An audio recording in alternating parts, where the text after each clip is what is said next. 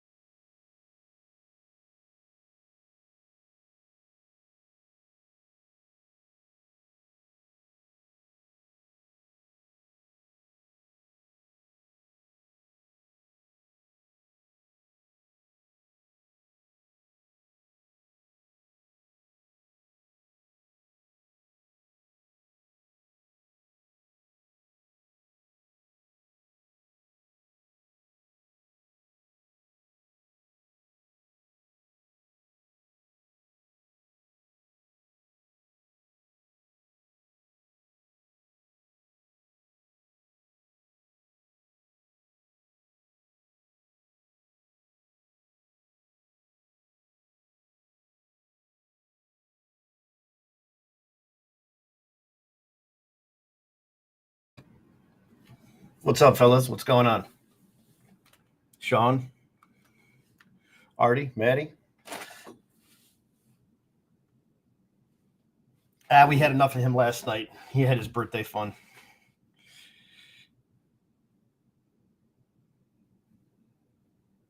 Ruining talking points a day early. No, I'm not. No. This got nothing to do with that. Hey, take it easy. Let's just block this guy. Should we block this guy right here? This guy right here. You're ruining talking points a day early. No, it's not what I'm doing. I'm reacting to today's action.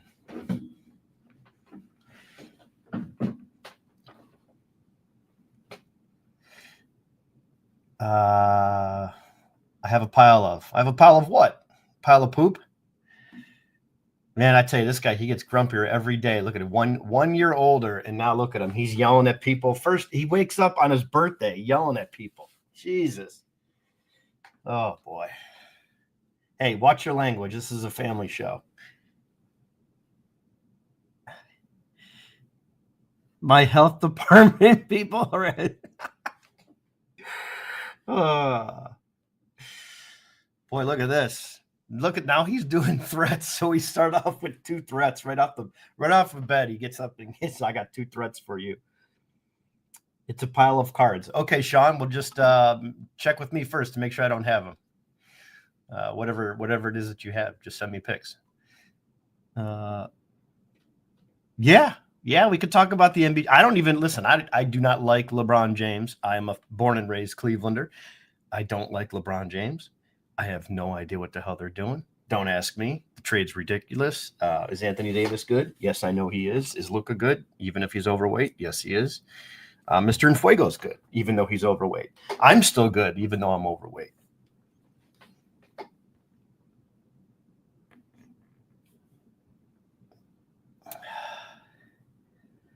Oh, I've got a box right here ready for him. I was going to come on and do something nice for the guy. Now he's yelling at me. I mean, Jesus.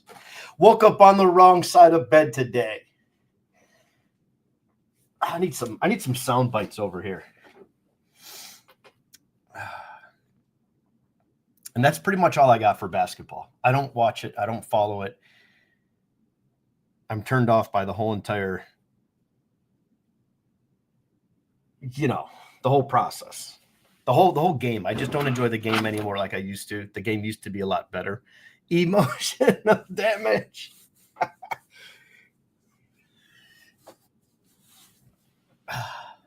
right, we got to close that comment before the health department comes flying by.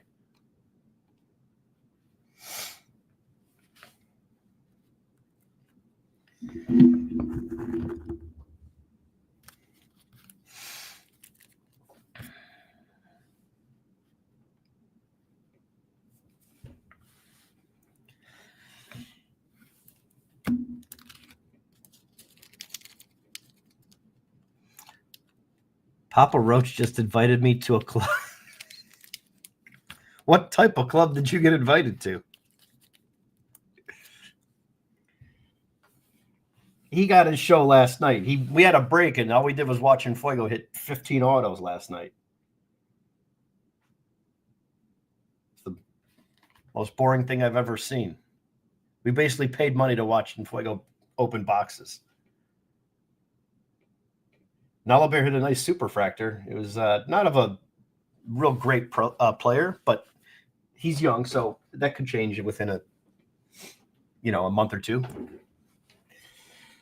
WhatNot seems like a high-speed sales platform. Okay, that's good.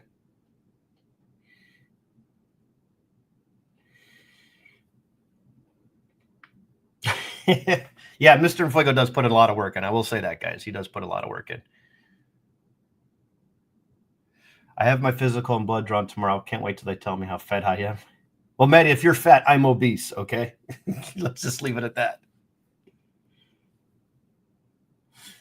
Yeah, this is not a talk show like the Junkies podcast or anything like that. This is just one topic I want to talk about because I'm going to make another video too. I'm not staying silent on this. This is just these people are absolute clowns, and they've got so many people involved with them. It's pretty sad. Yeah, the Ricky Lake. Where's Ricky Lake at these days anyway?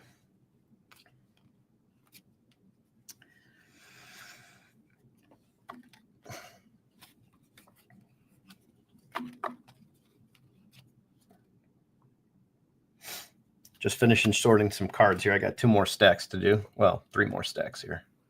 1, 2, 3.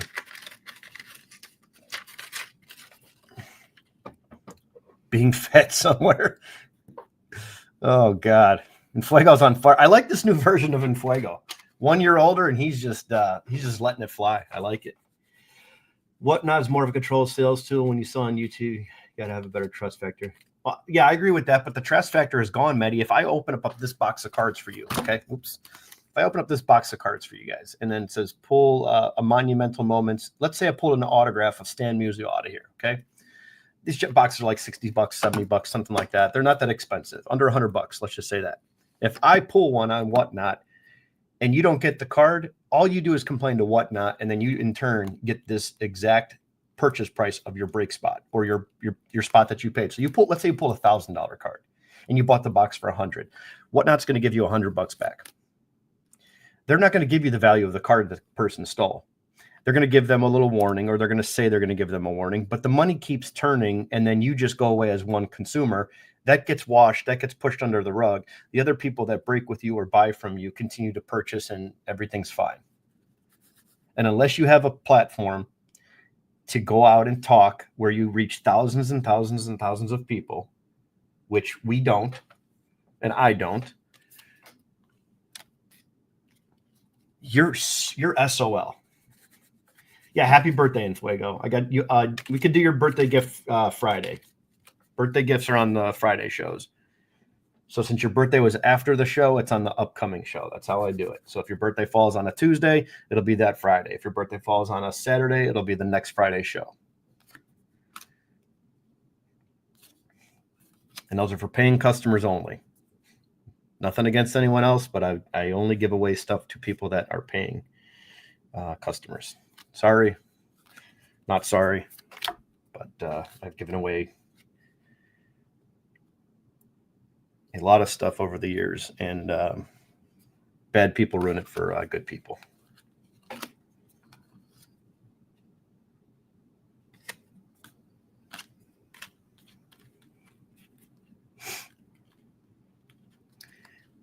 No, I do that for everybody. Yeah, no worries, Fuego. I do that for everybody. Everybody gets a little box, and we'll open it live and stuff like that. Part-time Ripper, I got your package. Thanks for sending those cards. I'll get those other last cards you picked from my list of photos.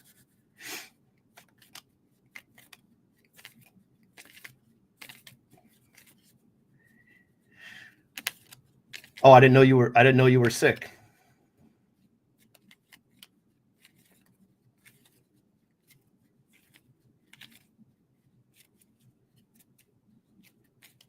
Did Tyler ever find out that he hit a super? I don't know. I was gonna send I told him to send a DoorDash to his house with a note, so he'd have to open the door. That would have been the best thing ever. Him like filming that or something. I don't know if he does content, but very cool to wake up and found out that you got into a break and hit a superfractor auto. Hopefully he keeps that. Yeah, like I think an orange to 25 auto PSA 10 was like 100 some bucks. So maybe it's a $500 card to 1,000. You know, you 2x it or 10x it from. Do you 5 or 10x it because it's the super auto out of that product?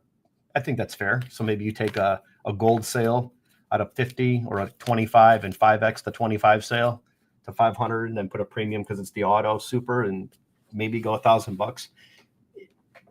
It's whatever someone's willing to pay, obviously, but I would probably get it graded and I would probably sell it. But if you're not going to get 1,000 plus for it, I would basically just turn around and hang on to the card, see if the kid starts playing a little bit better in the next, single A ball, or if he makes double A. If he goes from A ball to double A and takes a turn for the better, then I would just hang on to it. But good for him for hitting a super, and good for Nala for pulling one. That was pretty cool. It's always fun to pull a big card for somebody. If you guys didn't watch the break and want to watch Mr. Infuego hit every single card except for a superfractor in the entire break, last night's break, I think Infuego hit like 7 of the 10 autos.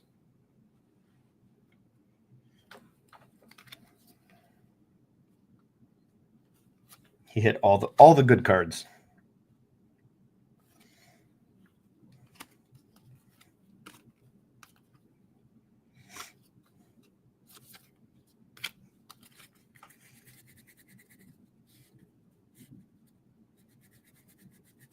Yeah, right. Almost all of them in Fuego. I watched. Okay, LP says F backyard breaks. Yeah, pretty sickening. Just disturbing, man. 80% hit rate. Yeah, I think it was like 84. No, it was Nala's break. It was a Bowman's Best mixer, and I think the final box with 4 autos, he only hit 1 auto. The rest he hit all the autos up to that point.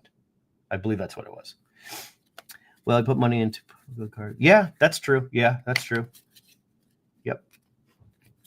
Oh yeah, I'm just busting balls. Yeah, for sure.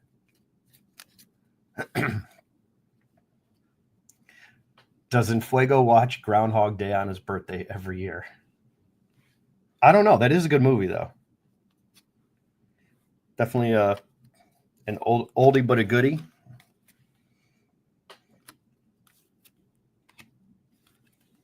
So what are your guys' what do you guys feel should be done to those bozos over at the backyard breaks? What do you think should happen?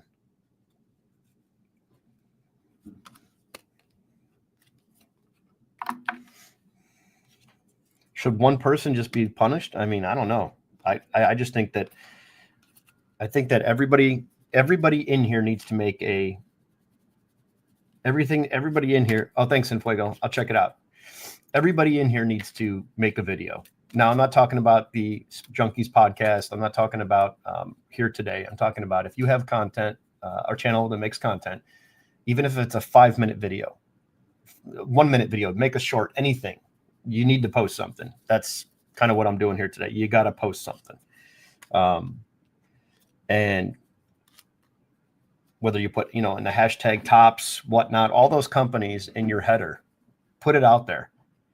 You need to, right, exactly. Once they did that, they're already scumbags, right? So this doesn't change anything. Yeah, that's a good point too. Yeah. I mean, we're not talking about an employee did this and you fire the employee, right? We're talking about someone that's higher up that, and again, it's, you got to watch the cancel culture because I'm not a big fan of cancel culture, but at the same time, this is a little bit different when we talk about cancel culture. This isn't one, this isn't Papa John's making a bad statement and then he steps down into a different role and then still gets paid and makes money behind the scenes or sells a part of the company or whatever he does. Or years back, there was the founder of Jimmy John's. He went out and paid this is just completely off the cuff. I don't know whether he paid $5,000 or $50,000 to go shoot tigers and lions or some like big animals and elephants and hunt people and go to their home where they live and no one bothers them and then shoot them. And that was all over the news many, many years ago. And people still buy Jimmy John's every single day. They're buying them right now all over the country and supporting them. And most people that are purchasing those subs don't have any idea that the owner did that. So it was one of those stories that kind of get brushed under. This is the same thing. People are asking, what the hell is it going to take? Exactly. Well, that Mr. Fuego, let's just talk about one bad apple. It takes one bad apple, period, to ruin a lot of things. He's the owner. He should know better. Yeah. Yeah. And again, anybody can just dissolve an LLC with one form and then start up another one. You can file bankruptcy and start another one. There's no law against that. Or dissolve a company. He's the owner. He's the face of the brand. Papa John's was the face of the brand, right? A brand that he showed his face a lot. He put his name out there. He put his name on TV, his face on TV. This is very similar. Someone putting their name out there. And, but hopefully anybody listening, there's 19 people in here watching. Hopefully we get some more people. You got to post something. Yeah, wild antics is fine. Listen, I'm all for it. I'm not all for stealing someone's card. We can't give that card away because we pull here. You know what? Let's do this. Let's open a box of cards. We're going to open this box of cards. We pull one of these autographs. I'll give it away. We pull an autograph out of here. I'll give it away. We pull a Stan Musial. Someone's getting a Stan Musial. Okay, there you go. Let's pull a Stan Musial out of here. We pull a Stan the Man Musial out of here. Someone's getting it for free. You can't open that on TV. You can't do that. So these scumbags, that's the first step, right? That's the first step where they did something wrong in terms of shadiness. Got a little stickage here. We're just going to fly through these and see if we pull one. Can't sell this box because they stick. And actually, they weren't bad when I'm peeling them off. They're not real bad, and some packs are better than others. But hey, Fraylin, what's up, man? 4 likes though, yeah. If you guys don't mind, hit that like button. We'll try to get some more people in here just to express my feelings on this whole situation and put something out there that anybody that makes content, if you're new jumping in, there's a Todd Helton insert. That's pretty cool. I'm going to pull out the Indians cards. I'll give these away. I'll put these in a free card pile that I give away. Once a box gets full, you pay shipping, and I'll give that away. What did they do this time? Okay, so if you don't know, they made some very disturbing comments about a hypothetical 6-year-old daughter that if they had a 6-year-old daughter, what they would do, et cetera, et cetera. Basically pimping her out to OnlyFans so that she can make money. That is an awesome card. Rob Beck. That's great. Oh man, look at the Big Papi. Big Papi with the twins. David Ortiz on the warning track collection too with some paper loss. That's a big card there. It's a beauty. Yeah, so they basically did that.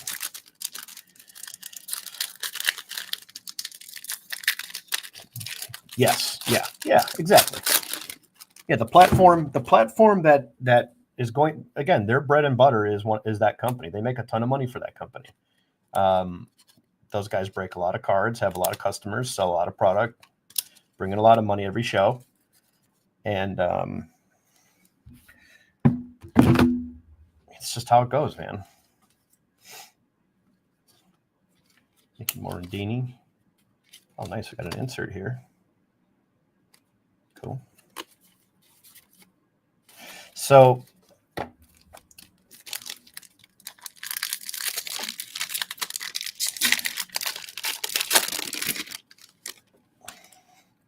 yeah, you definitely can. Yeah, I'm hoping I pull one so I could take it from you guys, because I only said the Stan the Man Musial auto. I did pull a booklet, a little booklet card of Jose Canseco, which was cool. Carlos Beltran. See, there's a nice one. That didn't get any paper loss, so somebody will get that card. Smaller breakers are looking to have CPT save the hobby. Jeff Wilson saved their day. Well, we'll get to Jeff Wilson in a second. That guy's an absolute ass clown. Just the reality of it, he's just a clown. He's coming off real nice. Mike Piazza. All right. Put all these in there. JD Wright. Yeah. If you guys don't mind, hit the like when you jump in.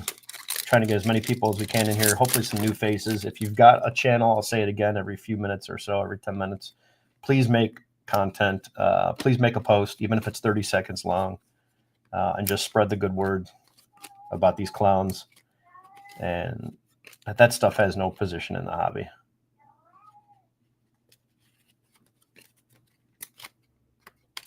Joe Carter in the Giants uni. Cool. Trevor Hoffman. Nice, stretching out. Look at that. The card's clean. So the back cards are not sticking at all. It's nice Trevor Hoffman. Someone will get that in the free box. He's got smoke with Sports Card Radio, so his hands are pretty full. Yeah, that's true, but that's just those guys, you know, making fun of each other because the one dude's losing his hair and the other one's it's just, yeah, I'm on here live today just to talk about that specifically. So it's disturbing. And what got me going, I was watching Mike's channel, Junk Wax Hero. If you don't follow Junk Wax Hero, Mike's great, does a great job. Probably one of my favorite top 3 channels that I personally watch. Richie Sexton. Sexton. Jeff Wilson is a scumbag. Yeah. No, don't listen. You don't need to say things like that. Don't be sorry if you offended anyone. You're not here to hurt people's feelings. You're not here to say anything intentional to hurt someone else. You're stating your opinion, and that's perfectly fine. Even if I don't agree with you, you could state your opinion. You don't have to agree with everybody in the room.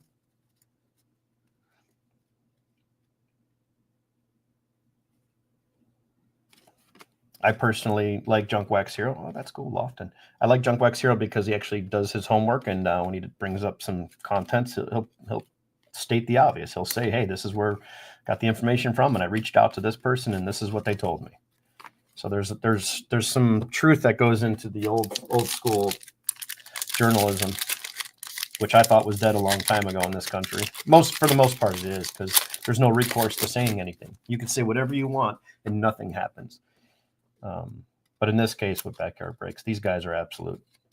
When I say these guys, I know there's probably good people in that company, and then there's probably good people that probably think the same thing. Like, dude, what are you doing? You're jeopardizing this company. Why would you say that? That's disgusting. But for Jeff Wilson to come out and start off the sentence or the quote, the post with, I also have a daughter, a young daughter, and then go into basically, you know, I hope they do better and he's okay with their apology.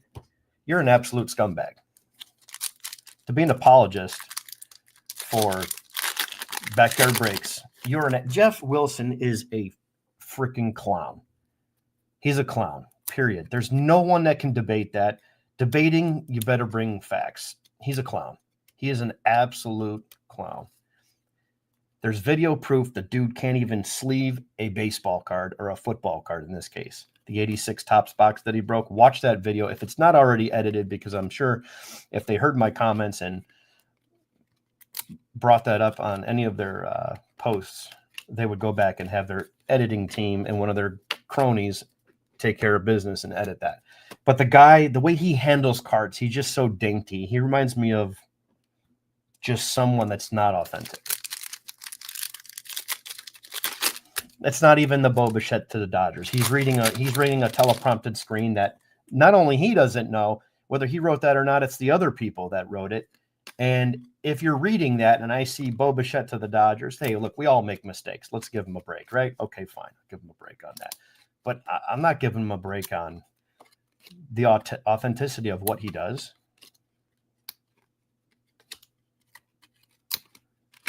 And people flock to this. We got 19 people watching. I don't have the reach. I don't have the followers. Everybody in here is the people that we always see.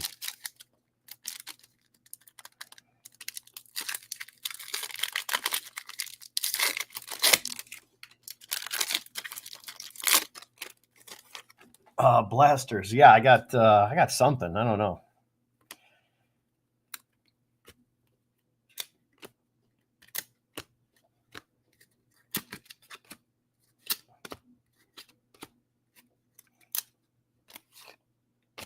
Joey Cora with the Indians. That's cool.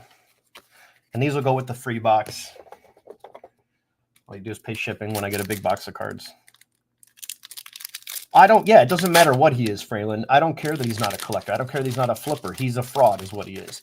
If you lie about making content and you do that for clicks, you are a fraud. It is the definition of a fraud in the Card Deals book. You're a fraud.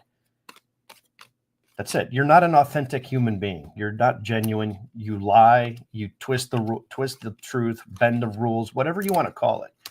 That makes you not an authentic person. Okay, LP, will do. I have no stress in my regular life. I have no interest in involving myself in channels I don't like. Yeah, exactly. The problem is I don't understand why people like that stuff and gravitate towards that. Next time you're with your friends, grab a phone, someone that doesn't do sports cards, and just look up sports cards on YouTube and let me know what you get. Ooh, Richie Sexton, insert. This cool one, rookie flashback, insert. Kerry Wood. Sean Green, he was a good prospect. Good player back in the day. Collected a lot of him. But he fell off. Yeah, fraud, yeah.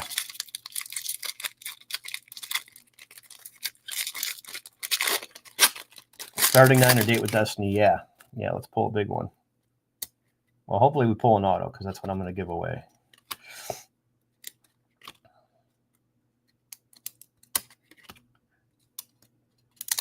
You get one of these red foils, basically like you get the pinks per pack or something like that, or a sepia or something like that out of a blaster. That's kind of how these were, or the 1 gold card per pack that Topps used to do.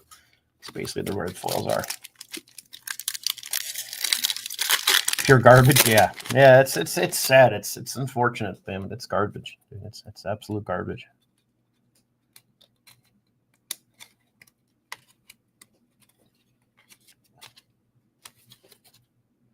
And you don't have to be an apologist for them. Like, I did notice that this set has a lot of pictures with their kids. A lot of players have these. So if you're looking for a set with this is it right here. Several have pics with their kids in there.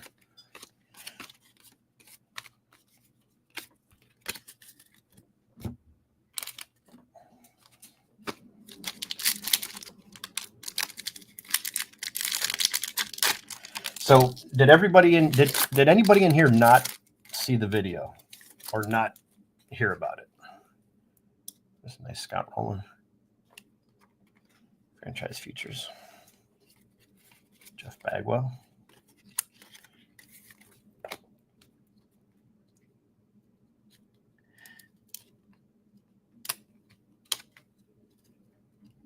Well, that's the whole idea. Oh, baby. Oh, baby. Eat your heart out, Mr. Enfuego. Whoa. Look at this beauty. Now that's a cool card.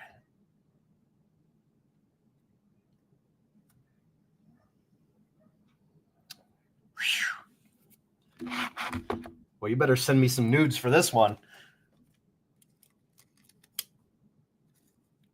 Oh, that is cool. Look at that thing. It's like 3D. Does have a touch of the little spotting right there. I sometimes this stuff wipes off and it's from the other card. So, but otherwise, this is a cool card. There you go. Happy birthday, Fuego. There is your what do you call it? Diamond Magic. All right, 3 packs to go. Hopefully we can hit one of them autos and give it away. It's mine. Fight to the death. Mortal Kombat style. Yeah, so here's another one. Oh, it's a booklet. Let's see who we got. Oh, come on. Come on, don't stick. We do have a little booklet pamphlet. Wangan, Going Yard. We got Jose Canseco in the last box. That's the old school booklets. That's how it used to be. That's it. No, 2 men enter, no one leaves but the ref. Oh, man, I'm all over the place with my thoughts. I don't feel WhatNot's going to do anything. I do not feel that WhatNot is going to do anything. That's just my personal opinion. I don't think they're going to do anything. Why they haven't spoken out now is I believe they've got to probably wait for their legal side of things. It did just happen. If they go ahead and, if you like Sosa, there's a cameo appearance with Sosa. I always collect cameo appearance cards where you got the player that you collect that's not named on the card but is in the card. Ryan Sandberg, specifically the 83 tops. It's a nice Tony Gwynn. The 83 tops, he has a card where he's making his way back to first on a throwback. Todd Helton's got a little paper loss. So yeah, with my rambling thoughts, tell you what happened. In a nutshell, basically the clowns on Backyard Breaks said, hypothetically, that if they had a 6-year-old daughter, I'll keep it clean and as clean as possible and short as possible.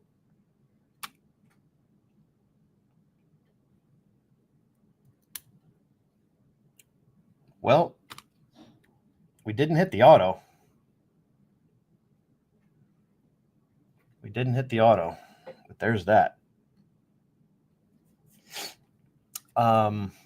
Basically said if he hypothetically had a 6-year-old daughter, how he would pimp her out to OnlyFans and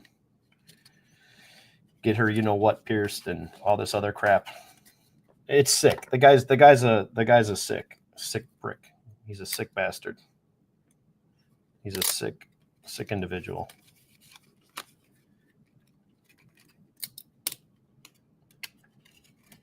Yeah, but here's the thing in Fuego. They didn't just bury themselves. The problem is we've got 21 people watching right now. 24, and then now we're down to 21. We had 24 in here. Everybody that makes content that has an issue with content and wonders why people like us that have he is untouchable, Chris. That's the thing. Nothing will happen. That's why I'm on here today. That's the only reason I'm on here today. Is imploring you? Is that the word? Is that how you say it? Imploring you to do so. Make a video, even if it's 30 seconds long. That and in your video, tag Tops, Panini, everybody. How these clowns can operate and do that kind of crap is beyond me. And then you have all these people that are great in the hobby, just out here doing good things, and they don't get recognized. There's so many good channels that are doing great things for the hobby. He's the scumbag that was on Backyard Breaks. He's the guy that basically said the stupid stuff. And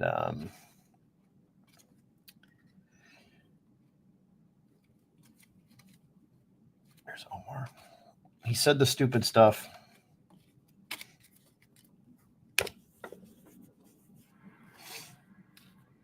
And it's pretty sick. Disturbing. It's just disturbing. And guys like Jeff Wilson go out there and apologize for the guy.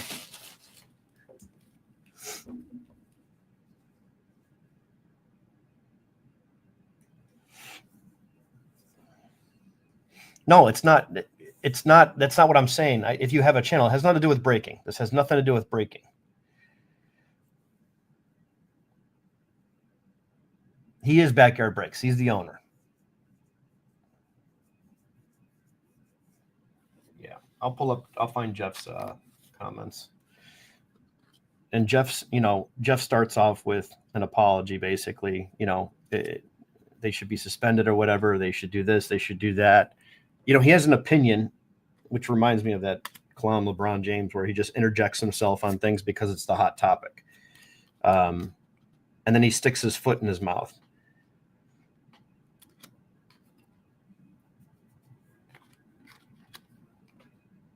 Yeah, I'm just irritating. It's very irritating. This hobby is very irritating. It pushes good people away. Jesus Christ and Fuego. I'm going to rip this card into two pieces. Are you kidding me? Or are you still drunk right now? Not everyone has channels, though. That exactly. I understand that. I'm saying everybody in here today, there's 21 people in here today. If you have a channel, you should post something. You should post something. These are the clowns that are getting all the clicks, all of the attention in this hobby. Except they're douchebags. Exactly. And I'll send you guys, everybody that's in here, I'll send you guys, I have all your information. I'll send you guys all a link. I'm not going to repeat it on here. I'm not going to read. I'm not going to read this stuff.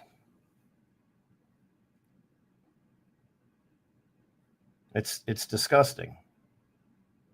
Basically saying if he had a 6-year-old daughter, how he would pimp her out to OnlyFans so he can make money, get her nipples pierced and all this other stuff and blah, blah, blah, blah, blah, and on and on and on and on and on.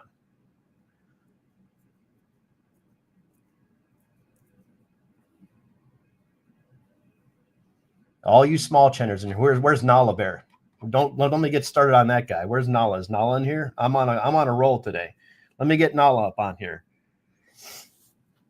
Talking about I need one more for this many viewers. You post a video. You'll get some clicks. Post a video. Tell them where you stand on it. All these good channels in here that have under 1,000 people or 5,000, whatever the number you want to put up in your head that you think is small. None of us get the recognition and are known about doing one good thing that's remotely positive, because these other idiots fuel this industry. They fuel the industry in the YouTube community and card breaking, and whether it's card breaking or just showing off cards in general, opening your own stuff, anything. There's people with great content that never do a break. Ask people, how many people you know Peds? How many times has he done a group break? He's never done one. He breaks his own stuff. He's got like 6,000 followers. There's a lot of people that don't know about him. That tells you all you need to know about all of this stuff. It's just, this is the main reason why this is the part I hate about the hobby and why I stayed off YouTube for many years, and just has me questioning why the hell I even do this.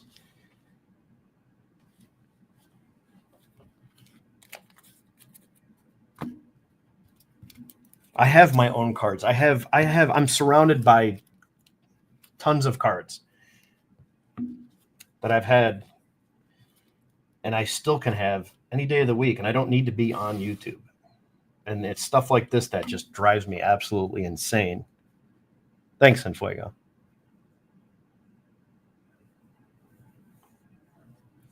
It's just wild. It's wild to me.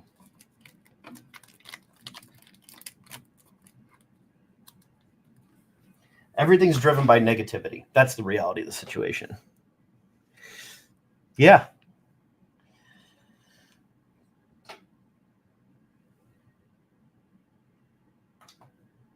Big pun with the big guns. You're right, LP. There's another one. LP opens up a lot of product. He just broke a 2018 retail box like a month ago.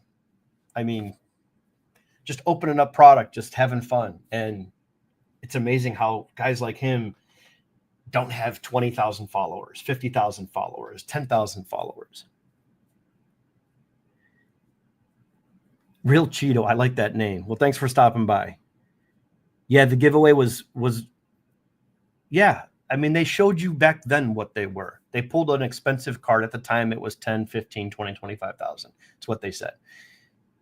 And then they didn't give it away.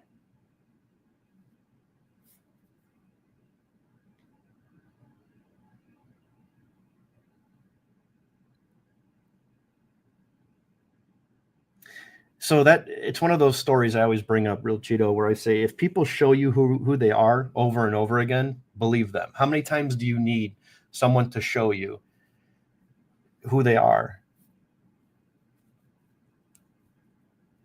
The guy next to him is even worse. He said it with his own daughter, right? Like it's his own daughter. I mean, like he's like my infant daughter. He has like a newborn or something. The kid to the left of him in the video. It's disturbing.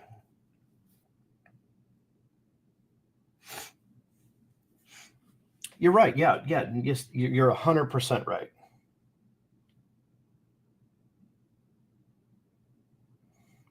You're 100% right on that. People that don't understand the whole like YouTube thing, when I explain to them, yeah, I do a card show on Fridays, we do the podcast on Mondays. We talk sports cards and what's going on in the hobby and what's baseball going to be like and different things with Mr. Infuego over there. And all these other channels that we follow, we got Lucky Peter, Casey Card Connection, Infuego with his card content. Only PC's like 3 players, but puts out card content. Everybody in here, I'm not going through the list. Anybody on this list that's on here right now that makes content. If I left you off, I'm not trying to leave you off intentionally, but just to make a point, we all do this to hang out and deal with cards and hang out and have a good time. And crap like that happens. It's like,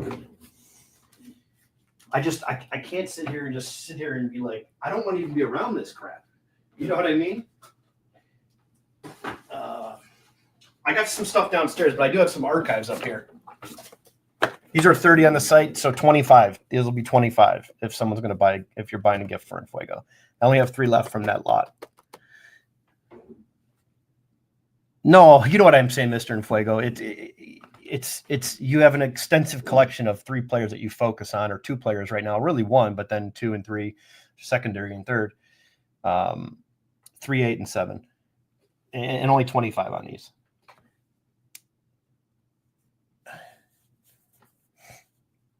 Yeah, this is for LP's buying Mr. Infuego a box for his birthday. And we opened up a box. I'm going to give this box away that I opened up here. So anyone in the chat, just hang tight in the chat. This card, awesome insert. Happened to be one of Infuego's PC players. We pulled that, so I'm going to give that to him for his birthday. This whole stack I'll give away from this box. I kept the Indians. We did pull a couple nice inserts in here. There's a nice Frank Thomas, and we pulled this Stan Musial. I was going to give away a Stan Musial if we pulled the auto, but this card is really cool. Insert here. So someone will get this with the whole box, and I'll give this away today before we end the show, before we end the ramp. He has Bobby secretly. That's funny. 387. 387. Number 7. Okay. Cool. Yeah, just send 25, not 30. I think I have them at 31 in the store. Just send 25. So yeah, back to the point of this is one thing I do want to show before I open this up. Here's my channel right here, and I'm gonna go to my channel, and I have about 400. I have 454 videos. Okay, I have 820 subscribers, 450 some videos. I'm gonna tell you why people don't care. So I'm going to click on videos, and I'm going to show oldest video to newest. And I'll show you a video in here why no one cares. Nobody cares about sports cards. People care about drama.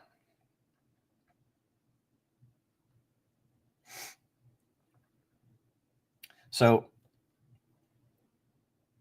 my vintage mail day, sports cards, just random content, whether I'm doing an open box. I did an episode where people are talking about subjective grading, who grades it better. Here's a video of mine where I take these slabs right here, all vintage, and I cross them over to PSA.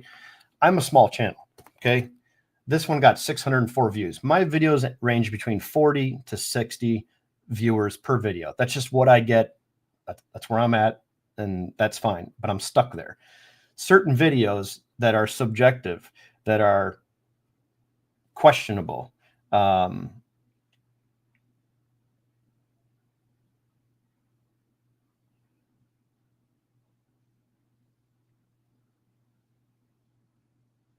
questionable stuff gets the here's one 1951 Bowman Mickey Mantle rookie. Here's my Bowman process of my 51 set. I have 180 views. Nobody gives a crap about a Mickey Mantle rookie card. These are some upgrades to my set. I'll just fast forward. I'm showing off a little mail day, showing off some upgrades. I got some slab cards from my set, which I'll swap out with some ungraded stuff.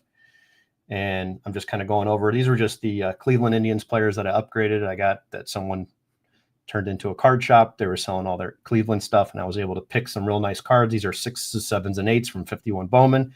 Not big names, but to me, they're great cards because they're Cleveland.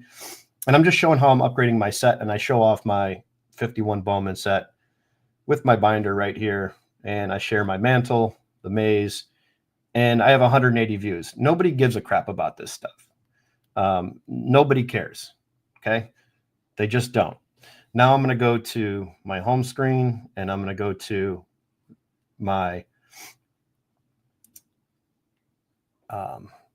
videos where I have the most views, and I'm just going to show you. These were tests that I did years ago, and I never talked about it because I don't want to deal with issues with. So here's my most popular. So stop buying Bowman is the header of this one. So you could see I put a picture of a scale and it says buyer beware, stop buying 2023 Bowman ? I have 3,400 views on this. And it's basically me just talking about the thicker card stock that you can weigh mega boxes. So the best thing that Topps did, and we talked about this on Mr. Infuego's podcast in length, were things that we did that we approved of or we liked that Fanatics has done since taking over. And my number one thing was making all the card stock in 2024 the same thickness. So if you pull an auto from Bowman 2024, it's no longer that thick card stock where you need the second size up on the top loader. The plus side is they probably saved a bunch of money. The plus side is for me is I don't have to buy different top loaders as a consumer. As a consumer, I don't have to worry about a mega box being weighed on a scale. And then you saying, oh, I know the hits are in there because you get 6 base packs with this amount of cards. And then the mega packs, you can tell if there's a thicker card in there with a cheap scale off of Amazon for $10. So that was one thing. And I just made this video and I got 68 comments. And of course you have some morons in here that were, everybody knows this already, blah, blah, blah. Anybody who buys loose packs or even sealed boxes on eBay deserves to get ripped off. Like, come on, really? Like, okay, you know everything. You're the best in the world. Call it a valuable life lesson. Never buy wax on the secondary market. That's untrue because there's a lot of good people out there selling wax. Just know what you're doing. Educate yourself. That was the point of this video. But you'll have ass clowns like him pointing that stuff out. So my point being is that I've all of my videos range from 40 to 70 roughly views, and I've made almost 500 videos. This has 3,400 views. So I did that as an experiment to see, is this the reason why I dislike YouTube? And this is it. This is what gets me just aggravated and why I stayed away from YouTube so long and sharing my collection. People think I'm a mod. Oh, you break cards. You're a modern card. 90% of my collection is vintage. Nobody has a clue about what I do. People think, oh, yeah, well, you show this, you show that, because nobody cares. Nobody asks questions. They just assume, oh, I see this guy doing this. This is all he does. And it's frustrating that people just don't care about. They just want to be aggravated all day long. They wake up mad. Where can I be mad today? Let's go to the internet and post some nonsense and yell at people. Good luck, Mr. Infuego. I'm ranting. I know I am. But that's the reason I'm on here today, because these guys are absolute clowns. That's a nice Otani. These guys are absolute clowns. And if they are still going to be on the internet posting content, wherever it is, WhatNot, YouTube, wherever they stream, Instagram, doesn't matter. Anybody that sees this, please make a video. And Fuego's dropping the links in. Click on the link, save it, watch it later. If you have a channel, Artie, you just started your channel. You don't have to have a daughter. You don't have to have a kid. You don't have to have a niece or a sister. You just post it. Post something. I got the other 2 archives and 2 of the update blasters.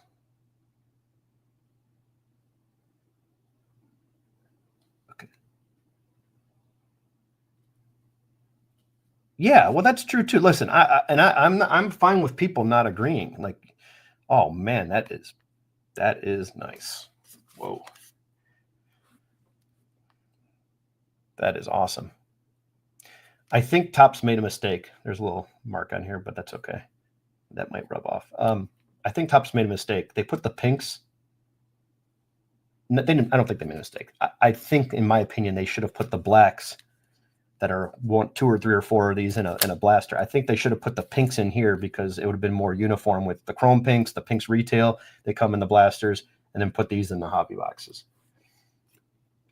But that's a really nice card. So best value, in my opinion, for archives, just my personal opinion. I love the blacks. If you're going to get the retail product, these blasters are awesome to get the black border. Short Trout patch auto. Okay, well, yeah, shorts are a little bit different. Right, but what I'm saying, just regular content, it's very, because use it a little more. Yeah, real chill. Yeah, that's and there's nothing wrong with that. Listen, you're not, people point things out. Oh, you're a flipper. You're this, you're that. Most of the people that are flipping cards are putting that money back into the hobby. Rarely do you see someone around a hobby putting that much money in and just taking all of the profits out. A lot of those people are collectors and they own cards themselves. So the stigma behind flipping, oh, you're a bad guy, you just flip cards. I don't think that's accurate. I think that's just a hot button, a talking point. It's easy to go to and say that.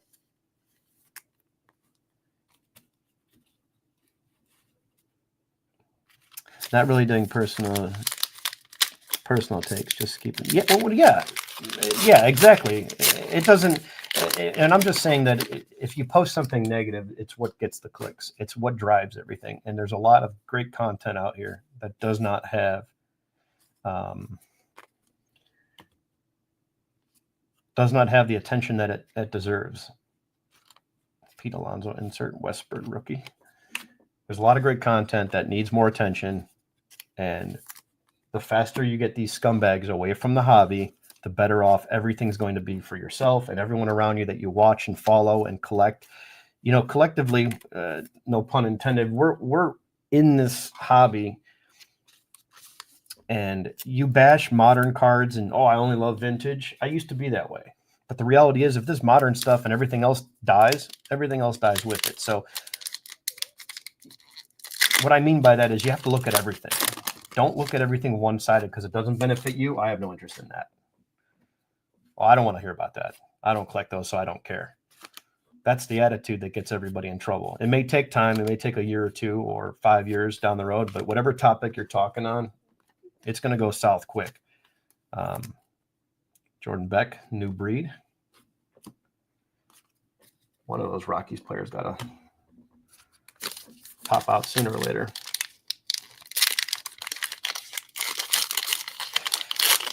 Yeah, they do. They do in Fuego. That's the problem. Nobody sees it. Nobody sees it. That's the problem. I just showed you a 60x video view count. It's 60 times more than my normal videos, and it was a negative video. I did 2 of them. There's one at like 20-some hundred. I did 2 of those videos just to prove a point to myself, and I never talked about it before.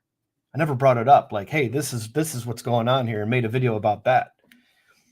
Everybody knows this, and if you don't, well, whoever's watching now, 24 people, thank you. You do now. It's just, I'm fired up because of this nonsense. Like, these guys are this guy needs smacked in the mouth, period. Like, whoever this kid is, I don't know anything about him. The guy's disturbing. It's disturbing what they did. It's absolute, it's sickening. And Jeff Wilson is the biggest clown in the hobby. You want to know why I say that? Because the guy has an amazing opportunity to do so much with his platform, the reach, the amount of people that he has, and all he's out here to do is run market manipulators, market movers, whatever you guys call it, and sell you stuff and take your money. That's it. He's here to just take your money.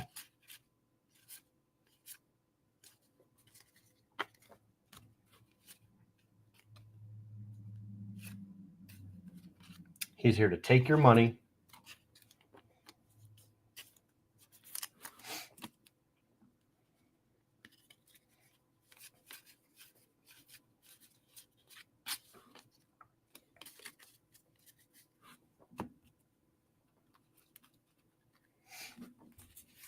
He's here to take your money.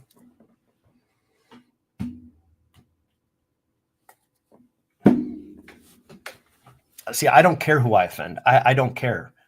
No one's going to go after me and tell me, oh, you're going to lose your job. Nobody knows what I do for a living. Nobody knows where I get my card money from.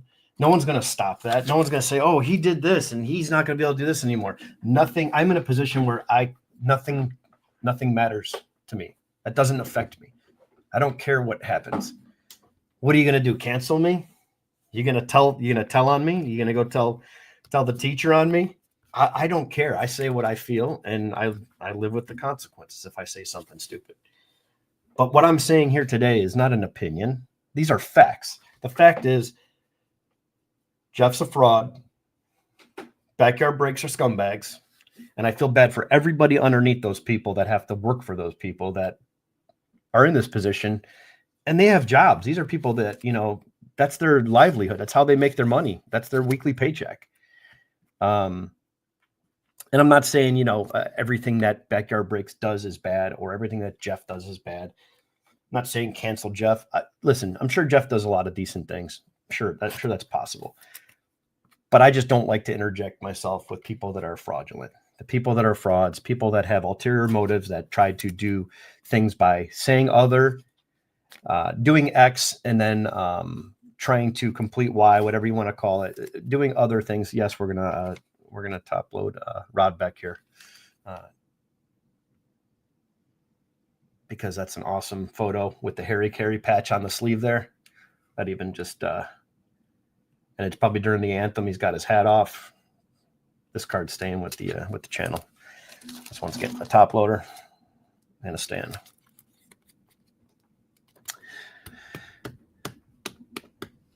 Yeah, and again, listen, there's nothing wrong with watching Jeff and any of that stuff. Just for clarification, what Jeff's doing here, it's the way Jeff came out and made this content. It's his comment on this whole situation. If you watch the video, then you watch Jeff's comment. That's what makes it worse. That's what makes this all worse. You literally stick your neck out there, and you have to comment on something, and then turn around and say, well, hopefully he does better and learns and blah, blah, blah. Like, what? How about a hard stance? Take the stance that Mike over at Junk Wax Hero.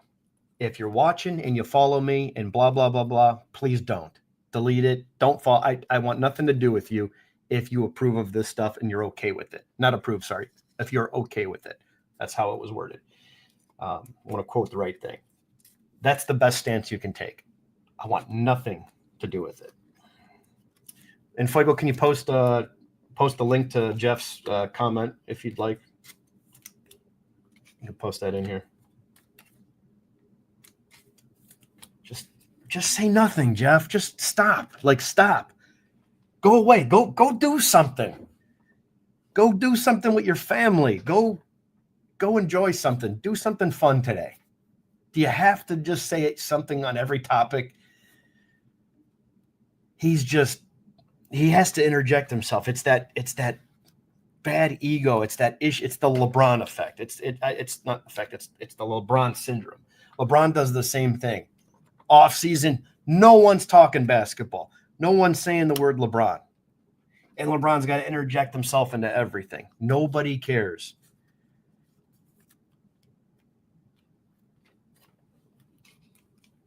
Is he entitled to his opinion? He sure is. He's also entitled to what's going to happen after he makes that opinion. And when you're in that position, this is what happens. People talk about it. Oh, Teapot. I love Filmington. He does a great job. He tells you like it is. I'm buying this to make money off of this. I invest my money. And you may not like that, but the dude's dropping 50 grand in wax or 100,000 in wax on his inventory or 50,000 in this product. Whatever he's doing, he's spending his own money. He's taking all these risks. He showed you his losses. He talks about, hey, when this product came out, I went out and spent X amount of dollars and I lost this much per box and I cut my losses. I believe it was a basketball product. He goes through it in very detail of how risky all this stuff is. And he offers some in-depth stuff that it's way beyond my pay grade. I love the two guys on Spitballing. And there's another kid that's on there. God, why can't I think of his name? The fourth guy. Who's the fourth guy on that show? I like that show. I don't like listening to Teapot because every time I hear him, it just reminds me of Jeff. And those two together are like, ugh, no, no, thanks. And listen, Teapot's probably a great guy. He's one of those guys where he's like, hey, look, he's doing a job. He's a card collector too. I like that about him. I can respect all of that. One of those guys where I'm like, all right, I got to give this guy a second chance. I got to meet him. I got to talk to him for 5 minutes, maybe shake his hand and say, Teapot, God, I wish you were on a show and you didn't have any ties to Jeff Wilson. That's just how I feel personally. It's just, he's not for me. He's not my cup of tea. Scotty B. Yes. I like Scotty B. And Scotty B, because Scotty B puts in a lot of work to give you some in-depth takes on cards, right? He owns a lot of cards that are worth a lot of money. He does put his mouth or his money where his mouth is. I respect people that do that. Even if it's something that I don't collect, I think that's great. And you can learn a lot from that. Yeah, I don't dislike a lot of people. I really don't. I just don't care for some of his takes when he's trying to say, well, I think this product's not priced high enough. And then Jeff kind of reiterates the same thing where I think this product's priced too low. It's like, don't bring that stuff of that show into a great show. That's why I love the two guys spitballing. So I don't want to single out Scotty and the two spitballing guys and then Filmington because of Teapot.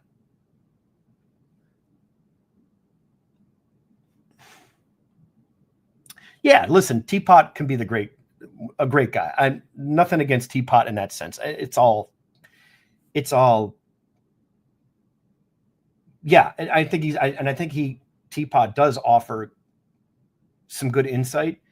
I may not agree with all of his takes or the direction he thinks things are going to go or should go or what he feels about a certain product, and I've made that publicly, with my comments on his channel. But that's great. That's a guy you could sit down and talk with for a half hour and not get aggravated. Be like, God, you're going to drive me nuts. I got to get out of here. Or if you're stuck in a room with him one-on-one, you feel like you just need to run. I don't see that with him. And I'm fine with, him having his own. Exactly. He's trying to boost up the dynasty and all those bigger end products because those have the bigger end hits. And then what I feel that the hobby is doing, and I've said this years ago, Fanatics is trying to make Chrome products what Optic is for football and basketball. That premier Chrome product, that's the stuff that those hobby boxes used to be $100, then $200. Now they're $800 for a hobby box. And if you don't hit the best quarterback in a parallel, you're not even breaking even. Chris and Jeff, love those guys. Yeah. Should I spend $5K on Bowman first auto or the red refractor? Yeah, that's true. That's true, Mike. And that's fine that they may turn you in that direction, but possibly once you dive into the video, it's a lot different. The lives are great because they have some talking points, but they do listen to their commenters and they'll bring up a comment on the screen and talk about it. And I think that's pretty cool, right? I think that's good conversation. And yeah, we're not always going to agree on stuff, but they do. Putting your money up is very important to me when you're talking about something. that you want to get out to the people. If you have a platform and you're not spending the money and you're just talking about it, to me that it screams ulterior motive. Like, why are you saying this? Why should I believe you? You don't invest in these cards. You don't own these cards. You don't buy them. Why are you talking about this? All of the things that Jeff has done has been very, very questionable. And anybody that puts their face out as much as he does should easily be able to say, yeah, I bought that card and I flipped it for this and I own it. Here it is. But instead it's all these interactions. Hey, do you mind if we put a microphone on you? Like, guy, we see the guy you're talking to with a microphone on his shirt collar. Like, we know this is set up. And everything is fake to me. Everything is propped up by smoke and mirrors. That's just how I feel.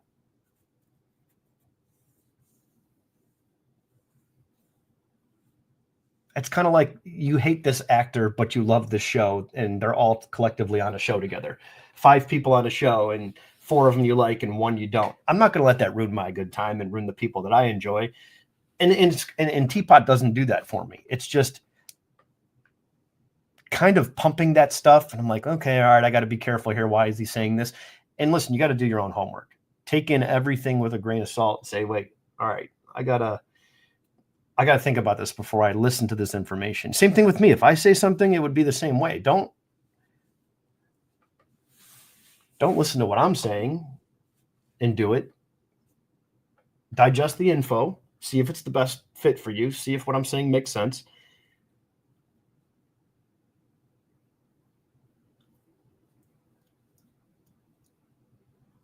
But there's got to be better. There's got to be more people making content out here.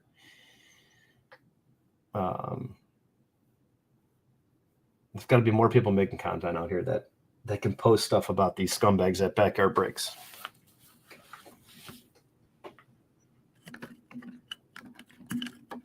Yeah, TCP sounds good. I'll do that in a minute. I'm thinking and still talking. Thanks for posting that, Mr. Infuego. So everybody in the chat, if you want to click on that link right there, you can go ahead and see the comment.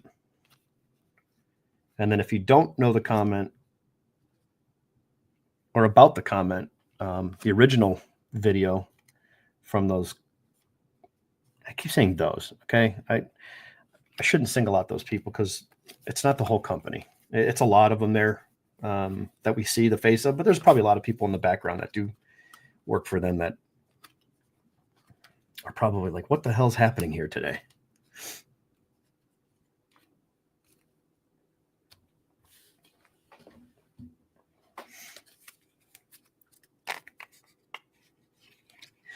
Yeah, and again, even if you're not about SPs and SSPs and all that stuff, it's still a good show, right? Like a lot of people aren't necessarily into that. Like Mike said, SP hobby up the top there, third comment up. Spitballing loses me because of a lot of videos are, should I spend $5K on the Bowman first auto or the red refractor? And I think what they're into, if you know what they collect, that's the direction they take.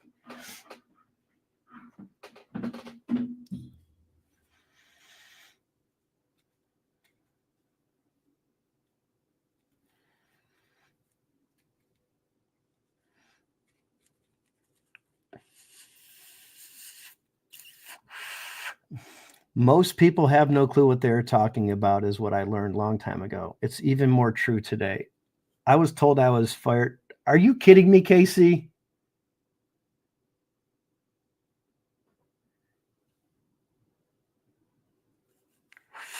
Casey, please tell me you're joking.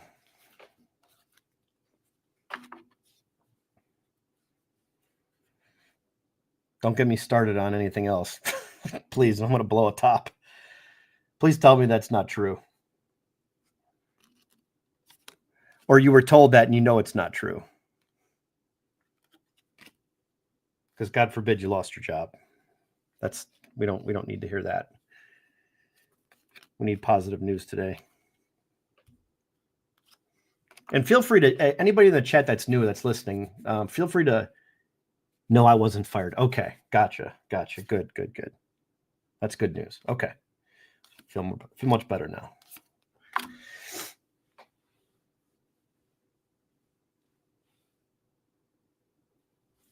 Right. That's funny, LP. I'm your neighborhood drug dealer. Oh, I love it. That is too funny. Ladies and gentlemen, LP for all your pharmaceutical needs.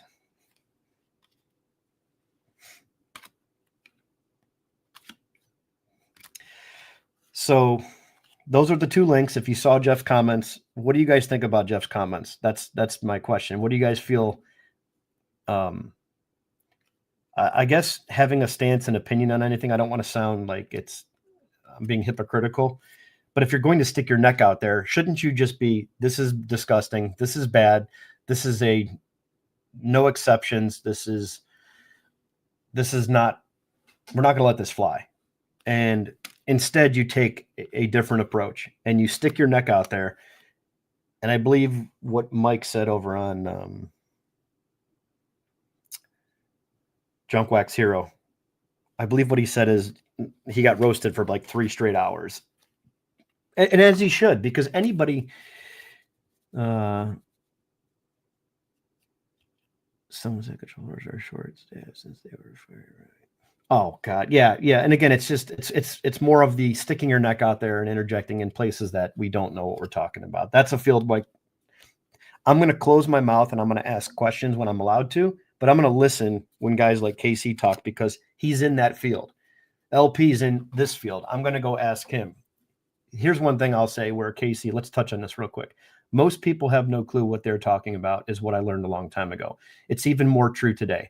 And that's true with the platform, with all of the stuff where you have this device, you think that your opinion matters. Let me tell you something. It really doesn't. It's noise. It makes a lot of noise.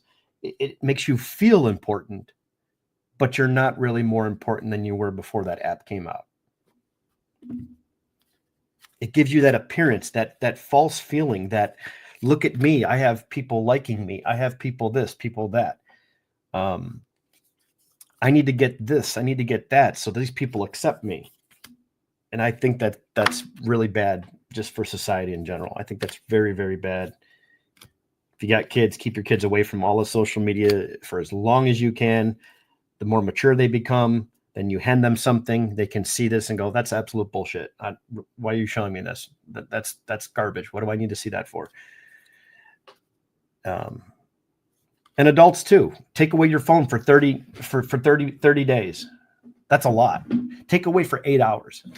Interact with your friend in a car. No phones. We're driving, me and Ray, we're going to White Castle, 4-hour trip, 2 there and 2 back, 2 hours there, no phones, 2 hours on the way back, no phones. But we had to park and go live and rip some cards and eat some White Castle. Just having a conversation with somebody and talking about stuff. It was nice to just get in the car and just hang out with a friend and just drive and just talk. It was great. We didn't have to get on our phones. And I mean, we were watching Casey rip open cards on the dashboard. We had the camera up there and the phone, or the phone up there and on a stand. And then Ray had his other phone for chats.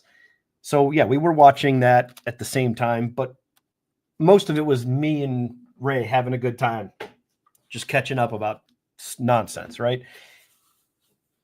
It just makes you feel better when you detach yourself from that stuff. All the experts I've seen about DCA are clear. Yeah, exactly. Like, what the hell do I know about any of that? All I know is people died. That's very sad, and those people have families, and that sucks. That sucks. That's all there's to it. There's nothing else to say. It sucks. But then there's other stuff where it's like, okay, this is harmless. This is this guy's on a sled and he made this makeshift thing and he's flying down a hill and then he took off on a thing and he ran into a tree and it was like, oh, that was funny. Thank God the guy didn't die, but it was hilarious. You got to watch this video. That's all fun. That was America's Funniest Home Videos when we were kids. That's all great.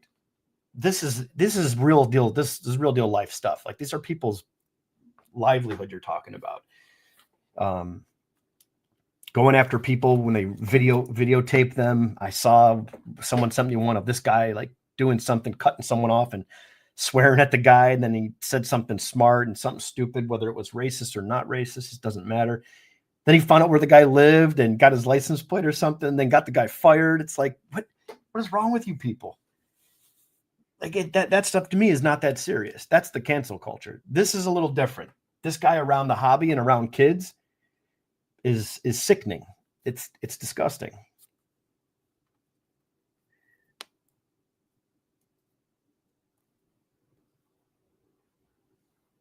Non-existent. Yeah. You're right, Ron. Welcome in, Ron. Thanks for stopping by.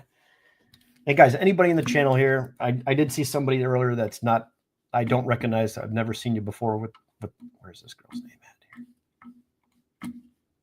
Somewhere in here. She was up here. I forgot her name. Jessica Leitner. Jessica Leitner. And she just replied Scotty B. So she must have been listening when I was trying to figure out what the person's name was. But anybody in here that wants to talk about something, drop it in here. Like, you know, keeping it to the topic. But you got to go and watch this nonsense. It's absolutely disgusting. And I think everybody in here should take a minute to just post a stance on it. And many people are. It's all over the internet right now in terms of YouTube and the sports card community. It's a time where people can finally agree on something, that this kind of stuff isn't acceptable. There's kids around this hobby all the time.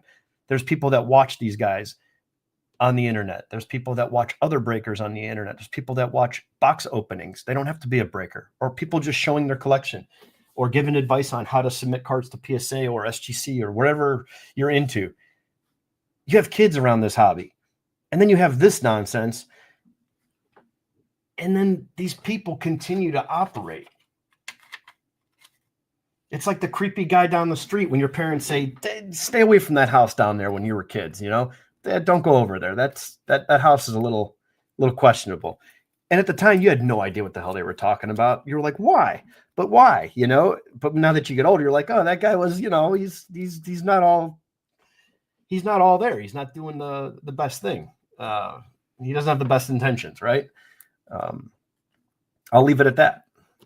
You know, I went to Catholic schools. When I was in high school, we got a letter sent home. Did you blah, blah, blah? Did you have any interaction with this guy? And it was our principal. Dude did like 25 years. You know, it's disgusting. And some of the people that he did that stuff with, they're overdosed on drugs. They're doing really bad. Some of them are gone, and just a bad, sad situation, right? There's just no place for any of that stuff. Not even in the hobby, just anywhere. Just go away. I can't see the issue with DC. The people in charge of the biggest ones. Yeah, well, like I said, it doesn't involve me. So that's one thing I just don't know. You went to Catholic school? That explains. Oh, that's funny. That's good. Yeah, there's Neo's video too. Yeah, exactly. So you guys want to post anything like that? That's great. I'll preface this with two truths about me. One, if I am a very firm believer in second chances. Yeah. Two, I have 4 others. What Grant said was, yeah, disgusting. I believe in second chances for those that make people. Okay. Yeah. Apology. Yeah, that's okay. Here, how do I say these things? I wish I could post all 3 of these. Josh here over at Dad Sells Stuff. These 3 right here are, yeah, and this goes back to when my thing, Dad Sells Stuff right here. I'm just going to show this one real quick. I believe in second chances for those that make mistakes that are out of their normal character. 100% agree. Not trying to, you know, send the guy to jail for life. But this is not the first time they've done something questionable.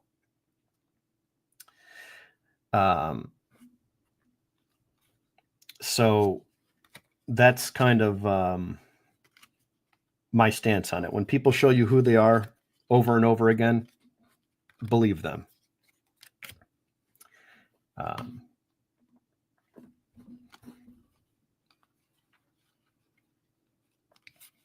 Very firm believer in second chances. I have 4 daughters. What Grant said was. Yep, exactly. That was not out of character for him or the business he runs. Yeah, Wilson's willingness to accept an apology and move forward is equally. Yeah, that is the okay. I'm not good at talking. I know what I want to say. but my brain sometimes is just like two wheels in front of the four-wheel cart. That's just how I am. But eventually I'll get it out. But these three comments here, you can't see me, but I'm scrolling my cursor over them on my screen. These three comments by Dad Sells Stuff is pretty much sums up everything I want to talk about today. I'm going to take a picture if you don't mind. And I can block your name out if you like, but I'm going to repost everything you just said. I'm going to show this one instead because it's highlighted blue, because I want to take a nice clean picture of this. And Josh, it's okay. I can block your stuff off, but I like the way you said this. That's all.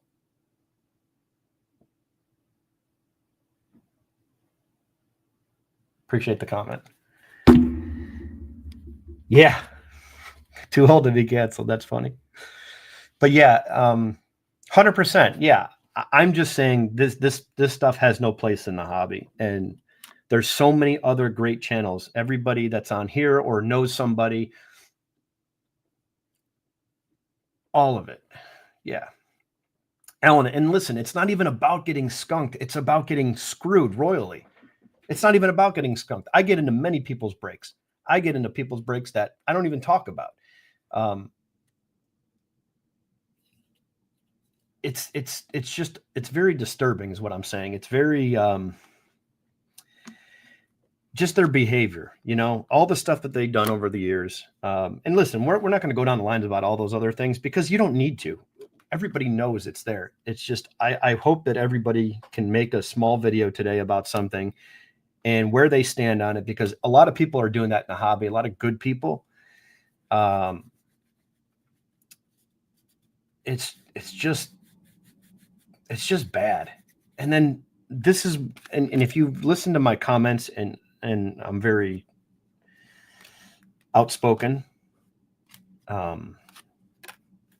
don't understand why someone like Jeff would open his mouth and say that. Having that large platform, you have. Okay, so here I'm going to say, let me before I get to you and Fuego, let me finish this, because I want to finish where Dead Sells Stuff said this, because this is very key. This is kind of a main point here. This was out of character for him, blah blah blah. Business he runs, or not out of character, right? Absolutely, because he's everything's a freak show. Everything's a wow, look at me, whoa, it's very edgy and all that good stuff. Wilson's willingness to accept an apology and move forward is equally egregious, in my opinion. That's exactly where I'm at with Jeff. Like I said this many times, so let me get back to my point. I said it many times. I wish the guy that had that much money invested in the hobby and that big of a platform would take a different road. At the fork, go this way instead of that way. Just, there's other. To be an apologist for someone like that, it's equally as bad, right? It's disgusting.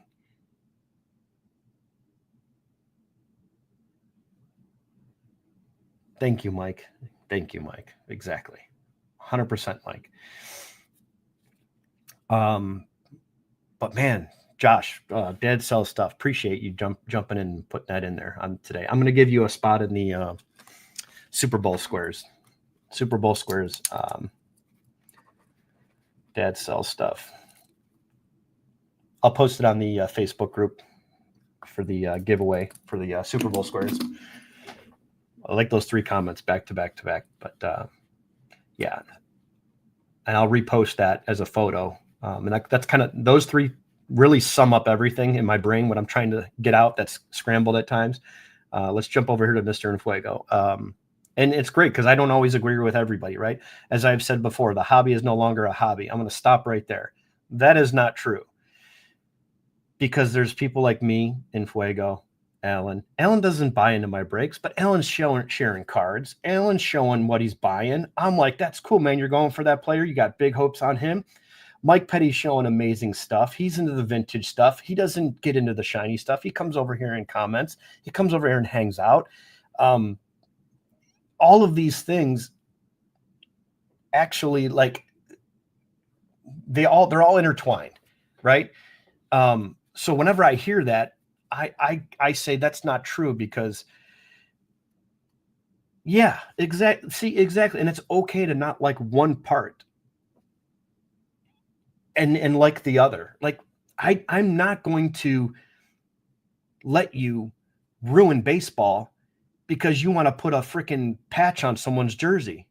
Like you're not going to ruin that for me. I enjoy the game of baseball. It's that simple.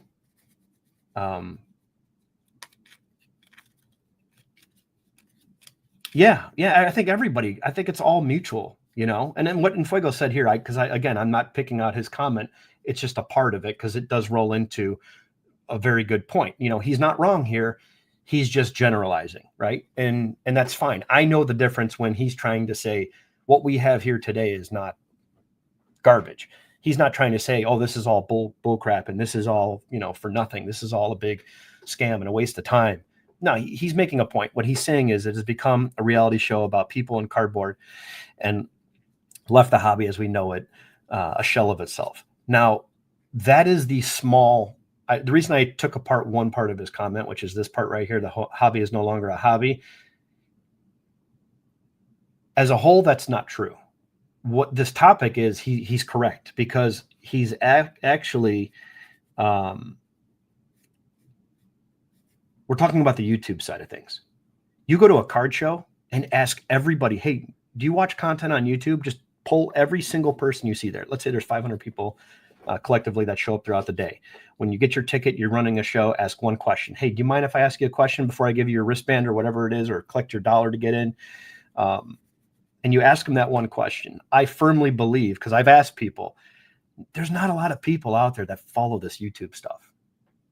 There's a lot when you think about it, but when you go to these shows like the National and see how big they are, yeah, you see cameras and people making content, all that. There's so many people that do not share their collection. So many people that don't even know what these people have in their houses. You don't even know what they have in their safety deposit boxes. You don't know what they've sold. You don't know what they collect. You don't know how much money they have or how little money they have. You don't know anything. It's not out there on the internet. And it's great. The hobby is massive. And you go to these shows, there's none of this. None of this. Everybody's talking to everybody. You're talking to a 10-year-old kid and his father. You're talking to some 80-year-old guy that's looking through binders and still building sets and picking up some cards of players he likes. The hobby is massive. I remember 8 months ago, card shows are dead. Card shows are dead. Google that. Card shows are dead, YouTube, and see what you get. And it's all the same bozos posting the same garbage. And it's like, wait a minute, you went to a show on Memorial Day weekend. You went to a show on this holiday. There was a Super Bowl game going on. The playoffs were going on, and you went to a show in Texas and the, Texans are playing in the playoffs. Like there's all these things that people don't think about. And they go, oh yeah, he's right. Oh my God, this show's empty. Look at that 50 table show. There's only like 30 people in this video. The guy was online for 10 minutes. You don't know if he was there at 9:05 a.m. when the show opened or if he was there at 3:55 before it closed at 4. It's just all this content just to get clicks. And it's like, you're full of shit, you're full of shit, and you're full of shit. And it drives me absolutely insane. Sadly, there are more scum in the hobby. Yes, then we can admit, yes, we can admit, yes, there is, Mike, 100%. There's definitely more scum in the hobby, but it's at the forefront because of the internet.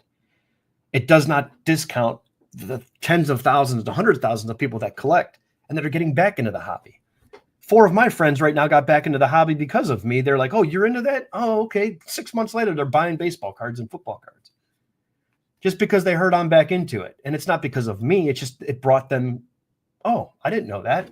Oh yeah, I used to collect. And then next thing you know, it's like they're getting into breaks. They're buying cards. We're opening boxes together. We're going to card shops. We're going to card shows. Me and my friends are going to set up. I've been doing this my whole life, basically. I'm going to set up at my first card show this month. First time ever, just to hang out with a few friends. I'll ask my brother-in-law. I'll ask my friend Ando, and I'll ask my friend Ray. Ray's always in the breaks too. And Andy was in the first break last night. These are kids that we grew up with. We're going to hang out and go to a card show. And I'm like, yeah, bring your stuff. You put your stuff in this case. I'll put my stuff in this case. You put your stuff here, and we'll just hang out together and see what happens. Not to mention it's seriously $1 billion fraud. Yep. I made this comment 5 years ago. It was laughed off. Yeah, exactly. No, 100%. Yeah. And a lot of it's propped up by fraud. Yeah. Mike, I agree. A lot of it's propped up by fraud because collectors don't go away, right? Collectors are still going to be there.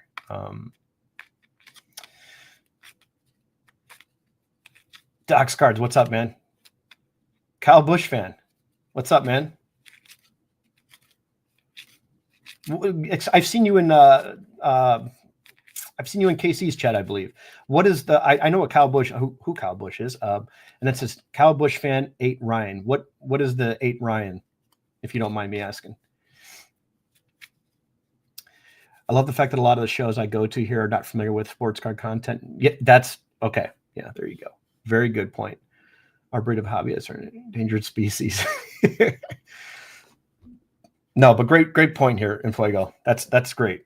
I love the fact that a lot of our shows I go here are not familiar with sport card content, nor do you. Right, you're listen. I say this about a lot of things. I go, why is this the hobby?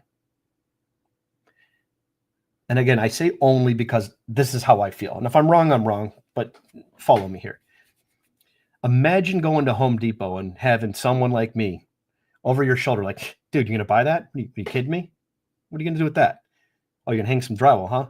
Well, what are you gonna do with that? Oh, you're gonna put that up after you do the drywall? Oh, come on, that's stupid. Oh, you're an idiot. I can't believe you're buying that. You go to the grocery store, dude, you're not gonna buy that, are you? Well, yeah, this is a great pie. I mean, there's a waiting list. We just had to get a ticket. They only make 100 of these every year. This is the best pie in the city around Thanksgiving. Yeah, I mean, dude, you kidding me? That thing's junk. Go down the street to so-and-so and just get ridiculed over and over and over. The baseball sports card hobby,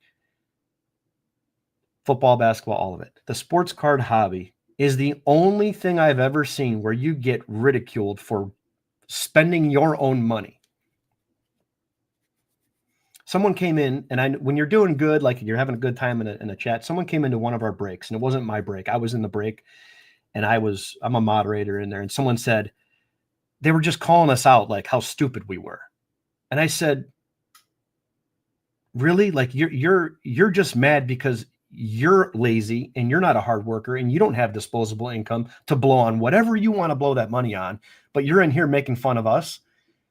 And I said, please get some help. Like, go get help. You have an issue.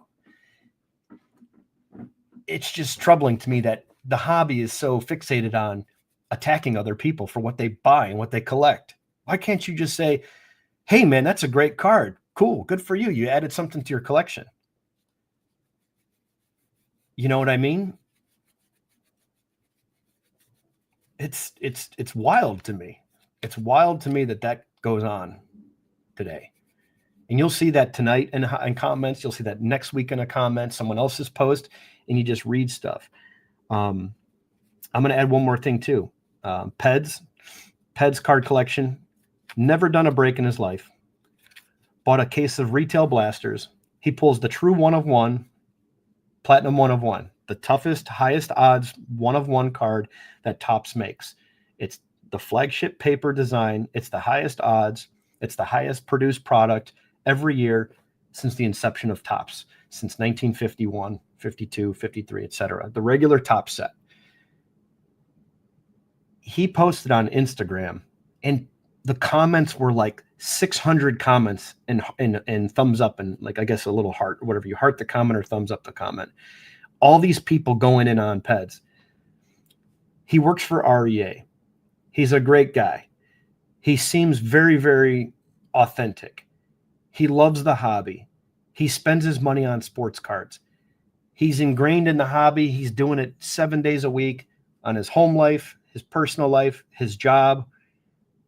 Pulls a great card. People roast him for it. And people attack him. Oh, went to a breaker. No one cares about 5 seconds of research. And if you knew Peds, he's never done a break. People like, Peds, do a break. We'd get in. He would be making money hand over fist. He could do anything he wants with that amount of followers. He's got 6,000 followers, never done a break in his life. He bought a case for himself and does like 10 boxes at a time, does a video. He was on KC Card Connections channel last night doing a box battle. They did 5 blasters versus 5 blasters, made the best man win. Casey started that little series. It's going great. If you buy some blasters or some product or anything you want to buy, we're getting together as a hobby and doing head-to-head battles, and it's a lot of fun. And it's just guys hanging out, talking cards, whatever, talking life. But people went in on them, and all the negative comments got the thumbs up, got the likes, got the likes, got the likes. And I think Ron Band of the Basement went on there and made a comment, and he had about 4 or 5 thumbs up or whatever. It was just like, I just can't keep quiet anymore. I hate these people. They're absolute losers. You're just jealous. Go get a job. You have a job, get a second job. What are you doing this Saturday? I'm hanging out with some friends. No, you're not. Go get a job. Go make a couple $100 today and go spend some money on cards so you can know what it feels like to be the a-hole you are after you spend your own hard-earned money and take a risk on a $1,500 case of retail product. Like, the dude works for a living, spends his money, hits the biggest card of the year of his life, and is just needled to death. It's like everybody's just jealous. Everybody's just jealous. I've been collecting with since 1980s and known since high school. They like breaks and they're else. Yes, I drag them too. We love exactly. You can have fun. I have a trade show that I started. I'm going to do my second. I'm going to actually, you know what? I'm going to work on that today. I'll put a date out. It's basically, you can be active in this hobby without money. You could be active in this hobby without money with the cards you have. If money's low, I'm saving for a big card, but I want to be active, start trading. We all have cards that we do not want. And that's why I started that Facebook group. I'm 40, how old am I? I'm 44 years old. I've never had social media, period, ever. I have Facebook now, but it's under a different name. So I will not, if I know you personally from where I grew up and things like that, I will not follow you, sadly, because it's just for cards. So my name on there is Mike Jones. If you want to subscribe or follow me or friend me or whatever that's called, that'd be great. And then I will send you an invite link to our trade group. You can't post cards for sale, but you can post cards to trade. I don't want to deal with people getting screwed over on money. But if you want to work a trade and post stuff, hey, I'm a collector of this. You list what you collect, and then I'll accept your invitation, and then you'll be part of the group. And then when I go live, I'll send you a link. You'll get 10 to 15 minutes, show some cards. You don't have to show your face. Just have a camera, turn your phone around, click the link I send you in an email, show your cards, and then give me your email address, and I'll put it on screen. Here's how you can get a hold of Kyle Bushfan or your buddy Dom or Mike Petty or whoever it is. And we share cards. So if you look at my videos and just type in the card deal, look through my videos. It's about 3 months ago, I did my first one. And we just had about 6 different guys on showing cards. And it's great. Put your stuff out there that you do not collect, you don't have an emotional attachment to, and then let people know what you collect, and then maybe you get some cards back. And you can be very active in the hobby, because I love trading. Trading was my thing in grade school. We would trade after school.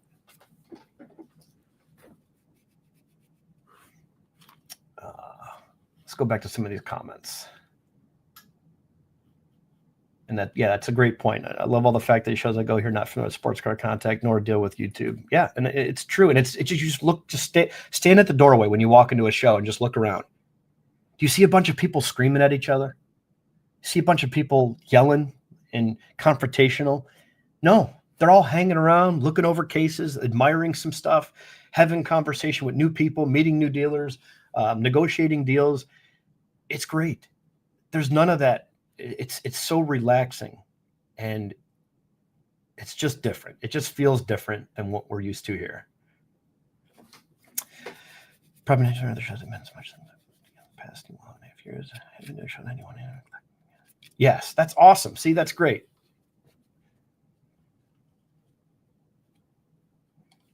Yeah, exactly.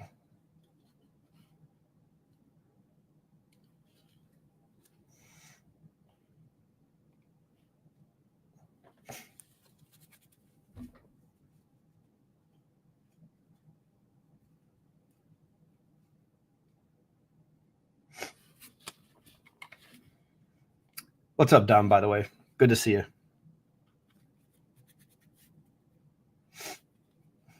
Yeah, Doc, you do got to take someone else with you. We'll touch on that next. An industry has been pushing the hobby aspect of cards to the side, but our community circles have built up a hobby. Exactly. Yeah. Yeah, all of it, all of it. Like I said, I'm the whole thing of like this guy breaks cards, this guy flips cards. The whole term of flipping, most of those guys that I do see, those guys are collectors too. And it takes time, but I've worked my way up from $20 cards to a $30 card or a $50 card by selling two of those to buy the $50 card.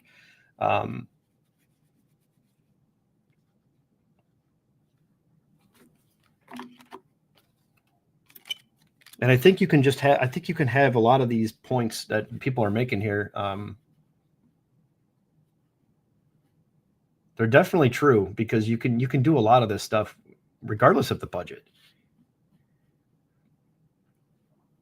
Oh, car number. Okay. Thanks. Yeah, gotcha.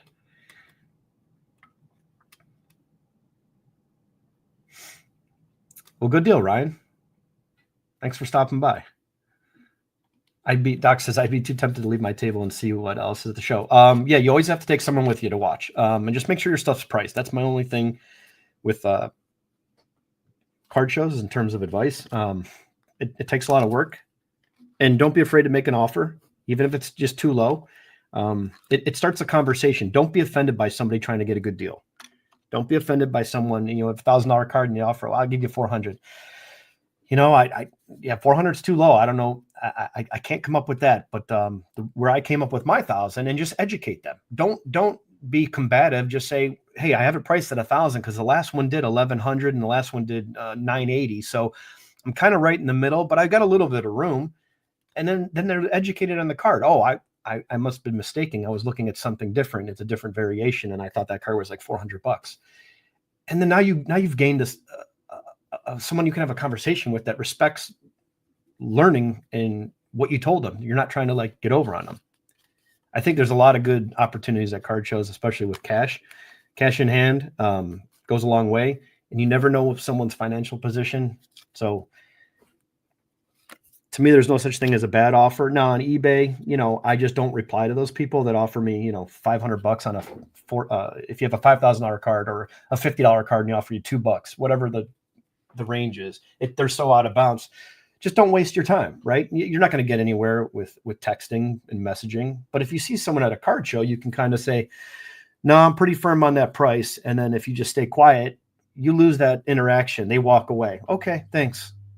Why not explain how you came up with that price? Hey, that's kind of what they go for. And I'm right there with some of the lower end comps. There's a couple higher, but I think that's a good deal. And that one's a little bit nicer centered than the ones that did sell. Now you open up a conversation, and now you've got someone that may be a buyer for life. There's guys, when I go to local shows, there's a couple of guys that I know what they always have Cleveland wise, and I'm always going right to them, and they're great to deal with. And that was because of the first interaction I had with them, and I'll continue to go back to them.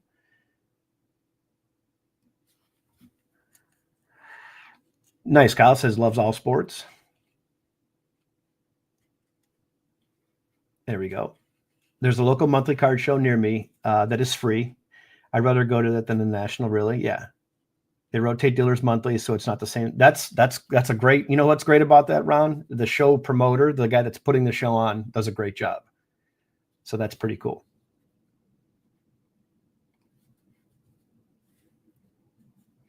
There you go. Ripping and flipping. Ripping and flipping. I got your cards, by the way.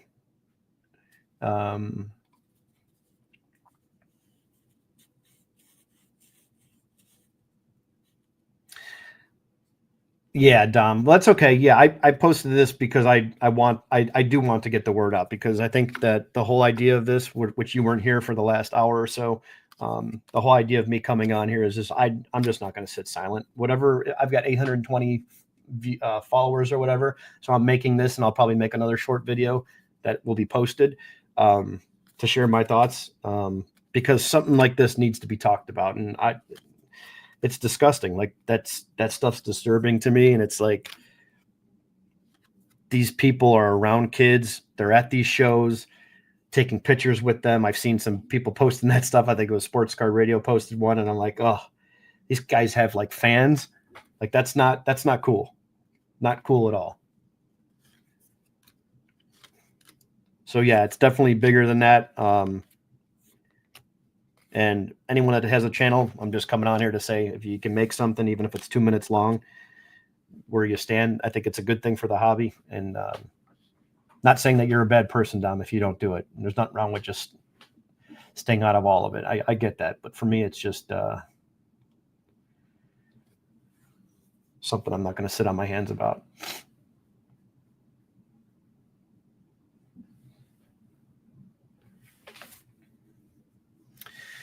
I used to be so negative, didn't want to come back to this. I made a decision. Let the BS bother me. Yeah, that's how it was for me with a lot of the stuff that you see on TV and the stuff that, you know, oh, this person is this person is that. And like the end racism and the end zone and all the crap on the back of the players' helmets and stuff like that. And football, like the best is what's his name? Morgan Freeman, I think it was. How do you end it? You know, stop talking about it. And that's true. Just stop talking about it. When I go places, I don't care what color you are. When we're at a football game, we're high-fiving everybody. Kids, grandmas. The game where they gave up, it was 3-1 lead in Cleveland in the ALCS this year. I picked up some grandma. I got video of it. Our drinks were flying. It was nuts when Big Christmas on Kenzie Noel hit that home run, the back-to-back homers to tie it and take it to extras and walk it. I mean, that was just, I mean, right now, look at that. You can't see, but see all that? I got the chills just all spotted up, just thinking about it. It was amazing. It was amazing. There was no racism. There was no, oh, this person's that, this person's that. The one lady, the grandma that was there, the daughter was, I ended up meeting the daughter that was there. She was in a wheelchair.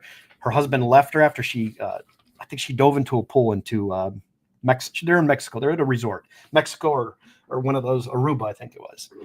I was really drunk too. But anyway, it was awesome. We're like hanging out with them. And it was just like this collective group of people that was just having the best time in the world. And there was New York fans over in this other group. And we were just screaming at each other, yelling, and we're just busting balls. These kids were like in their 20s. And they came over like we were, you know, we ended up having a drink with them. Like it was all fun. And it was amazing. It was one of those memories that I'll have for the rest of my life. And yeah, we lost like Cleveland does in Cleveland fashion. We blew it. But that game where they came back and they were down, and one of the most, so I was there for game 7 with Rajay Davis's home run when they tied it 6-6. That was amazing. The Noel home run was crazy. It was nuts. Ray K's not in here, but Ray K was with me. I took Ray to that game. It was awesome. And the whole, like, having your view ruin what I'm enjoying. And I think they were putting something with, I want to say it was something with people that were gay, like the rainbow thing. It was something along those lines with the Florida or the Tampa Bay Rays putting something on their jersey. And one of the players was not having it, or they were going to put him on. I don't know what that story was. But I hear about all these things, right? I'm like, I don't care. I don't care what you like. I don't care who you're attracted to. As long as you leave kids alone and you're not doing anything like that, I don't care what you like. It's not my business. But what the hell does that have to do with the baseball game? What does it have to do with the baseball game? Nothing. So I was not going to let stuff like that ruin my good time and something that I enjoy. So you want to be an idiot and you want to push some nonsense that I don't like, go for it. I can't fix the world. You got your opinion. I have mine, and that's great. But we're here to watch a baseball game and have some fun, right? When I have a conversation with somebody or somebody that I meet, the last thing I'm worried about is what's your religion? Who do you vote for? Sexuality, preference, all that stuff. Like, who the hell talks about that? Nobody does. Those questions don't come up because you're there for a different reason, a different purpose. Here's another one where I'll say Mr. Infuego is wrong. The practice is supporting hobby habits. Others' practice is long gone. That's not true. If it doesn't equate to money figures, it's irrelevant. That is what I see today. So he's not wrong by saying that. He's saying that's what he sees today. And he's 100% right. That's what he sees. But if I show him other stuff, he may change that tune. Now, is it my job to share that with him? Now that we're friends, yes, I can hey, dude, I get it. You're going through a rough time. You're seeing a lot of negative stuff. Bad things are happening. But listen, man, there's other stuff out here. If you just turn that off and focus on this, it may take a week or two, but you'll have a better outlook on things. You surround yourself with a bunch of idiots, a bunch of losers, and bad shit's going to happen. Now, not knocking anyone that's rich and not knocking anyone that's poor, but when do you see millionaires hang out with homeless people under a bridge that live by the railroad tracks? And we've got them all over here in Cleveland where they're homeless and they don't want to be helped, etc. Some do, some don't. Some are on drugs, some aren't, mental issues, whatever it is. You don't see that. They hang around with their own kind. And none of those people in that circle are going to help themselves get out of that. Now, could there be one? Sure. Collectively, my main point is that you surround yourself by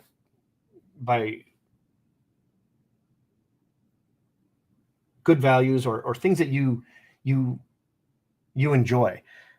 And that's what I always question about the hobby. Why are you going out of your way to insult somebody about what they spent their money on?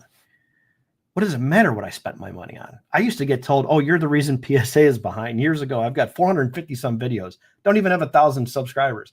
I've got hundreds of videos and people are just knocking me like, oh, it's people like you that why PSA is behind. I'm like, no, you moron. It's the price of cards, the COVID effect, all the people rushing back into the hobby growth. Why do you think PSA sold the company at that point for 3 to 4x what it was worth prior to the COVID boom? The card, it was an exit plan. They were like, wait, look at this. This is insane. We've never seen this in 20 years since we've owned the company. Let's sell this thing. Now's the time to get out. But yet the people that were posting cards and having fun while they were out of work or in lockdown, they couldn't even leave their houses, all that crap, whatever the reason was, they're sharing cards on the internet and having fun with stuff that they enjoy, only to be attacked by people that they don't know. That to me is absolutely bananas. And that's a small group of people in the YouTube community. Like if Fuego said, you go to a show, it's so much more than that. You turn off the garbage, you'll feel better in a week. Turn off the news. The news is nothing. I don't care where you vote for, or which way you lean. It doesn't matter. They don't give a shit about anything. You can't do anything. They change a lot of them around and say your tax rate's this. What are you going to do? Besides complain and waste your breath and energy and get mad and almost have a stroke, what are you going to do? The answer is nothing. There's nothing you can do. Use that time. Go make more money. Change what you do financially. Move this around. Adjust your spending. Whatever it is. Make some sacrifices and get back on the horse and boom, off on the trail. That's how it goes. Everything is noise. Everything's meant for a distraction. That's it. Everything is meant to get you away from all the stuff that you enjoy in life. There's so much more stuff out there.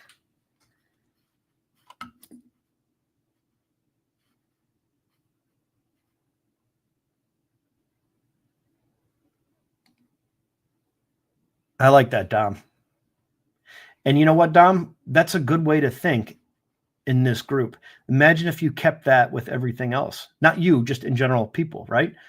How much bigger this can spread. How much easier it is for this to get going. But I don't think you're going to get turned off by one thing and change the way you do things. No, you're going to keep doing what you like that makes you happy. And that's what everybody should do.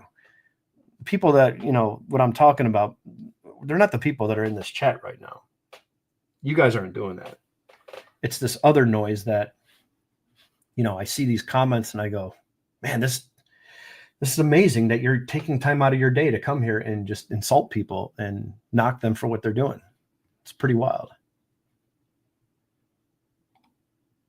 The practices and supporting hobby aspect long gone. Yeah, equate to money. Yeah, a lot of it does involve money. You're right. You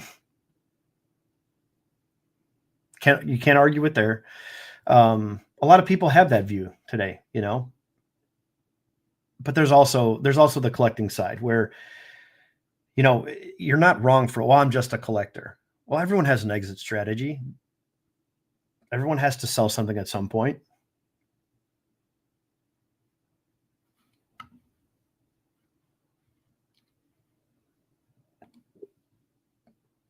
Never did break with them and definitely won't moving forward. Plenty of good opinion. or options. You have a true collector appeal. Yeah. And again, there's a lot of good people that don't even collect. I just work here. I'm just a breaker. I just do this. That's okay too. If your chat is good and you're having a good time with people in the chat, and it's a lot of fun and it's a good environment and it's a good vibe and you enjoy it, hey, go for it. I get into breaks that are honestly sometimes just overpriced, but I like the people. I enjoy the people. I already have the product. I have a case of it here, but I'm going to go and buy into a break because this is my entertainment for today. I do that all the time. Yeah, Doc's card. Exactly. Yeah, very good. Enough of this guy with the happy birthday stuff. Jesus, end it already. When is it going to be midnight soon so we can end this Infuego birthday party? Do you see what I pulled for Infuego today? Out of a box of 99 Fleer. I think it was 99 Fleer. Where's the wrapper at? Let's see. 99 Fleer Tradition.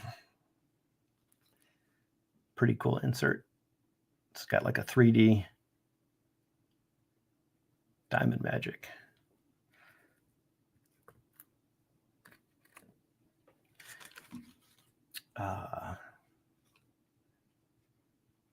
And hey, Alan, how you doing, by the way? Forgot to say hello. You link for the collect players support. Yeah, and everybody does that. Everybody does that too. You know, everybody that supports and comes and watches is all part of that. Yeah, absolutely, in Fuego, exactly. And there's nothing wrong with that. Mike Jones, who? Yeah, on Facebook, guys, if you want to join the trade group, if there's anybody in here, I'll show you what it looks like so you know it. It'll have the card deal logo on there. Let me go to Facebook.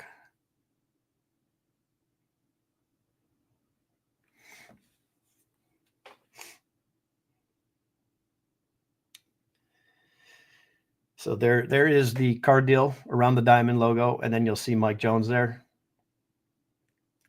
So if you want to find me on there, that is, I guess, how you find me. Don't know if I can post my. I don't know how to work Facebook. I'm new to Facebook, so I don't know how to share things to like here. If someone wants to put my, maybe Mr. Infuego can do that because he knows he's better at that than me.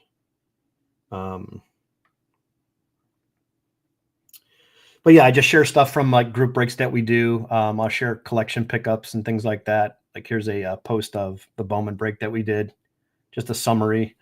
I'll post this card that I got graded that I have available. It's a PSA 9. They don't come up often. There's not a ton of them, but this was something that I'm just deciding to sell because I have a lower grade one that's for my set and I'm happy with it. So I'm putting it out there for trade or for sale. But I do have a trade page that is separate from this. And the trade page actually has, let me find my groups if I can figure out how to do this.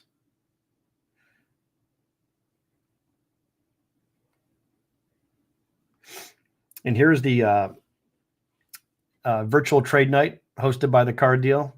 It's called the Baseball Card Trade Group. It's a private group, but if you want to share your cards, just need you to post who you collect. And then no prices on cards, just put cards that are available. And then people in the group can contact and reach you. I just don't want people using this like an eBay to sell cards and have any issues with payments and people not getting their cards. So trading, if you want to join the show, I want to do these once a month, but if it's once every 3 or 4 months, I'll have people on. I'll send you a link. You just need a phone, turn your phone around, click the link, and then join. You don't have to show your face if you don't want to, and then just share the cards you have available in the show. And then in between shows that we do, you can post them right there to that Facebook group and then be as active as you can in the hobby without spending any money. And if anybody needs anybody for me to step in terms of value to like, hey, this guy's trying to trade me this. Do you think I should do this deal? Just don't be a scumbag. Don't try to fleece somebody for $500 in cards and offer them $100 worth of junk. Just don't be that guy. But if anyone has a question before they do a trade and you want to ask me and I say, hey, that seems like a fair deal.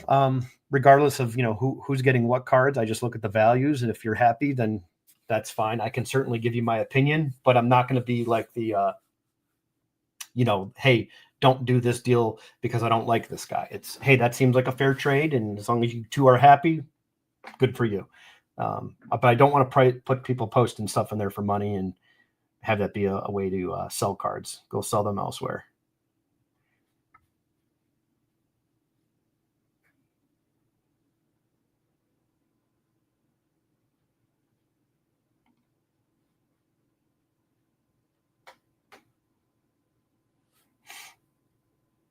Hey, Mark, what's up, man? Good to see you.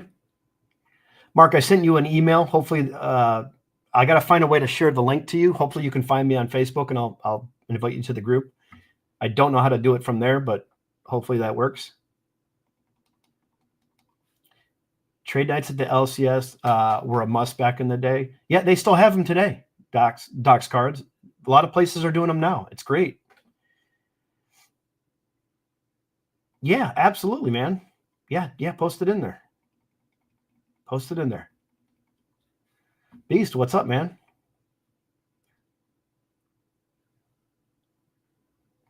Oops. Going a little too far with the comments. I'm 34-year-old, almost 35-year-old, April 12th, 20. Nice, Kyle. Cool. Well, welcome in, man. We appreciate you hanging out. Hey, Charlie G, man. How are you feeling, dude? Risen from the dead. Charlie's alive. He's alive. Charles, I'm just going on a rant, man. If you haven't heard, I'm going on a rant about these backyard break guys and their disgusting comments with kids. It's like disgusting. Just, I've been on a multi-hour rant right now. How long we've been going for, I don't know, but I don't care. It's just, well, hopefully you're feeling better. Oh, absolutely, Dom.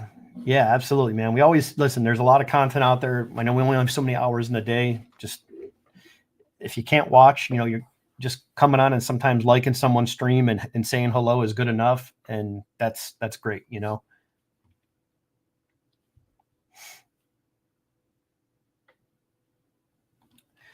But Jeff just saw my reply to his statement and reacted to it. I don't know what that means. What did you reply? Did you tell the guy that he's a clown? And it's disgusting and disturbing on so many levels. Arnie, aside from this inner circle, I stand by all my statements from what is displayed outside the inner circle. Yeah, no, that's good, man. I hope so. Yeah. No, you're making a good point. Yeah. No, I get it. Yeah, I get it. I get what you're saying. It's just we're talking about certain topics and certain aspects of the hobby. The card shows are one thing. If me and you are doing a trade, that's one thing, right? That's a trade we're doing. No one else knows about that. That's positive. It's you're getting what you want. I get what I want. We're both happy. We move forward, and the hobby continues. These are the speed bumps and the nonsense that all of this stuff needs to be talked about. The ball busted and having fun in chats. All this is all great. This is what makes it fun, right? We see people's collections like, man, this guy collects the rainbow of this guy. This guy collects all the cards numbered to 25 of this player for every release. And it's like, well, that's pretty cool. The one-of-ones are so expensive, but hey, the reds are to 5 and these are to 25. He's got his favorite color is orange. So all he has is orange of every player from all his, favorite team, the Indians or whatever team it is. There's no wrong way to collect. It's just great to see all the different things that people like to collect. I think it's cool. So that part I love. But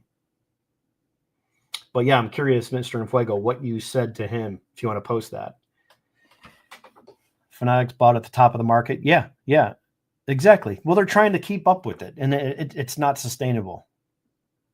Like I said, my thoughts years ago was they're taking the Chrome products and trying to duplicate everything that Panini does because they're seeing these boxes sell at $800 a box, and they're doing these Dutch auctions, and we're starting at 1,000, and the floor price is $8, and you're like $800 a box. How is this price? Like the Skeens effect. No, if I didn't get those boxes at cost, I'm not opening them. And I open a lot of product, and I own a lot of product. I own a lot of sealed wax. I'm not buying that. My friend Ray got 10 mega boxes at cost. He still hasn't sold them. I go, Ray, sell those boxes. You'll make $400, and that's selling them low.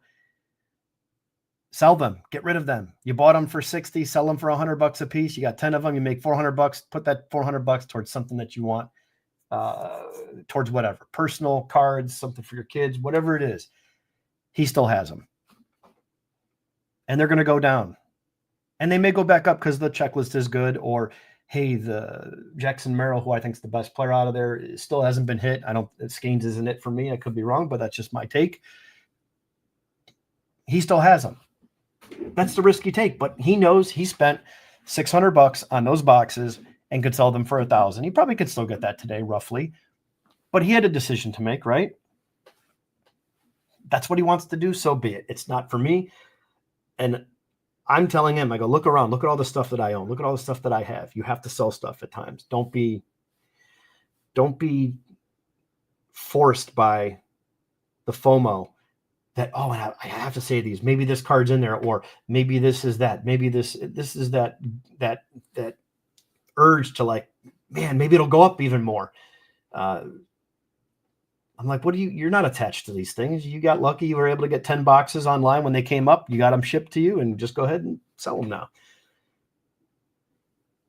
You just live with the decision sometimes with what he did. So, and again, the reason I bring up Ray is because he's new back into the hobby. He's only been back in the hobby for like 3 or 4 months, and he's having fun. He's enjoying it, which is great. I just don't want to see him get,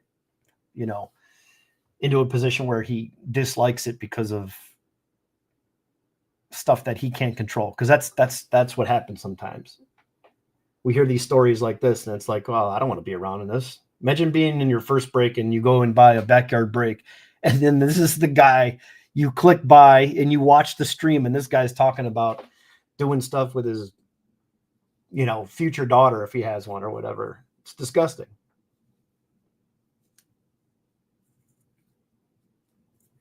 And Fuego, I don't know. I don't think that's true. It's unfortunate we were forced to interact with what's outside the circle. I don't think we're forced to do anything. To be mindful of it, if that's what you mean, I'm with you. Yeah, I like that part.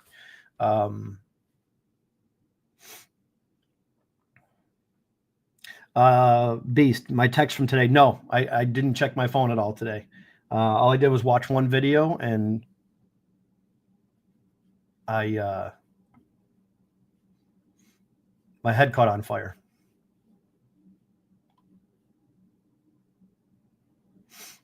Yeah, exactly. That's a good point. Yeah, if you want change, man, go for it. Jab's family has a petition going against them. Has over 8,000 people that signed it. He's the best shot we got getting them shut down. Yeah, that's great. Hey, listen, I'm not a big fan of Jabs. I do like his brother, though. His brother has some. I do watch him a lot and follow him. Not a fan of regular Jabs. Jesus, I don't know the difference in the people's names, like the first names, but the one that's more popular does all the breaks. Just not a fan of him. But today's not about him at all.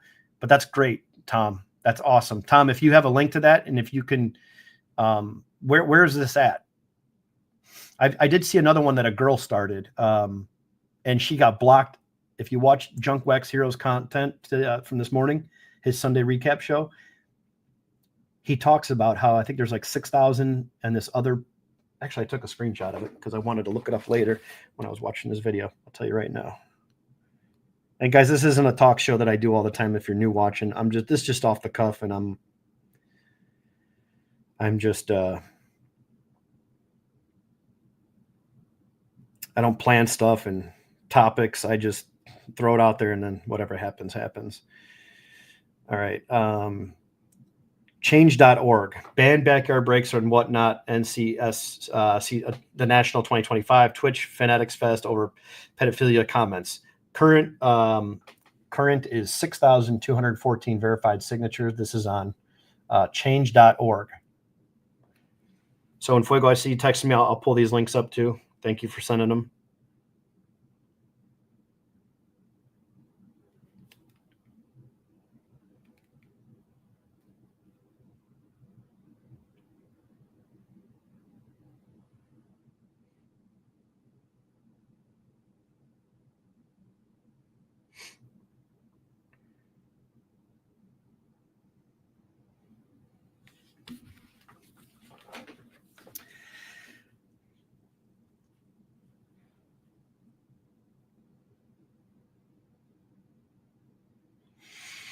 Wow. Look at that for confidence, huh?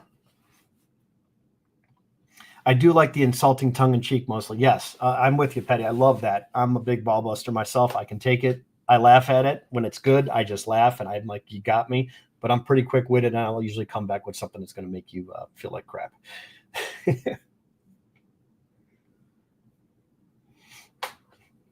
Yeah, collect what you don't like. Hey, what are you going to do? That's not my problem.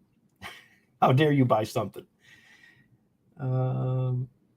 I just choose to isolate myself from all the noise, good, bad, or indifferent. I stick to ours. Yeah, nothing wrong with that. Yep, nothing wrong with that, Dom. Mike Jones is in fact fake news. Yes, 100%. Mike Jones, yes, Mike Jones is in fact fake news. Just to hit cards I don't want, just to trade and get what I want. That's that's great. And if that's the way you like to do it, you do you. As long as you're having fun, man, I can support it. Within budget too, of course. A banger hanger chaser hobby box wasn't tool. Already took the time to explain it to me. That's funny. And I don't even know if I know what it is. So take that. You try that on me and you'll see how big. Oh, I love it. I love it. That's true. They do. And who are these people? Who is they? I always want to get a shirt that says they say. They say, right? And they have it on there. And it's like, who is this they person that you keep speaking of? Infuego, thanks for posting that. Appreciate that. The Facebook group. Yep. I see some people coming in and requesting. Jerry, cool. Gotcha. Just confirm, Jerry. Got that. Got Mark. Oh, both Marks are in there. Cool. All right.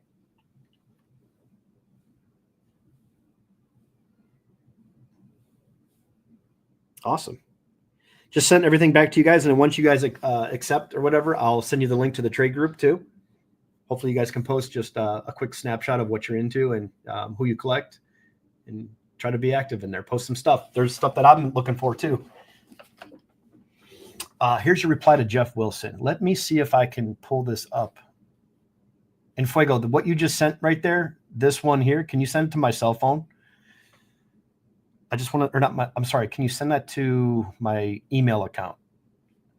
Because I can pull it up on screen here so we give a little bit of context to what we're talking about. I do. Yeah, I'm trying to go in order because I know I rant and ramble, but this granted is effing disgusting. Yeah. Sorry, Dom. I know you want to keep out, but now that you read, this is why I'm on. That's the only reason I'm on here, because everybody else is doing it. And I think it's great for people that are in the hobby. If you have a platform, even if it's a short, you don't have to show your face. Just, grab your phone, hit record, do a short, talk into it, and then put those hashtags or whatever, and then just blast it out there. Tag Tops, tag Fanatics, tag all these big people, whatnot, everybody. Just, this isn't about cancel culture. The guy's proven he's a clown. He's a scumbag. He's a thief. Offered up a card, pulled a big card. That was sign enough to be enough with this. And Jeff Wilson, now his comments, just the whole thing is it's just wrong. And it's like, no. And I love it because you're not going to cancel me because it's not going to work. It doesn't affect me. I don't work for the man. I don't have anybody to answer to. I'm my own person. You want to call my boss? Good luck trying to reach him.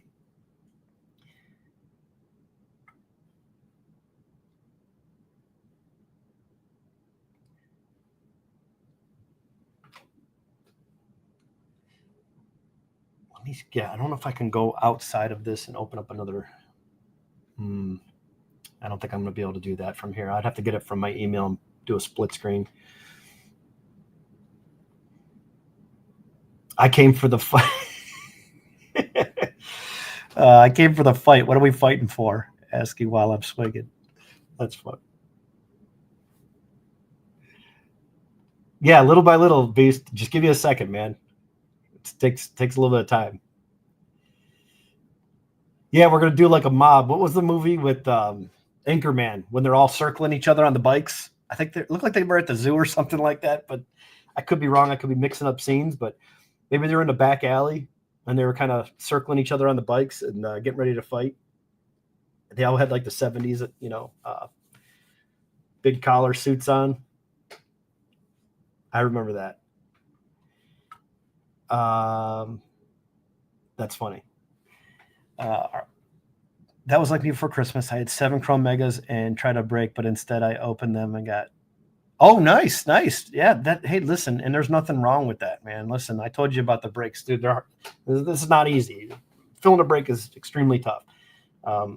Takes a lot of time, energy, money. It's a hard thing to get into. It's not lucrative. Just tell you that. If you're not on the top and you're not one of those guys, it's lucrative, or you're not going to fill it because it's way too expensive. If you're trying to make a lot of money off of it, don't. It won't go good. And we've talked about that before. Got the good auto. Yeah, absolutely. Awesome giveaway there. Yeah. Good thing you got that, Josh. That's great. Josh, did you get the last package I sent you too, by the way? You should have that already.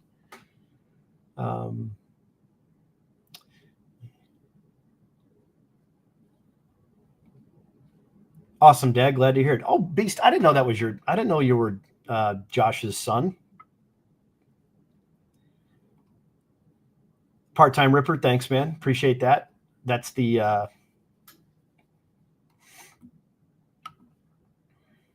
change.org. Awesome, Jerry. Appreciate that. Yep.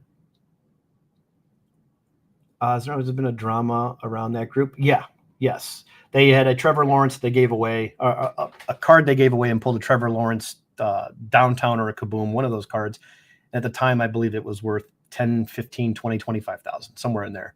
Remember that whole thing? If you ever heard, that's a Tesla, the guy with the cutoff crop top shirt, with the chick shirt on, that you may see in like a 80s Budweiser stand-up poster or something at a liquor store. That guy with the cutoff shirt, just absolute. Yeah.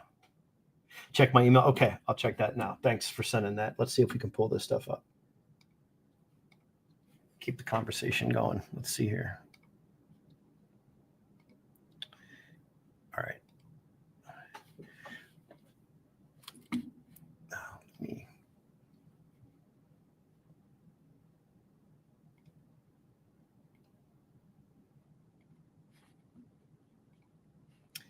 All right, let me share this window real quick.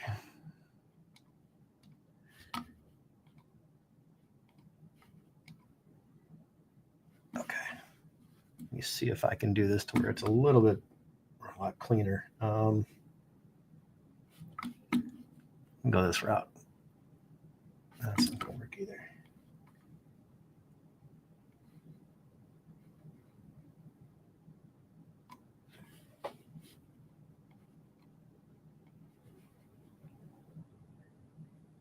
Slow down.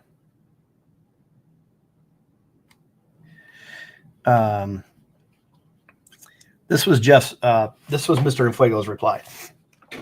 Jeff, just like you, I'm a proud father of a beautiful daughter, and I believe a mere public apology does not suffice by the lack of professionalism backyard breaks displayed. And to think that WhatNot has remained silent despite severity of the comments made, it appears that financial growth outweighs morals and ethics. Who's to say it won't happen again? That's a good point. That's a great point. And I don't believe he replied, correct? In Fuego, up to this point, I believe he did not reply. Oh, the hell you have, Mr. Beast. You better not send me that stuff. I'm going to put return to sender on it.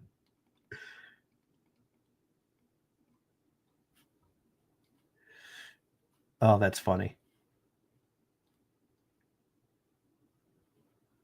Yeah, that's true. Yeah. Taco Bell, 5 minutes down the road. White Castle, hour and 50 minutes down the road.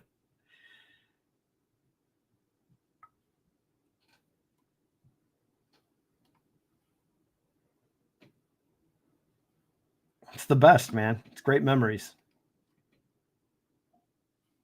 Let's see here. I sent you an email with your tracking.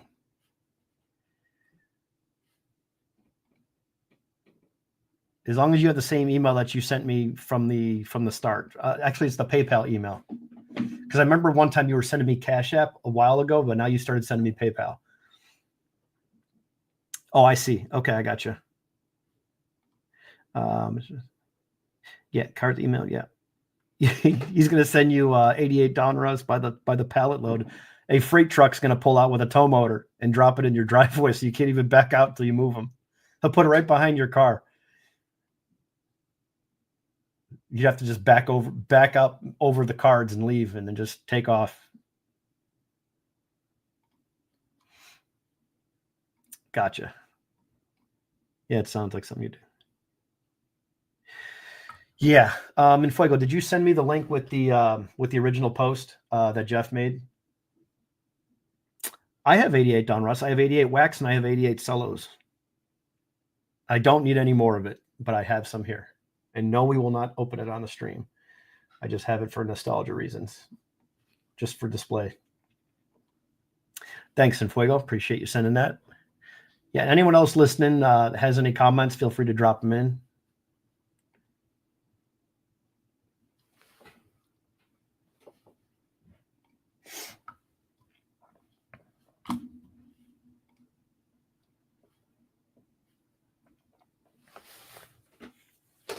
And again, guys, we'll give away this box with these insert cards.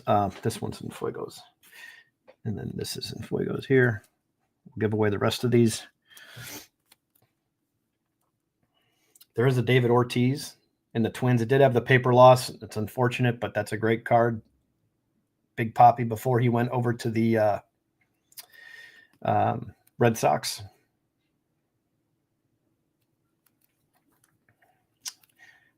There's a Todd Helton insert, Frank Thomas, and then the Cleveland Indians I'm keeping. So all these inserts, it's a really nice stamp mutual. First box I did not have one of these. It's got a real nice matte finish on this card. And then just the name is kind of foil. Pretty cool image. And then the whole stack here. I'll give that away.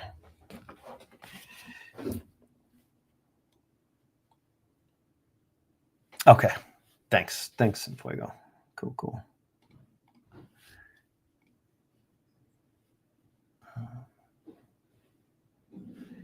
Oops. Did I lose that email? Okay.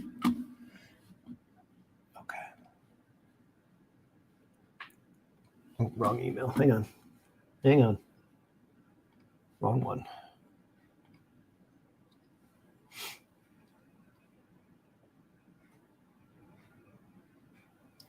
Okay. Hey, Cardaholic, what's up, man? Taking a little different approach here to this one.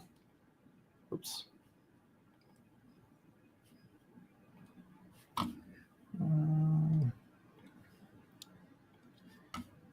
Window.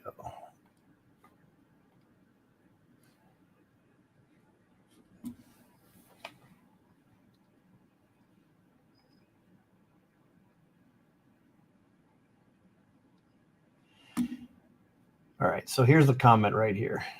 Oops. Let me see if I can just paste this into the banner. Let's try this.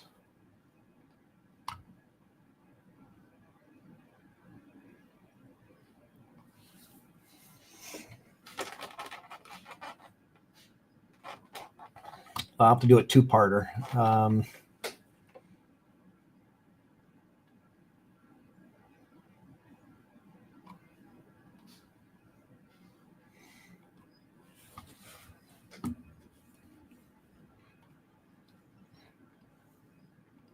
All right, let me see if this works.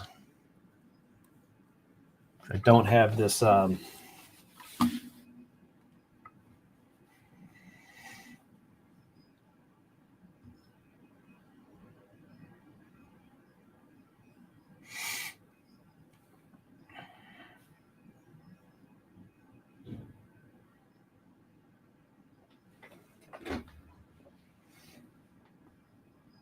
Yeah, sounds good, Josh. Yeah, just send me a message. And for some reason, it's not letting me pull up the actual.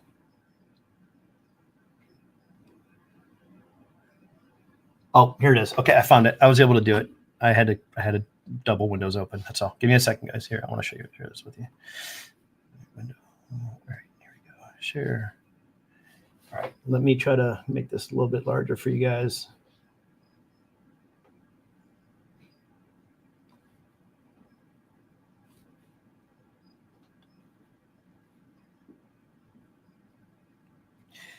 All right, here's Jeff's comments.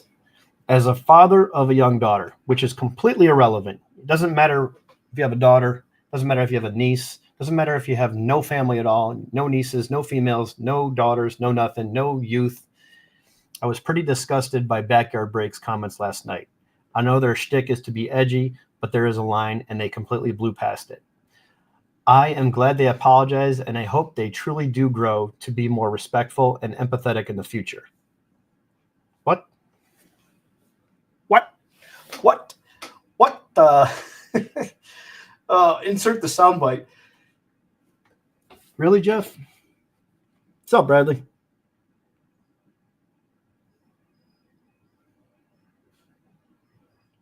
Thanks, TCP. I'm learning, man. I'm trying, dude. I'm trying over here. I'm coachable. I just don't know much about it. I'm just getting a late start. Oh, 90 Don Ross. I could smell it from here. 90 Don Ross. That wax. The wax wrapping on Don. If you give me Tops, Don Russ, and Flair on a sniff test, I could tell you all three. Hands down. Throwing O-Peachy, I could do that too.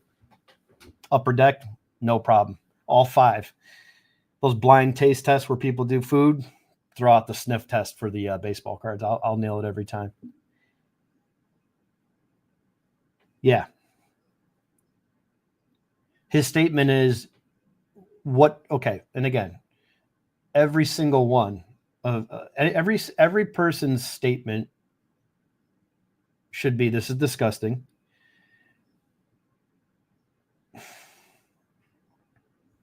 I love that. That's a good one right here. That's a great comment.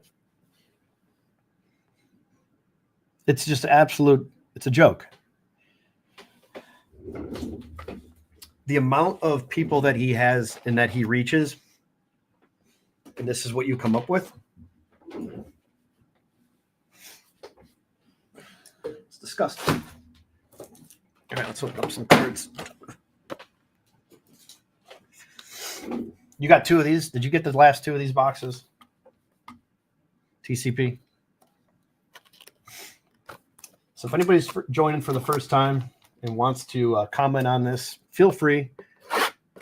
But you guys can keep posting the comments for the. If you guys can keep posting in the chat for me, the actual petitions that people are signing, that would be great. Oh, I have Beast for the last couple hours. Yeah, I don't. It's trash. That's trash. This stuff is garbage. Literally trash. Yeah. So Mike, I did post that on Mike's video this morning. That it could be possibly because of the legal aspect that they did violate this term, and they can. So again, I'm not going to. I'm going to be realistic and say we have to wait. There's a process for everything. It did just happen. Now, if this was weeks later, nothing happened, I'd say, okay, something's up. But the fact that the girl there's a girl that posted that, she got canceled from WhatNot. That girl got canceled for WhatNot for doing this petition. And Backyard Breaks has not been suspended. That's the joke. That's what's a joke. That's terrible. So if you watch Junk Wax Hero, Mike over at Junk Wax Hero,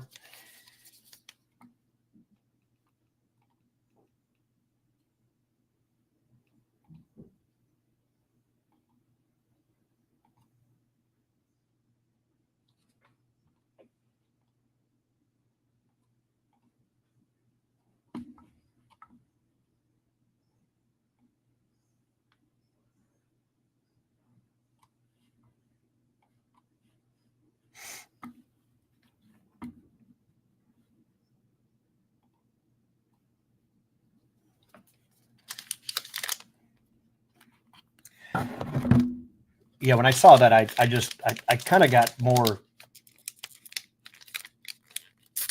Oh, agreed, Alan. Yeah, 89 Upper Deck's great. Definitely has this unique smell. They all do. Even throwing some Pro Set football. I'll tell you what the early Pro Set football smells like. I can definitely pick that one out too. All right, TCP, good luck. Nicely centered Junior Caminero.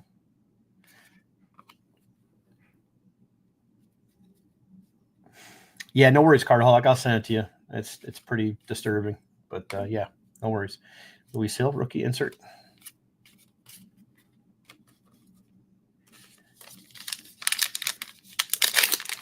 Yeah, it's sad, Tom, that they canceled that girl, that poor girl. I don't know who she is. I'm gonna have to find out who she is and check out her story.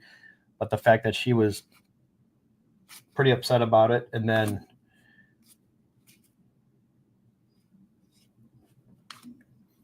created that post, and then she got canceled from WhatNot. She was a seller on WhatNot, I believe.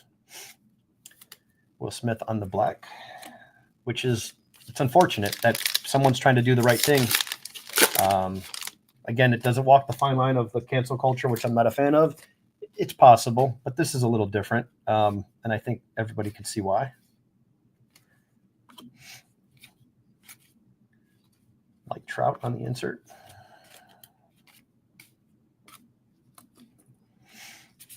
Bradley, did you just read it? Did you read the original post? That's why I have the thing up there that Jeff said. Like, what are you doing, Jeff? Come on, man. You gotta be a little better than that. You gotta stop. This isn't about you right now. And if you're gonna use your platform, I think you should use it in the right way here. That's always been my issue with Jeff Wilson. Nice Jackson Holiday off the back there. Jeter. Just checking, make sure those aren't short prints. Nice Jackson Merrill rookie. Jordan Beck rookie. Dansby Swanson.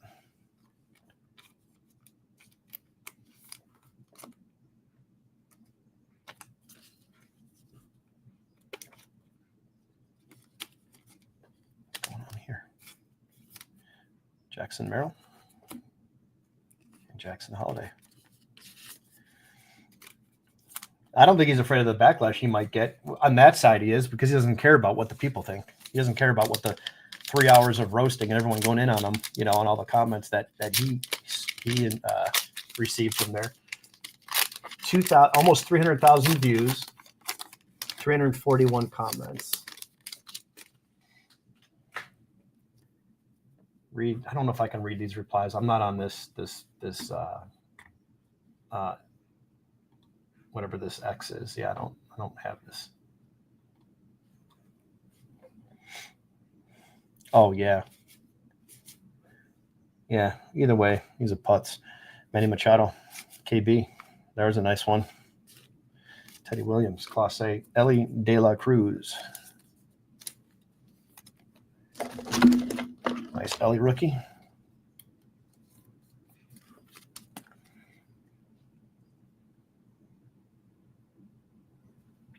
Yeah, you don't have to. Yeah, you really don't. Just, guys, it's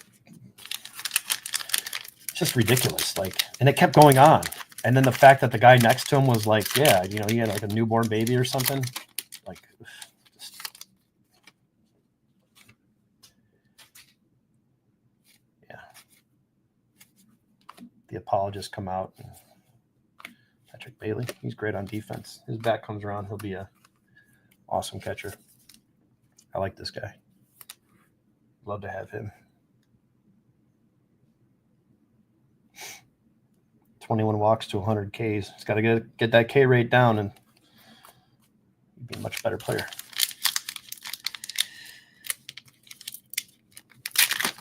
I think I have some 97 studio down there. Yeah, there's certain stuff in my stash I don't want to post. Nice Cal.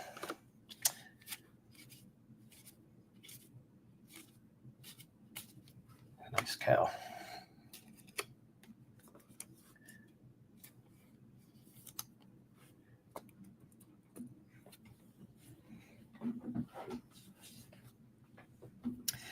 TCP. What did you exactly send me money for? What did you get? I thought you said something about update, but I didn't know what update you're talking about.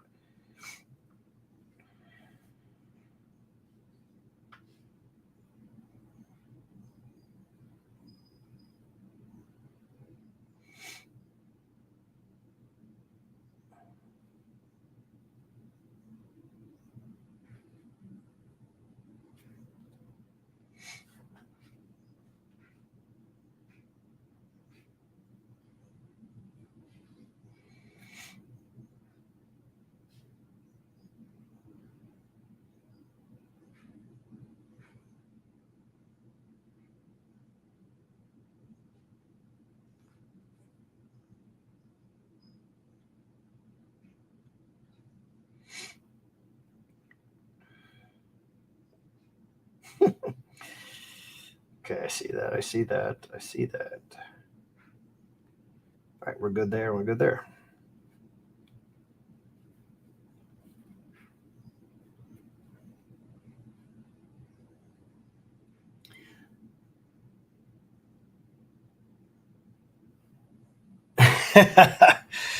Yeah.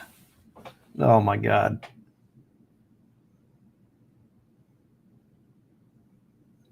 Yeah, and the bricking is, always an issue.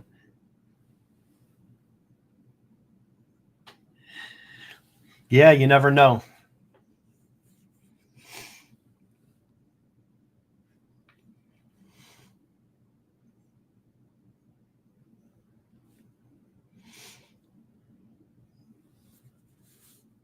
Jeff, did you put it? Let's see, one put in instructions. Okay, so 1, 2. Oh, 23 update. For some reason, I was thinking 24 update. I'm like, I don't think I have any 24 update left. Okay. Okay, good thing that was in there. All right, cool. I was looking at because I get double notifications, one from the website, one from the PayPal, 3 actually, one from the payment processing that I use on the site. So I had to check it out. Yeah. I've been going on for hours. It's been one of those days. Hope everything's good, Mike. Hope everything worked out with that, that thing we were talking about. I ripped a box of 91 Upper Deck last night and got a Jordan. Oh, nice. Hey, but that's still cool. That's awesome, man. Always a lot of fun. I like to hear that stuff. Bregman, Verdugo, Garver, Tucker on the insert.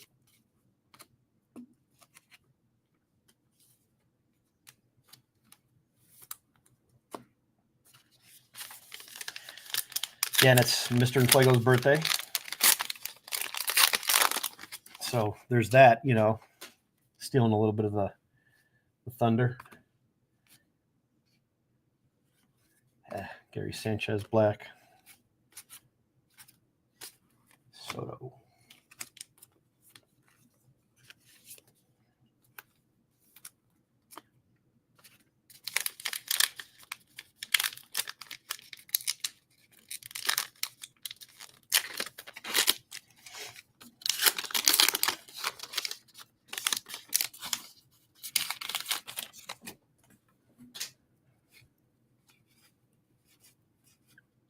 Marte rookie for the Reds. Ohtani and Rojas.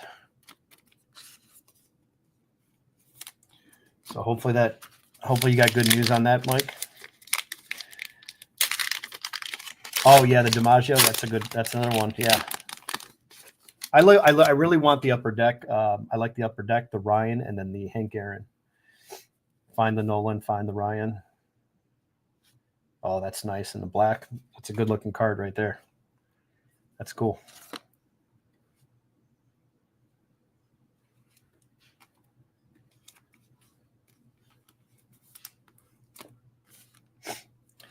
Nando, Nemo.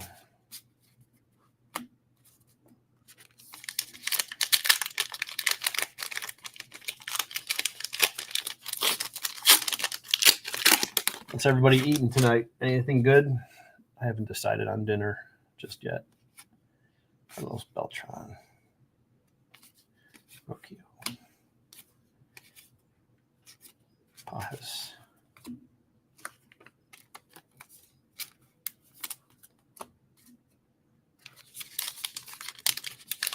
Sounds good. All right. I like to hear it.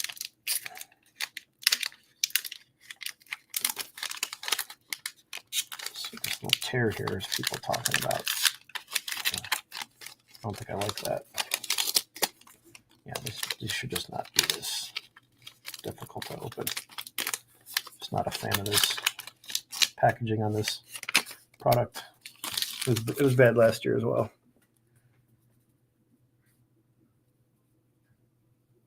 Oh, yeah, I agree on that one. Austin Martin, Tescar Hernandez,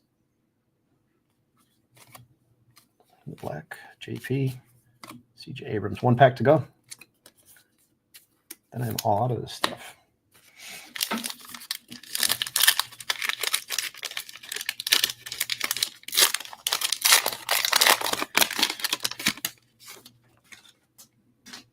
Oh, nice. That's great. Good for him. Luciano. Volpe owned the game. No SPs in these boxes. No autos. Okay, let me grab the 15K. Wow, that's a lot of cash for a card like that. Rare and nice, but that's a lot of money.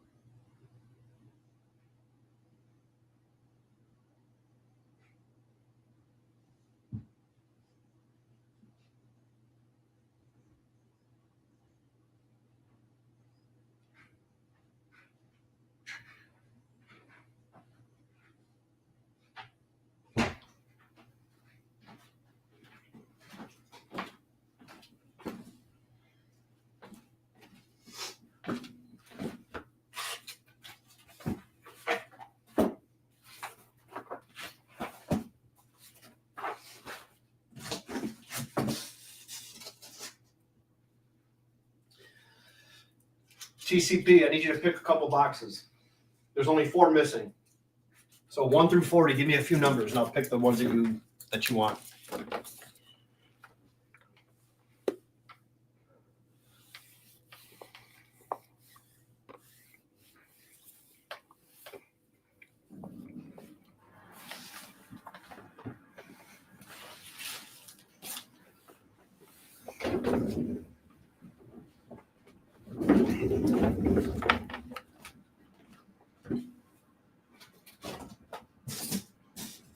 Three is available, and so is 12.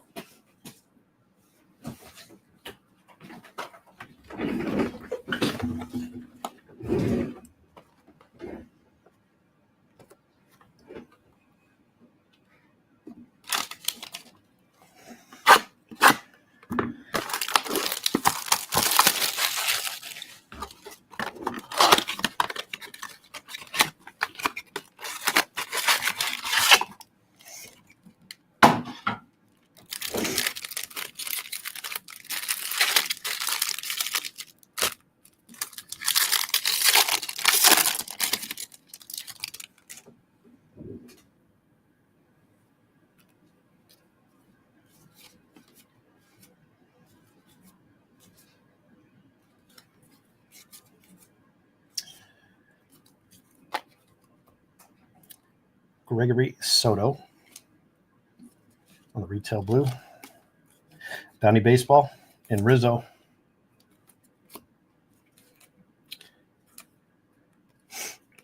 Oops. Andrew Nardi on the Pumpkins.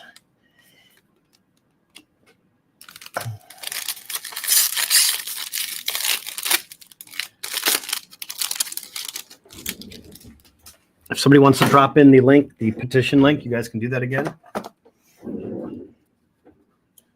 Matty McLean, rookie.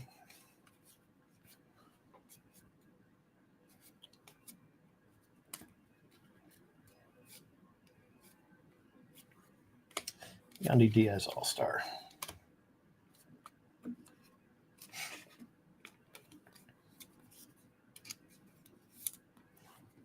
Yeah, there's nothing wrong with that, Mike. But these guys are, that guy's just a joke. Oscar Gonzalez back.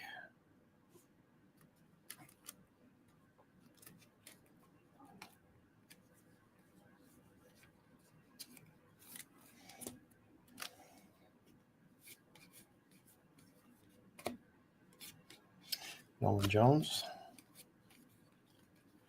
Chrome, Hunter Brown.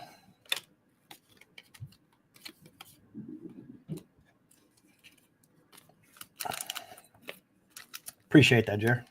Thanks for sending it or posting that.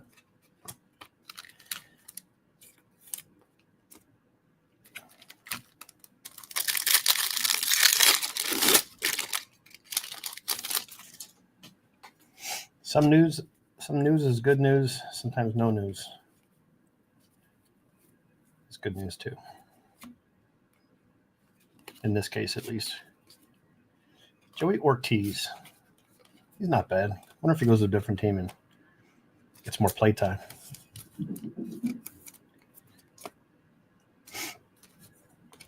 I got a top load list for Fuego.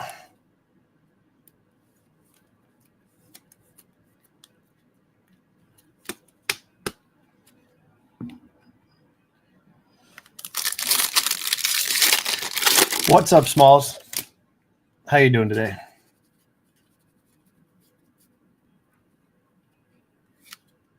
Oh, you did, Brett? That's awesome, man. Yeah, send me a pic of that. That is great. I love it. I love it. Tommy Pham backwards, number 2, 2023, black, or sorry, gold. Derek Jeter. Gurriel. All-Star.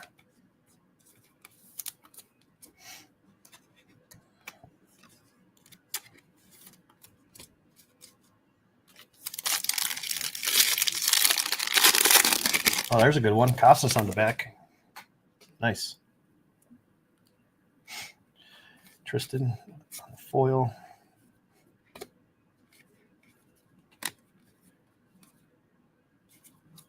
Bobby Witt. Just a base. Nice insert, though. Bobby Witt.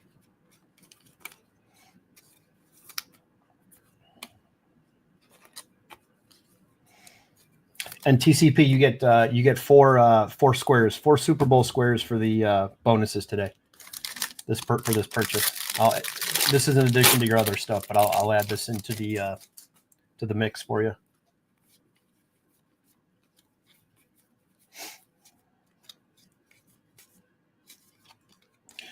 Base pack there.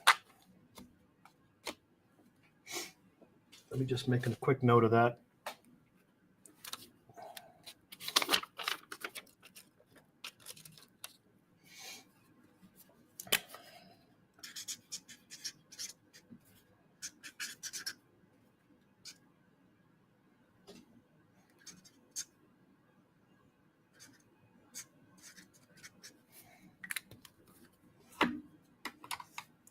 In box 12.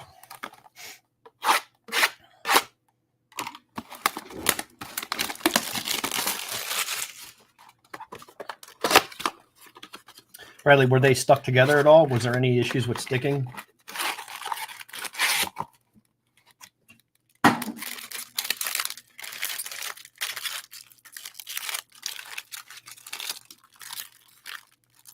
It's long and distinguished.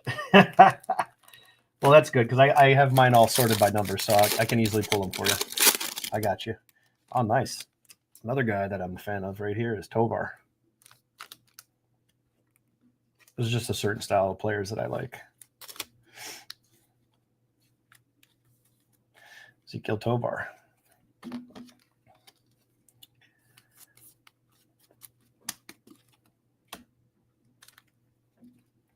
In terms of non-Cleveland players.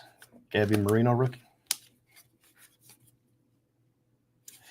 James Paxton is probably just a foil card. Paxton foil. Awesome. Like to hear it, man. That's great. Did you get any Cleveland players out of there I'd be interested in trading for? Specifically, if you pull anything that's Kenny Lofton, I'm definitely big on those.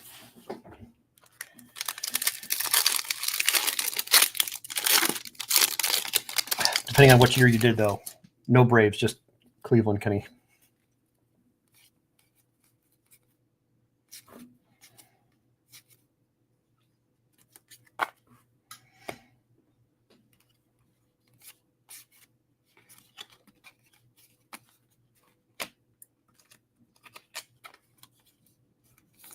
What's everybody eating today? What's on the menu for dinner?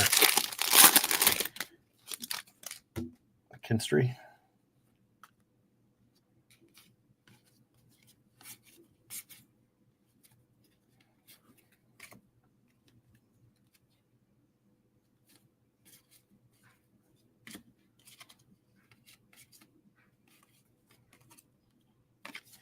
Kyle Tucker. Tooch, oh man, smoked chicken's the best. I might get some smoked wings from the restaurant down the street. It's a bar, but they're not open on Sundays. You have to get one on Monday.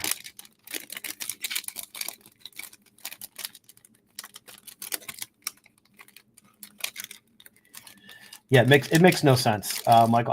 I'm not a basketball fan, but I will agree with you on that. I mean, as someone with some common sense, it doesn't make sense to me. I don't care how out of shape Luka is.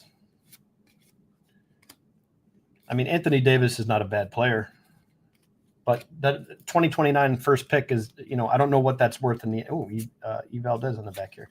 I don't know what that's worth. I don't know. I don't know enough about basketball to tell you what the 29 first round pick for the Lakers is, because they won't have LeBron in 2029.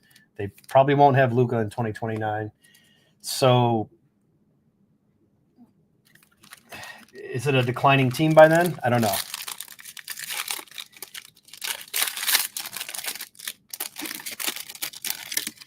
Oh yeah. I agree with that. I know he's not the same, but I don't follow basketball. I don't like the new basketball. I haven't watched basketball since LeBron was in Cleveland. I'm not a LeBron fan. I'm born and raised in Cleveland. I don't like LeBron. Can't stand the guy. He's a clown, in my opinion. He's a fraud. And it's coming from someone from Cleveland, and everybody that I know thinks and feels the same. Not that changes anything. It's just how I feel about him. LaFraud, LaClown, LaCheat, LaQuit against the Celtics. LaQuit James. That's my number one go-to. LaQuit James. He's an amazing player, but he's another dope that had all the power to do things a different way, and he went a different way that I'm not a fan of. Tyler Anderson. Oh, blue background. Nice. All aces, blue background. Let's be a Nolan or something. Burly man. Roger Clemens and Garrett Cole, but it's a nice blue background. Bribia. But yeah, basketball is just not the same when I used to watch it. It's just a different game for me, so I'm not a fan of it as much. I mean, I don't go out of my way to watch it, don't go to games. But all about the baseball, though. Baseball is a lot. Gilmore, what's up, man? Baseball is a lot more fun for me. I just enjoyed baseball and all of baseball. And a poker, what did I say? Left the E out before poker? I must have missed something. Well, yeah, I don't understand the trade. Like, I mean, I still like talking about sports. I just don't understand what the deal was with that. Why do you make that trade? Is there something? Oh, the late shift. Tyler Anderson on the blue. Last pack for you, TCP.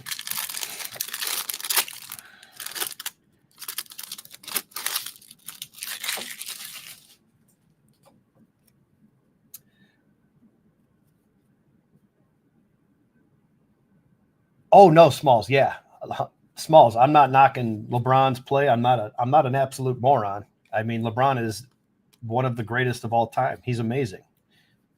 I'm just not a fan of him. I'm not a fan of him. Not a fan.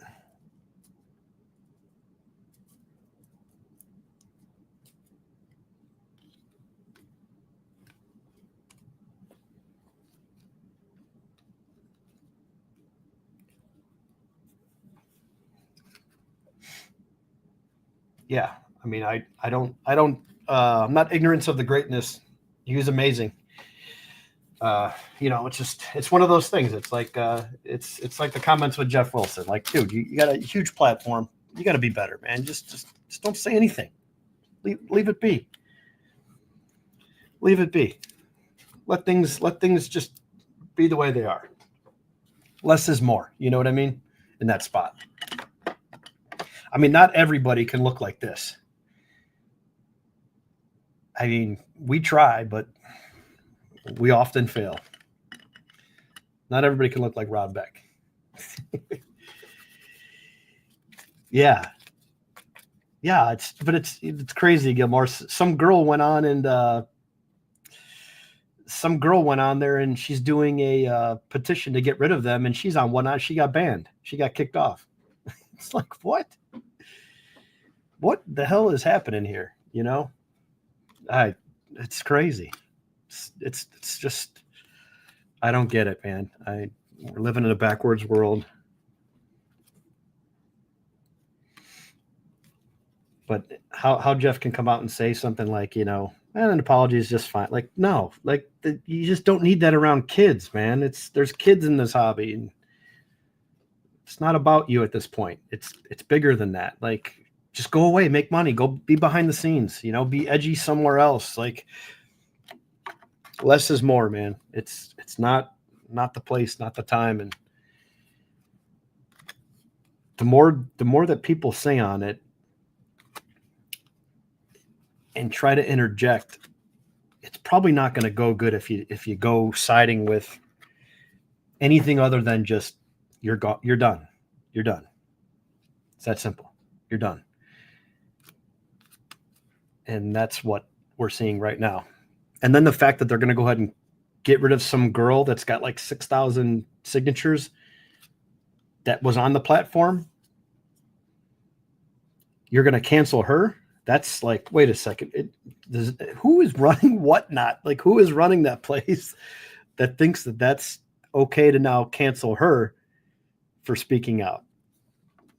What does that say? What does that say there? No, I get it. They're a moneymaker for WhatNot. I understand it. I'm sure everyone's got a phone call from WhatNot and their recruiting crew trying to recruit them to sell on their platform. And, we've all laughed about the voicemails and how many calls we get, but no thanks.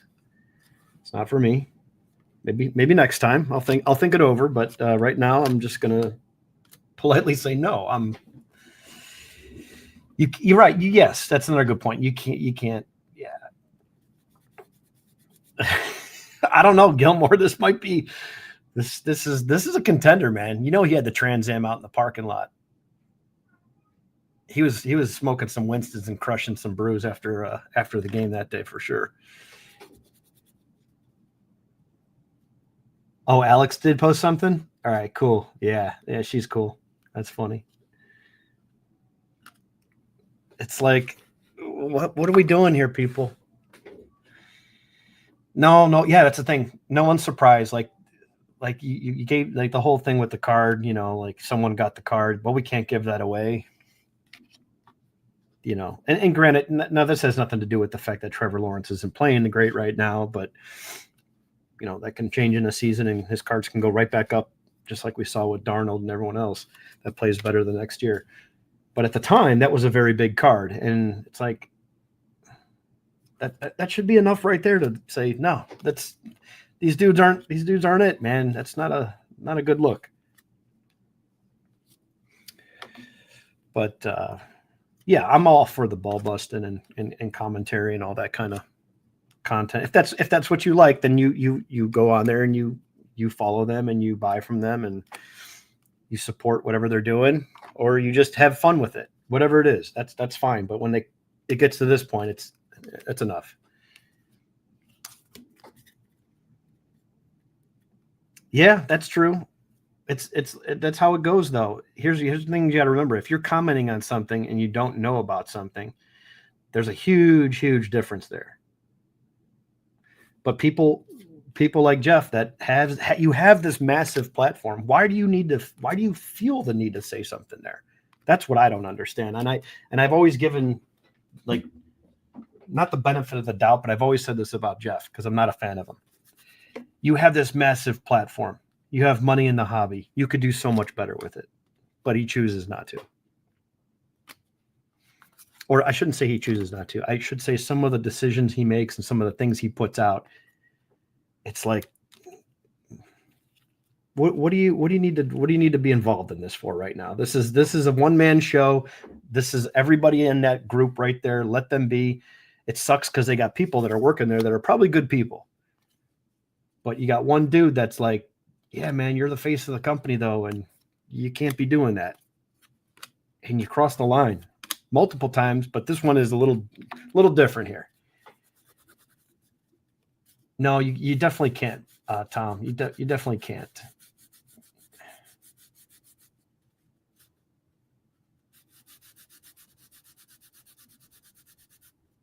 Yeah, I see what you're saying. I see what you're saying, Smalls.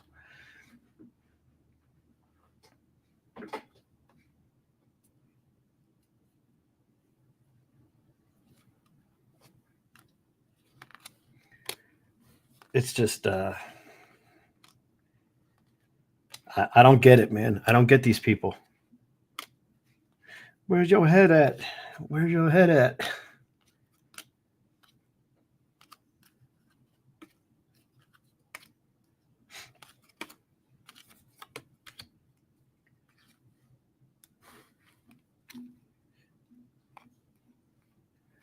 Gilmore, are you guys doing fantasy baseball this year?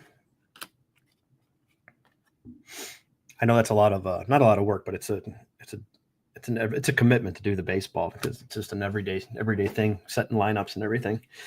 Whereas football once a week, it's just easier.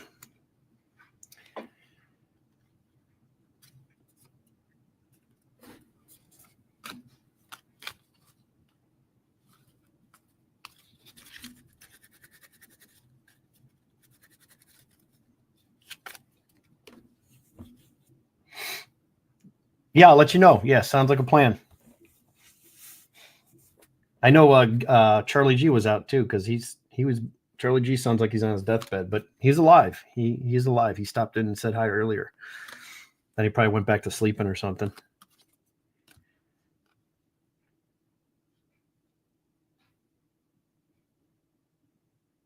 If anybody wants to check out Gilmore over at VB, vintagebreaks.com. What time do you go on? 8 o'clock nighttime? Or you're on the West Coast, but 8 o'clock Eastern, my time. 2 more hours. Ultimately, the only way to make them understand is by people choosing to not. That's true. 5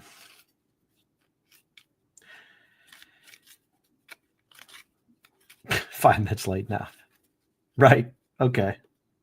That's funny. Yeah, I know. I feel your pain. Is he really? Nice. Good for him. Yeah. That's cool. Good for Rory. Yeah, Smalls, you know what? That's a good point, man. That's a good comment. That's a good comment there.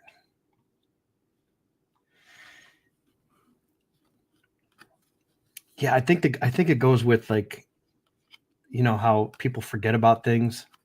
I think I brought that up a while ago with the guy from Jimmy John's, you know, going out there and killing a bunch of animals that have like that aren't bothering anybody. Guy goes across the world and pays a bunch of money and shoots them. And then people forgot about that and they still buy the subs. And same thing with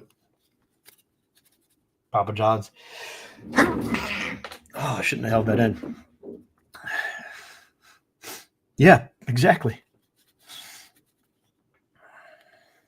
Oh, there's Nala. What's up, man? I'm just sorting cards. Just doing some sorting the break from the other night. The mixer. I got just 2 more paper stacks to go in this little bit. I'm gonna finish up. Gotta get some dinner at some point. Figure out what's going on for tonight. Gotta get work scheduled up for get everything for work for tomorrow. The usual Sunday nonsense. Yeah, Smalls definitely nailed it with that. Yeah, it's a great comment. It's I don't know. It's like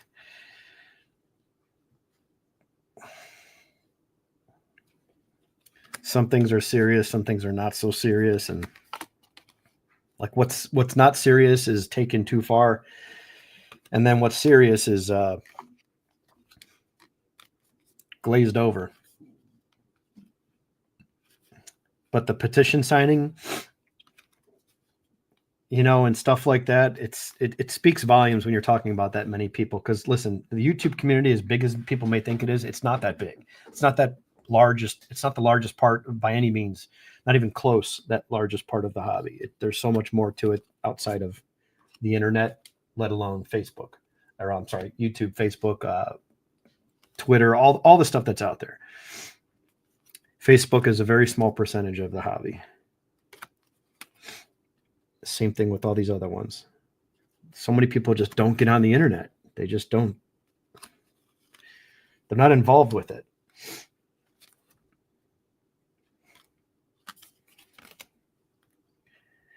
And it sucks because when you generalize people into a group, because you're in a specific group but not part of them, that's the part that is like no one cares about that. They'll throw you right under the bus with the rest of them because you do that without questioning, without even caring about, because I'm a realist too. Like, listen, there's people that are probably good people at that company that have jobs, that work there, that sort cards, that ship cards, work on the website, whatever it is they're doing there, right?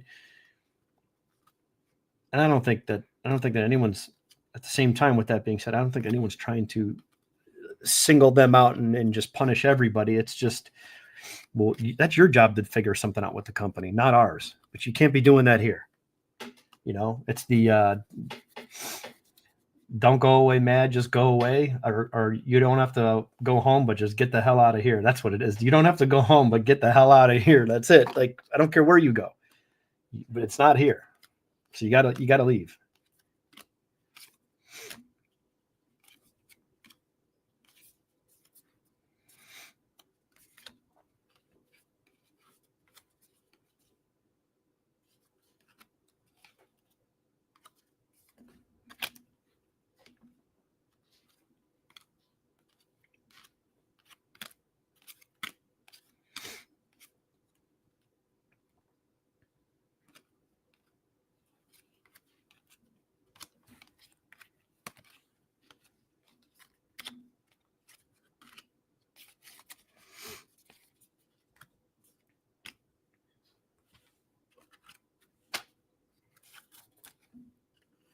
Rod Beck for MVP and Kenny Lofton for Hall of Fame.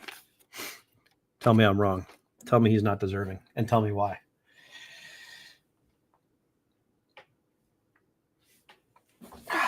Does that make me an apologist for Jeff Wilson? Because I don't think I'm trying to be an apologist for Jeff Wilson. I always say that about him, where I'm like, God, Jeff, can you just do something good with all the money you're putting into the hobby?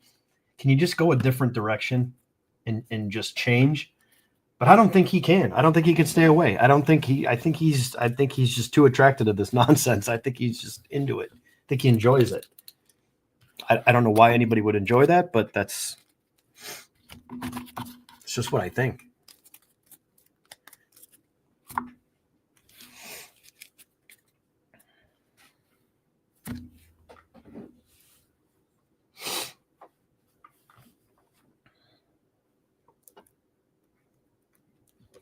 That's not the sleeve stuff. I'm gonna sleeve some more of that.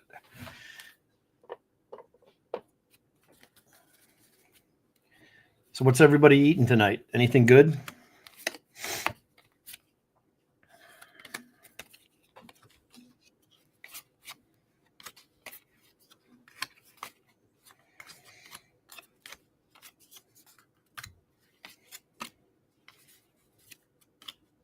I can't decide what I want to eat today. Yeah, neither can I, Nalo. Dude, I'm not, like I said, I'm not a basketball fan, man, but I don't understand it either. I forgot who was that person that I didn't recognize that jumped in here, made a comment. Something's fishy there, right? Like, how is that allowed?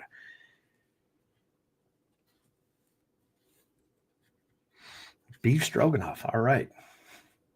Not bad. Interesting.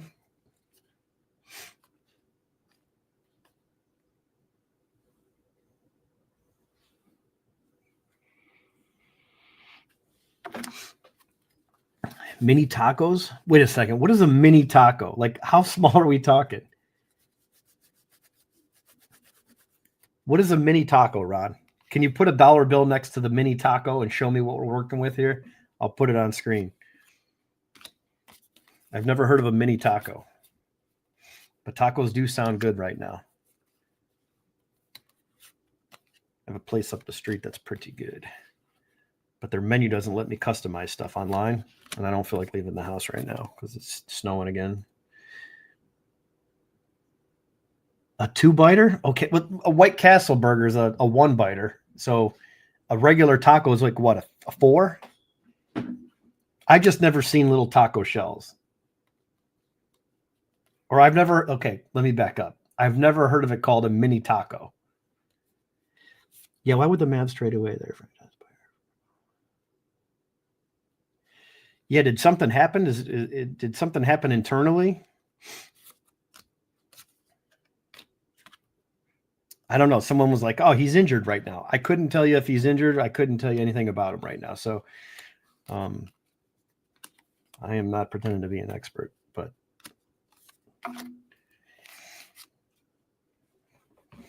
I just blame LeBron. It's just easier. LeBron did it. I shouldn't say did it. He made it happen. LeBron plays GM all the time, which I don't think players should be able to talk to in those having a say in that kind of stuff. I don't think they should be allowed to talk to owners and have those type of meetings if that's what they have. Don't know.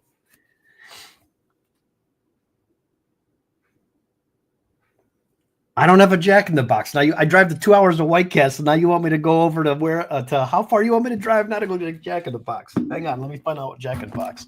I'll make the trip. Let's do it. Oh, whoa, Bradley, where'd you get this one? Whoa, that's a sweet card. That's cool, man. Bradley, that is an awesome card. I'm a fan of Jacob Wilson. This kid can hit. That's a nice looking card.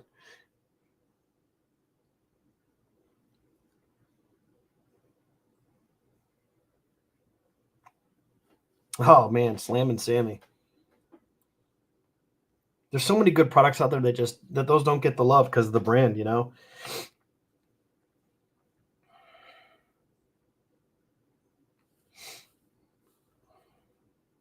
Smalls, I got your list. Thanks for sending that.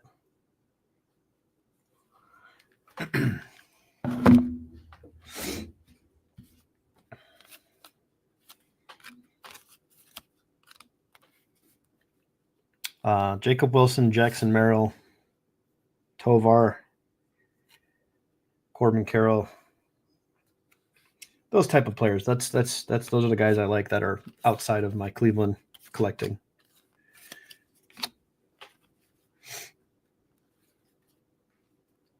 Caminero's good.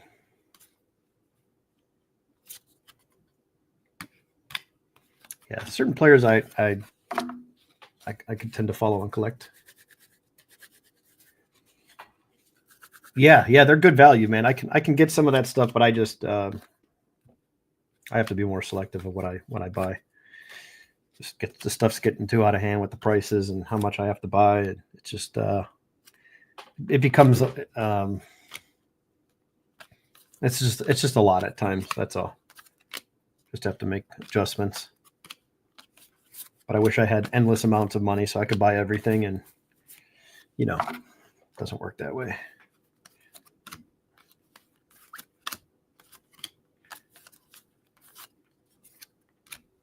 But I am actually looking forward to the card show that I'm going to do for the first time. See how it goes. Hopefully it's a lot of fun.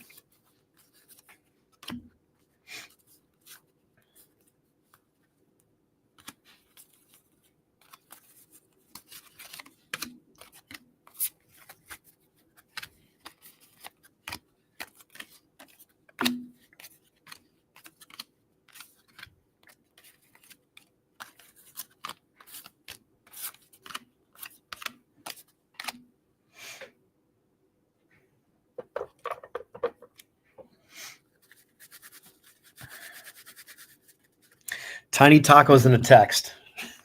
Say that 10 times fast. All right, Ron, let's see what Ron's working with here. All right, here we go. Classic tiny tacos from Jack in the Box.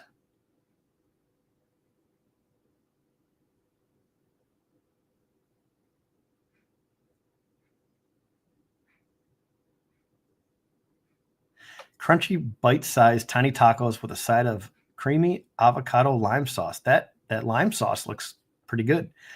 Try like little love letters.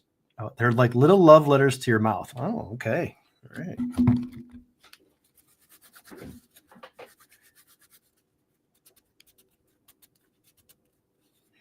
I have you're missing. They cook it in onion grate. Wait, whoa. Who just knocked the White Castle? What's going on here? The Mavs didn't like him being out a lot and doesn't take care of his body, yet AD is out a lot also. Oh, I believe nothing that those people say.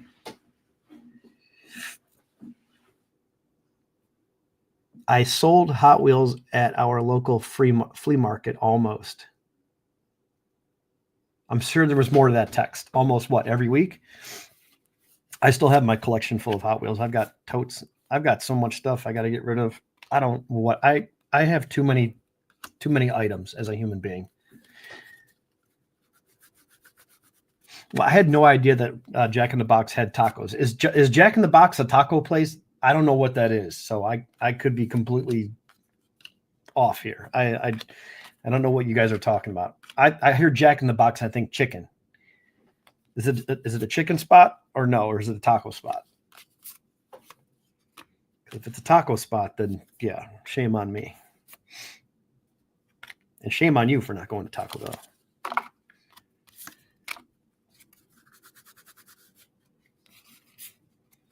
Who's knocking White Castle, man? I think I'm going to go get some White Castle tonight. What time is it? 6:20?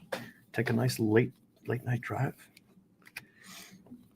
Hit the highway with my thoughts. Little Jack Handy. Oh, it's a burger spot. Okay. All right. So yeah, maybe I'm wrong. Arnie, you already knew I hated White Castle. Maddie, when we listen, is there White Castles in Chicago? I don't think so. Okay. Gotcha, Tom. Worked the table and it was fun until it wasn't. Oh, okay. Gotcha. Yeah. Working the Hot Wheels. Yeah. I've got so many.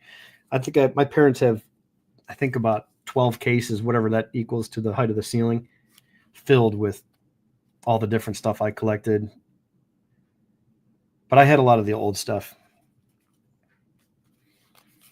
I was buying that stuff when I worked at the department store.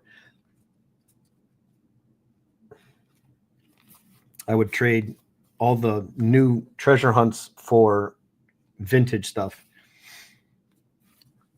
I was only 14 at the time, 15, 16 or 15 at that job, but 14 or 15 going to those shows and selling stuff. Back then, people were always so mad. How do you have all these? How did you get all these? Because I had the whole, there was 40 cases on a pallet, and I would go through the whole pallet. And yes, that was me back in the day. Hate me all you want. It was a perk of working at a retail store. Then I had the line on the Beanie Babies. My sister worked at the Cleveland Zoo gift shop, and they sold them there. and I was able to put orders in. So I went around to all the card shops and all the stores that sold collectibles, and they would give me their list, and I would basically give them to my sister. My sister would fill the list, and I would pay either they were $2.50 a piece or $5 a piece, whatever it was 50% off, and I got them for half price. And I took all that money and basically bought sports cards. Deep Thoughts by Jack Handy with guest host Arnie on the mic. So yeah, I did that. Oh man, we traded everything. We traded bike parts as kids for cards. I did that. Pretty much anything we can get our hands on, we did. We went into the woods, looked for glass bottles and cans to get money for candy and baseball cards, and garbage pail kids, depending on who was in the group. When we were out in the woods, come out with a garbage bag full of stuff, take it up to the corner store. I think it was 10 cents a bottle back then. We would get the tall, skinny Coke bottles and Sprite bottles, or not Sprite, 7-Up, Coke.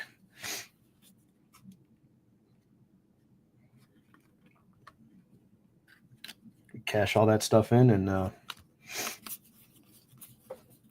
we fill up on some noun laters and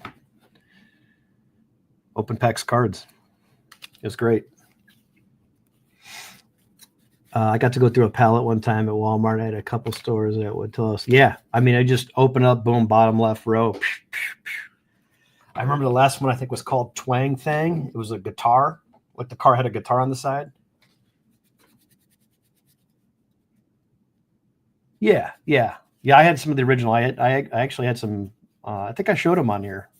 I don't know where the photos are at. I showed them on here before where I had the actual photos. So what I had to do is I actually had to take the cards back then, and I think it was called Toy Shop Magazine. I had people that I never met talking to me on the phone. They're like talking to this kid, and they're sending me a money order in the mail to my house, my parents' house. And then I would turn around and cash that and then box everything up and then send it to them. But before that, I had to take pictures of the stuff, get them pictures developed, take the stuff that was developed, and then mail it to the buyer. Then they would send me back the money order with those photos. And that's how I did deals out of the Toy Shop Magazine. I believe it was called the Toy Shop Magazine. It was a thicker book.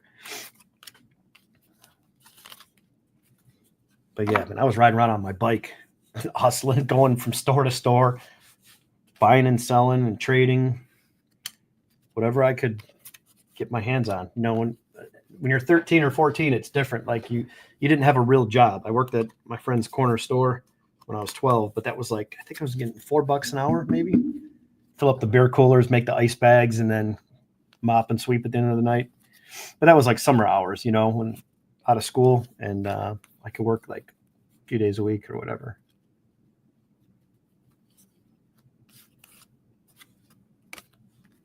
But, oh boy, those were the days. You thought things were so hard, but everything was so much more fun back then.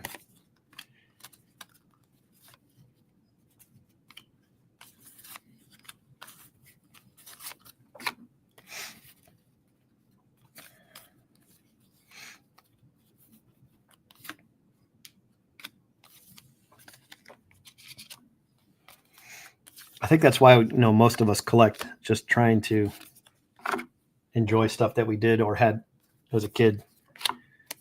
Just makes it that much more enjoyable. I think I'm gonna have to sleeve these and sleeve all this stuff here. I'll do this later.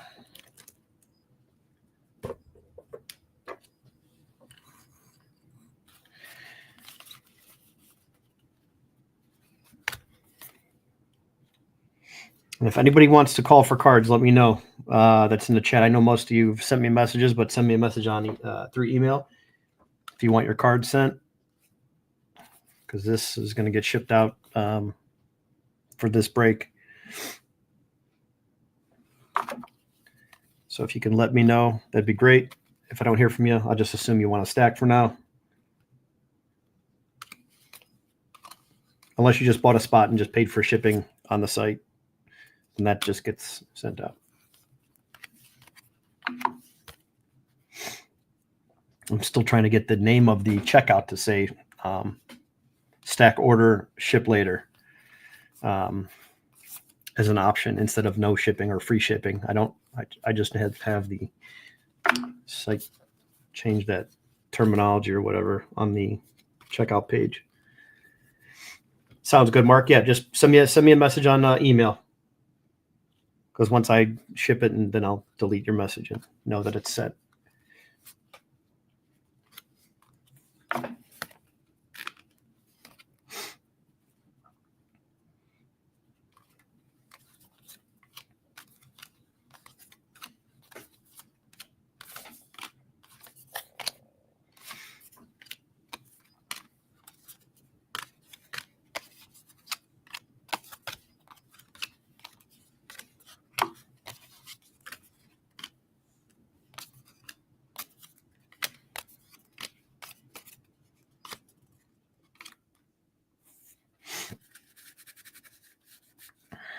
Oh, nice. Yeah, let me know it's all in good shape. Hopefully everything's there's no damage, Maddie.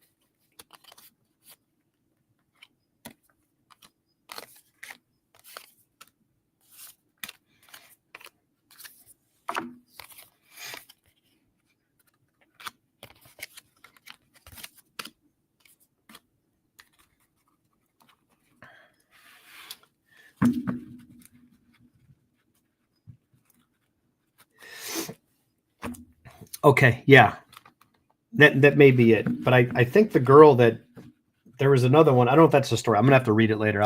Mike put a link in his video description, I think. But I'm gonna have to go read that and see exactly what it entails, because I'm curious now. I want to make sure I'm talking about the right thing.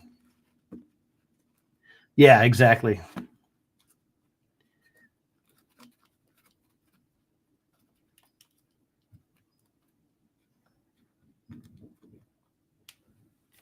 Just depends on who posted it.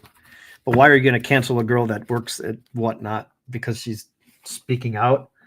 That to me just makes it seem worse. Like, what for? Let someone have their say. Who cares? If you don't like their opinion, this is a little different though. Like, come on, man. It's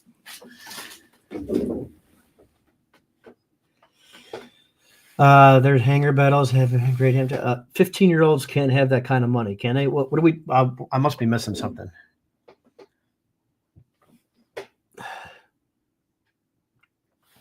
Link down. Oh, what? The link doesn't work?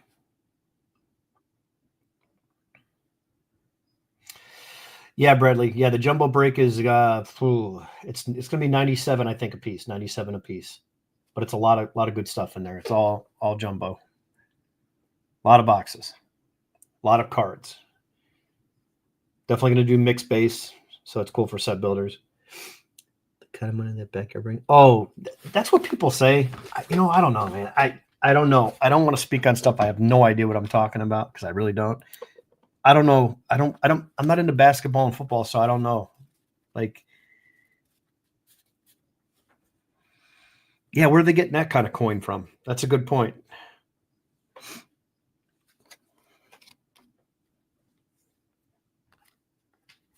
Yeah, you know what? I don't know. Now that you say that, I don't.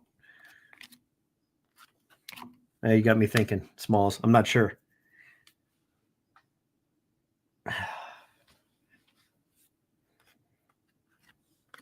That's a lot of cash, man.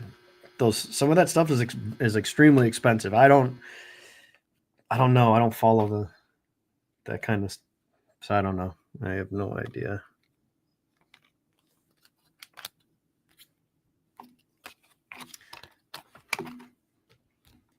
But I do know what's inexpensive is White Castle sliders. Get them by the case, the Crave case.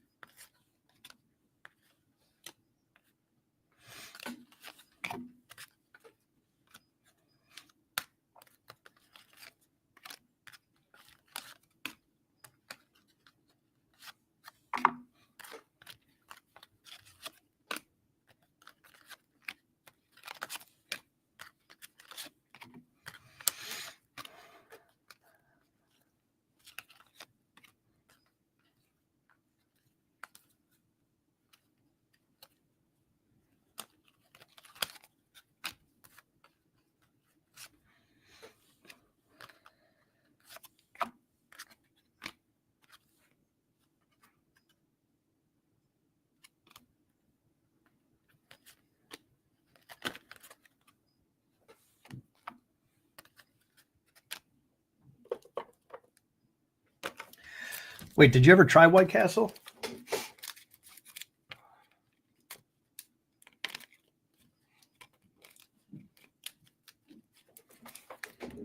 Maddie, I'm not saying feed. Listen, Maddie, I'm not saying feed your family 7 days a week White Castle, and that's your go-to, and it's just high quality food.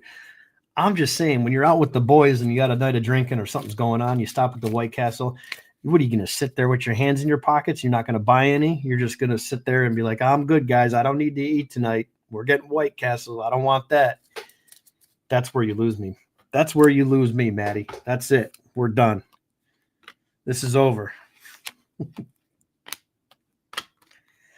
Are you kidding me?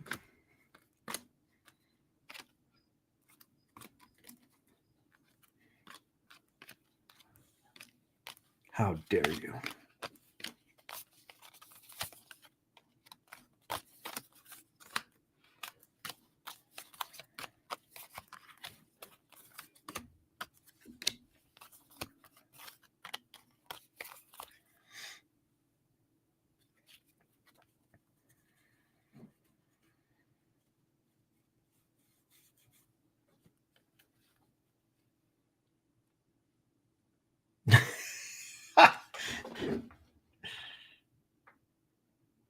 Oh, yeah. I just like the regular traditional sliders. You know what? Let me call Ray, see if Ray wants to go. Where's Ray? Where I got to find my phone? I got to call Ray, see if Ray wants to go get some Castle tonight.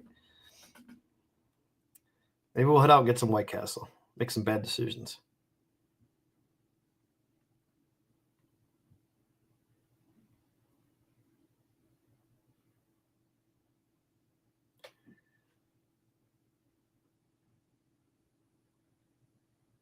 White Castle, you drive, I'll buy. Let me know. I drove last time. Belly Bombers, man. There we go. Huddle, what's up, man? I like that name. I like that name a lot. That is awesome. They have fish and other, yeah, the fish nibblers. I got those one time. Yeah.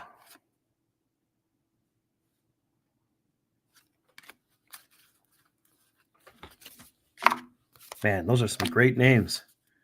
I like that. Oh, man, my first trip to Vegas, right off the freaking airplane, right into the hotel room, right to White Castle. Wonder if I still have those Vegas pics in my phone. I don't think I do. I think there's some in another phone. This phone's dead here.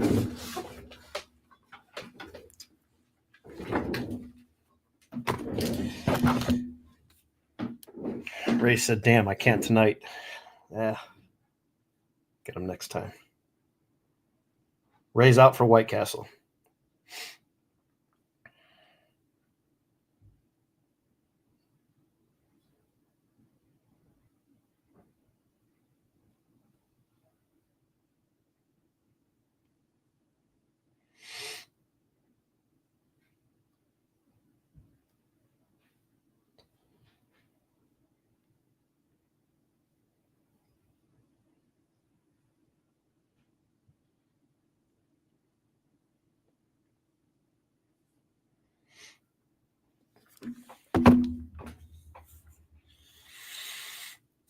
Since I was a teenager. Oh, really? That's awesome.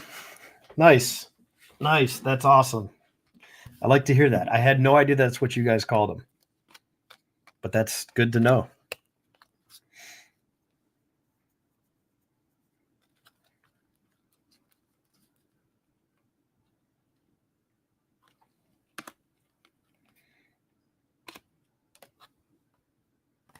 Huddle, where do you think Acuna fits with the Mets this year? Is he going to get full-time playing time? Are they going to move somebody so he plays all the time? Or is he going to be platooning? What do you think is going to happen with Angel Acuna as a Mets fan? Just curious if you can share any insight on that.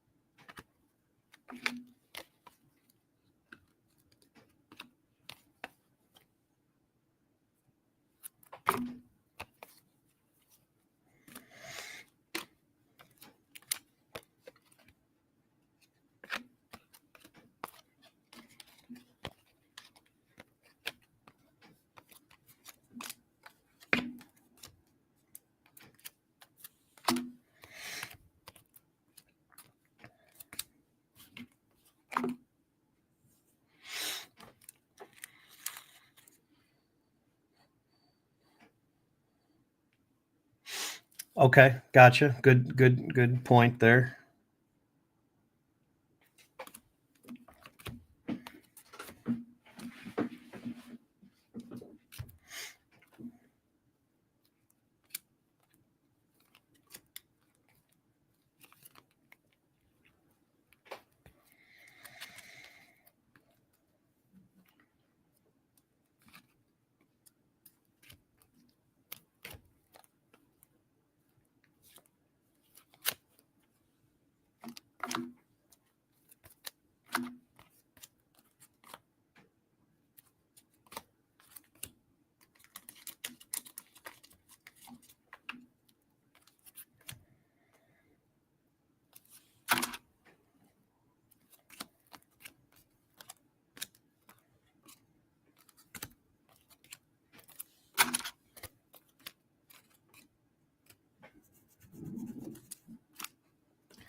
All right, last stack.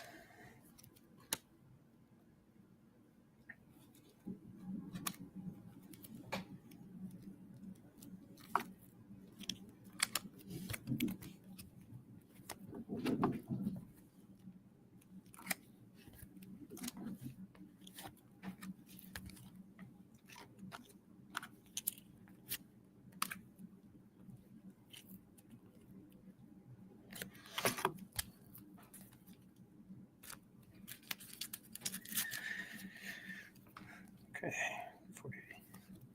Almost done here.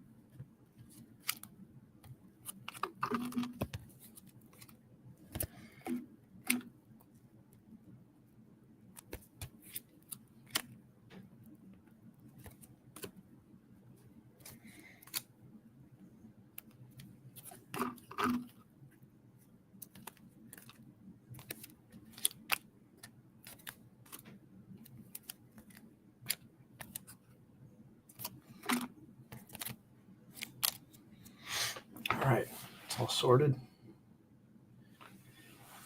Much better. Arnie hasn't had a burger with a Tiger's coat. Market price. Oh my God, that's funny. You guys are nuts. Nice, Smalls. I love it. That's great. Weren't you supposed to win the Royal Rumble last night? Oh, that's great.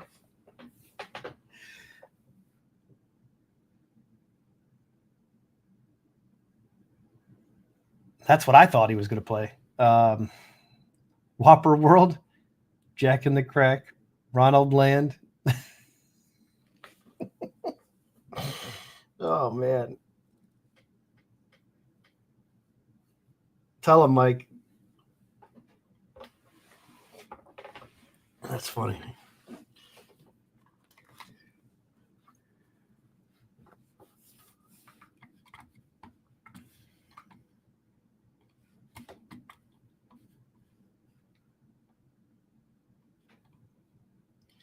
All right, where the hell is the Super Bowl square list that I made? That's the real question today. Super Bowl.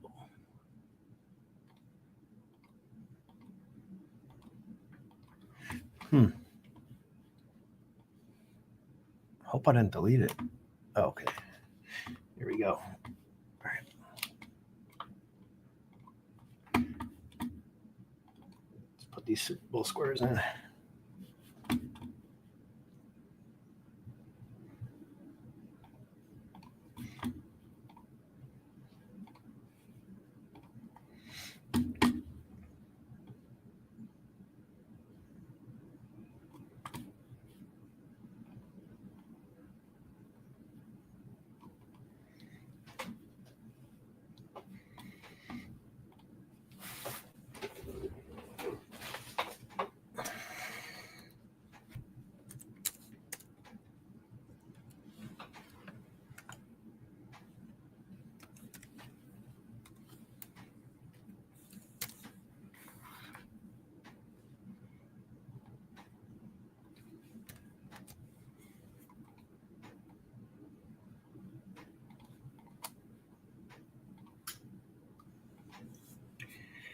Okay.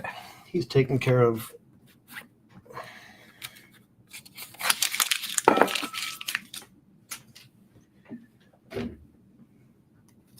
two people won last night. Mark and Cardaholic won last night.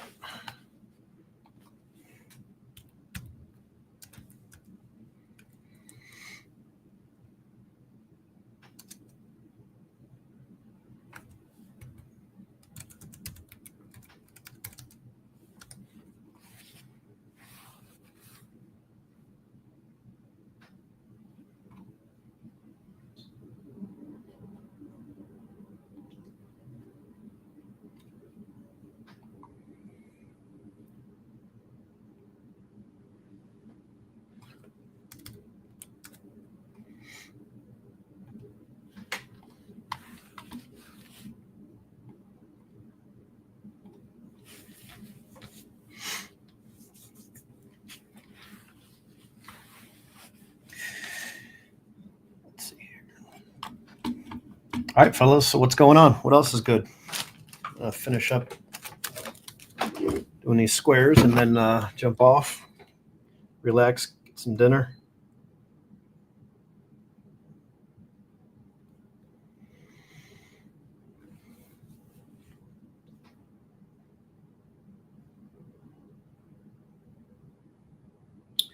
Lucky Peter gets one from today's purchase. P. All right.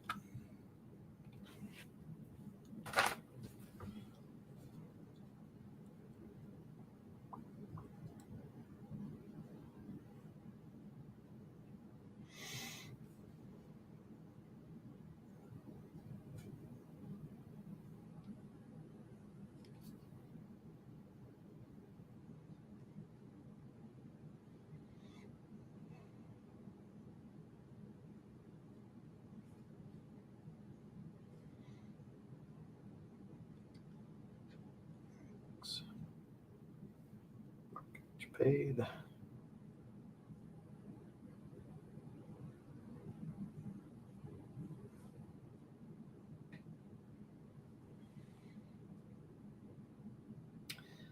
Flare, 1, 2, 3. Okay, we're gonna run up for 2 spots for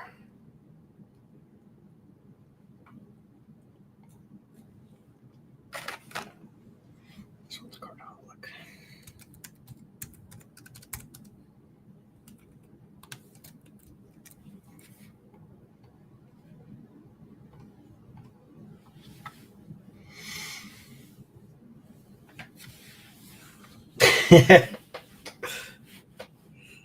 Yeah, it's about time you do some work.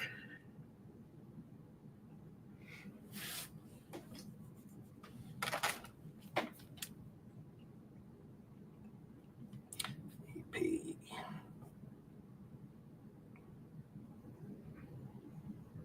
Mega boxes, 2 more. Okay, 2 more.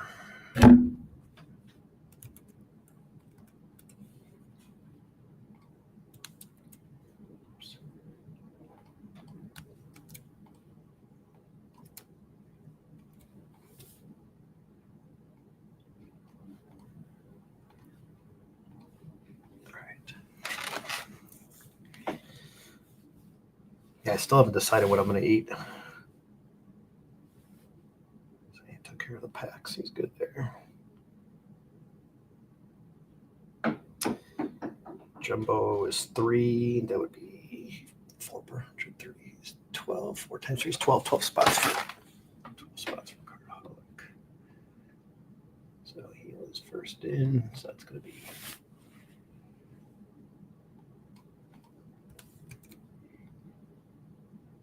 8, 9, 10, 11, 12. All right, he's square. Okay. We'll have this thing filled up in no time.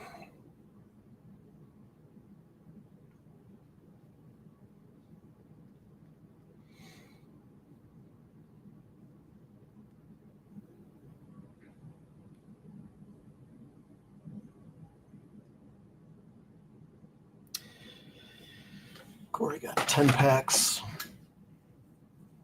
We'll round that up to 3 packs, 3 spots.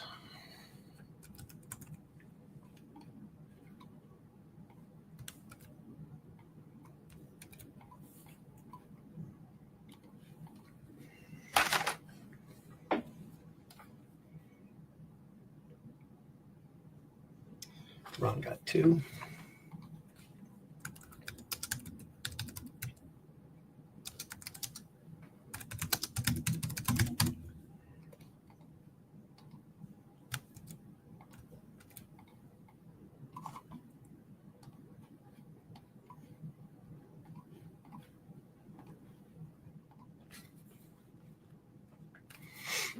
Oh, no? Yeah, I got snow again here today. It was really warm the other day. It went to like 40, 45, I think it warmed up to. Melted a lot, and then more snow.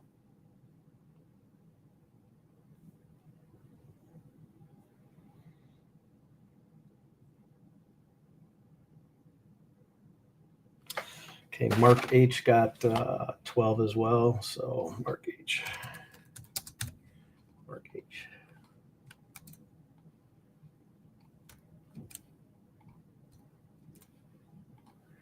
10, 11, 12.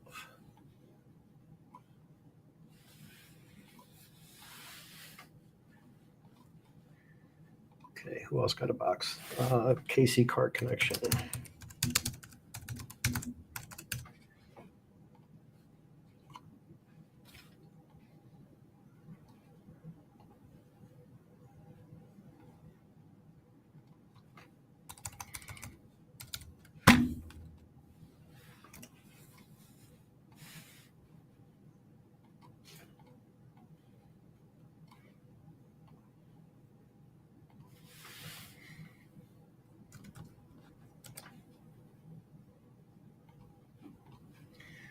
All right, Casey gets 12.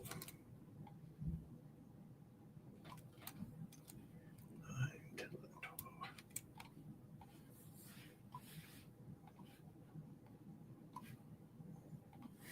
12. Okay. Now imagine that. Every time you leave the house, just sun just beating down on you. Nothing but sun and good vibes. No wonder why you guys are always in a good mood.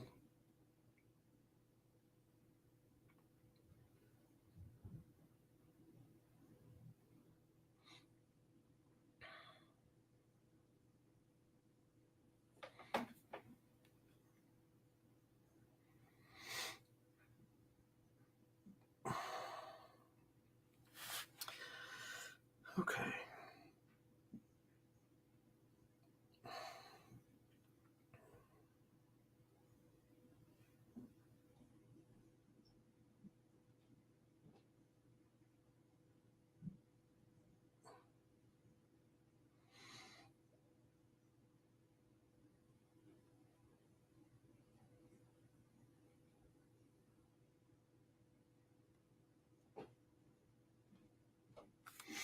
Who else got a win? Corey and Cardaholic got a win from the other night. That was a giveaway. Corey and Cardaholic. Okay.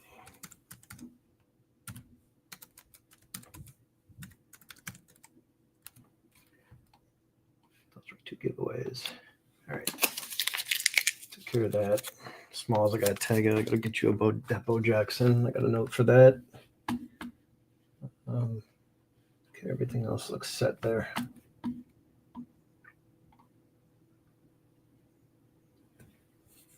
Oh man, I miss the warm weather.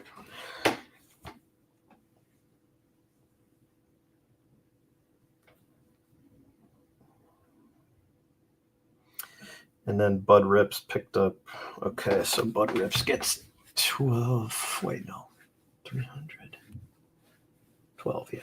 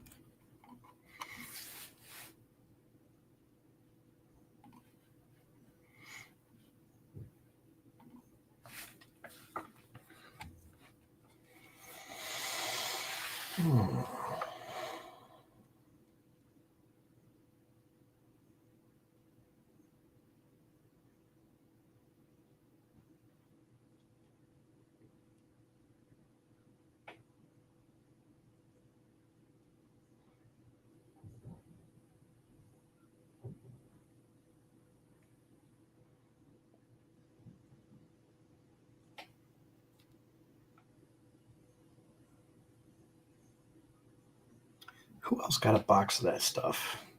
Someone else got a box of. Who else got the 5th box? Casey bought a box. Casey, Kyle, Bud Rips, Cardaholic. There's a 5th box of that jumbo case. Got Casey, Bud Rips, Cardaholic, Kyle, Mark H. Got Cardholic in there. I got Mark H. I got KC. Bud Rips.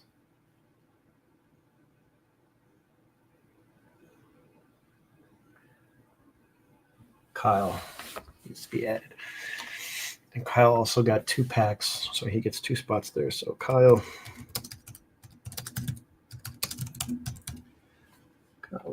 Cards.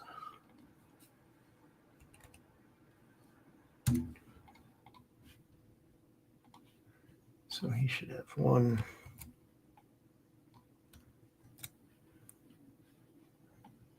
13. And 1 more for 14. With the upper deck packs. Okay. Well, this one's almost full. It looks like everybody's orders from that night.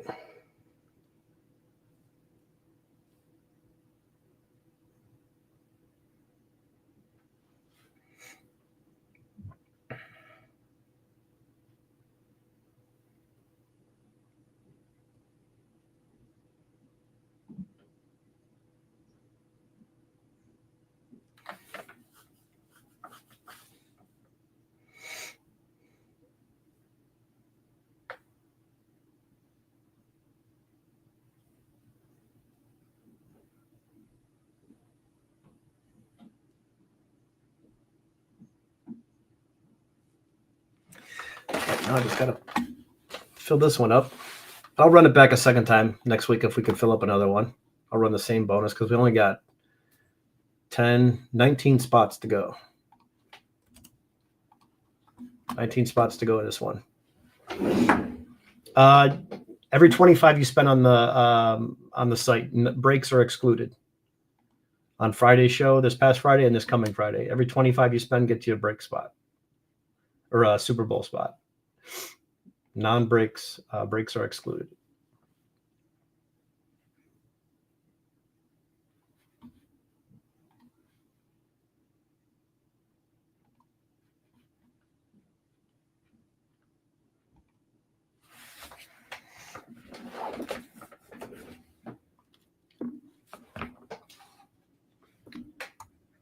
Those are done.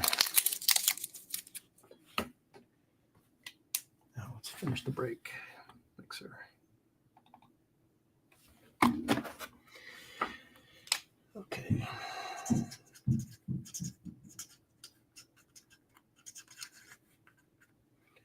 What else do Bud Rips have? The Red Sox.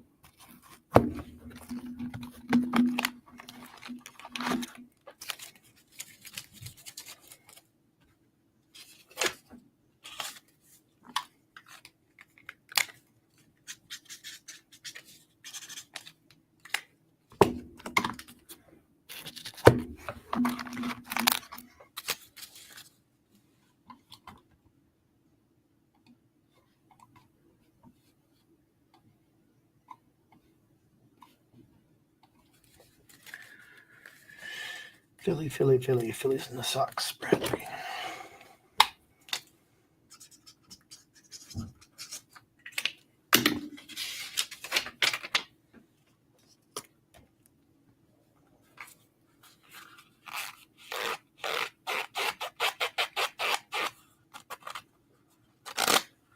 Oh, that's awesome, man. That's great.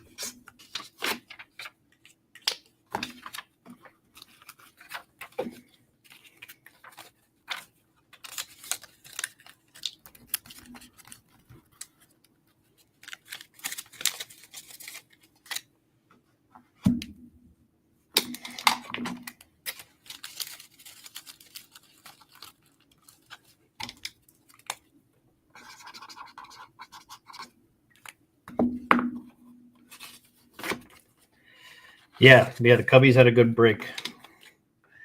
Cubs did good last night. Mets did good. Cubs did good.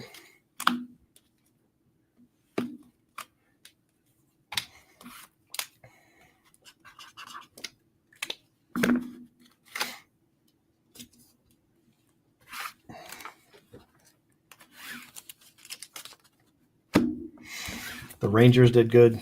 Rangers had a lot of cards. I like these. These are pretty cool looking, this design.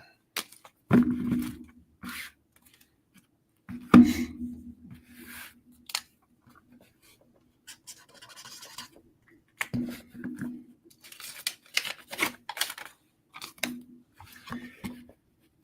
had the Rangers. I had the Blue Jays.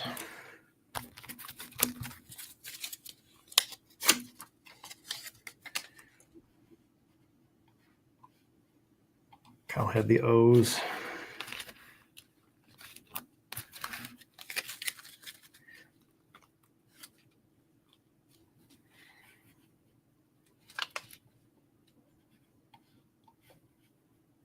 D-backs.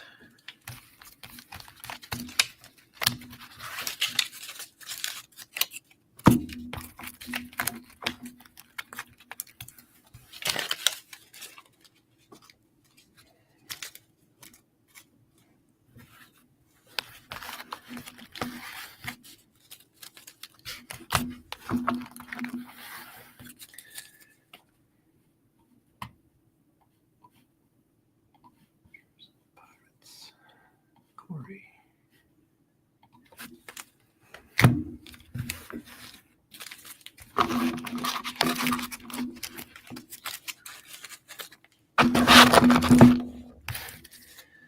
Okay, what did the Yankees? Smalls had the Yankees. Did that. Mariners go to Cardaholic.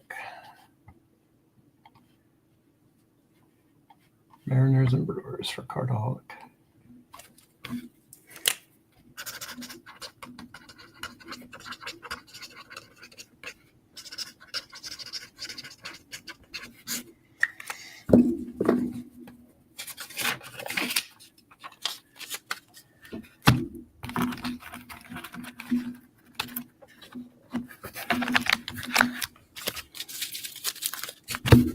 Sean had the Astros, I believe.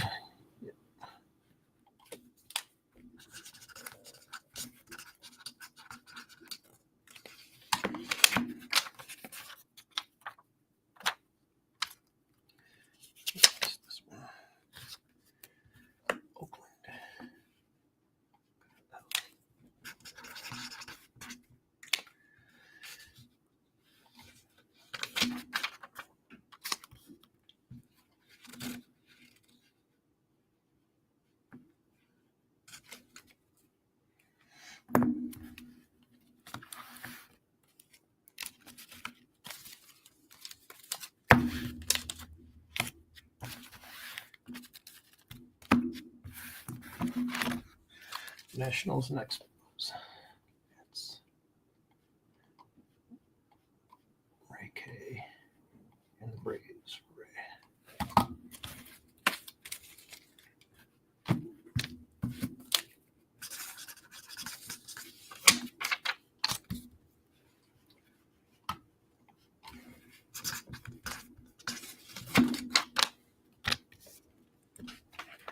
San Diego Padres mortgage.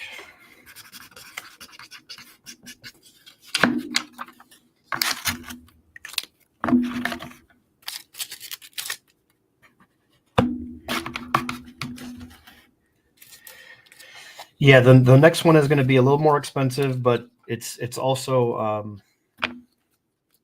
going to be like over a dozen 13, 14-ish jumbo boxes. It's going to be a big break, but it's going to be fun.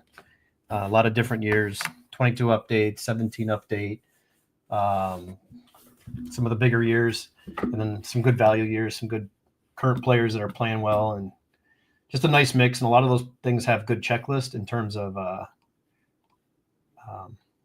inserts, autos, and stuff like that. So guaranteed autos will help. And then the other relic hits. So a lot of guaranteed hits is kind of what I'm going for, and an all flagship. And then all the base cards minus stars and inserts will be mixed base. So people that do sets, good chance to get cards of different players.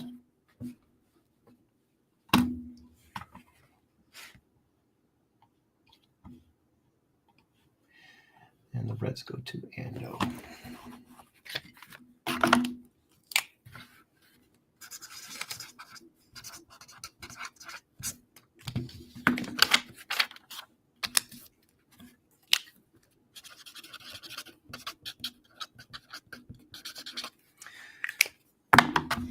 White Sox.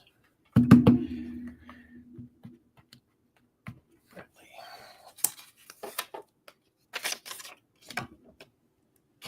Okay. All right. Pick a number in the chat, fellas. 1 to 100. I'm going to give away this stack of cards here from the break. Just some nice inserts in here. Frank Thomas. I took the Indians cards up, and then this is going to Enfuego. But everything else is there. Pick a number in the chat, 1 to 100, fellas.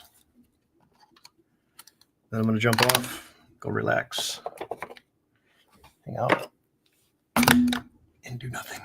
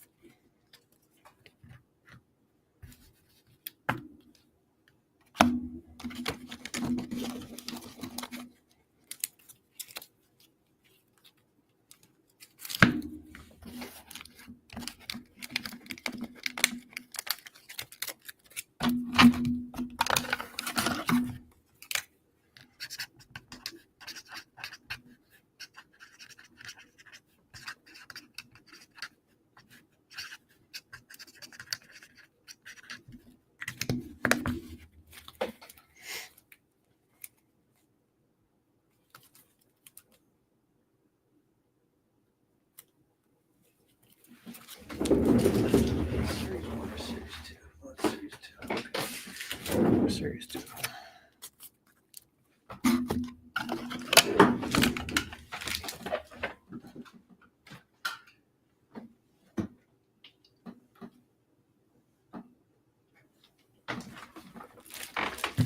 Right, got that break sorted.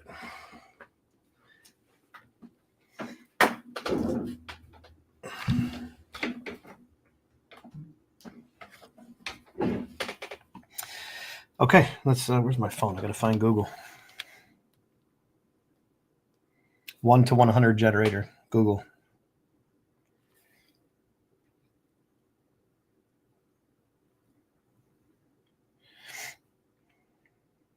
Okay, 1 in 100.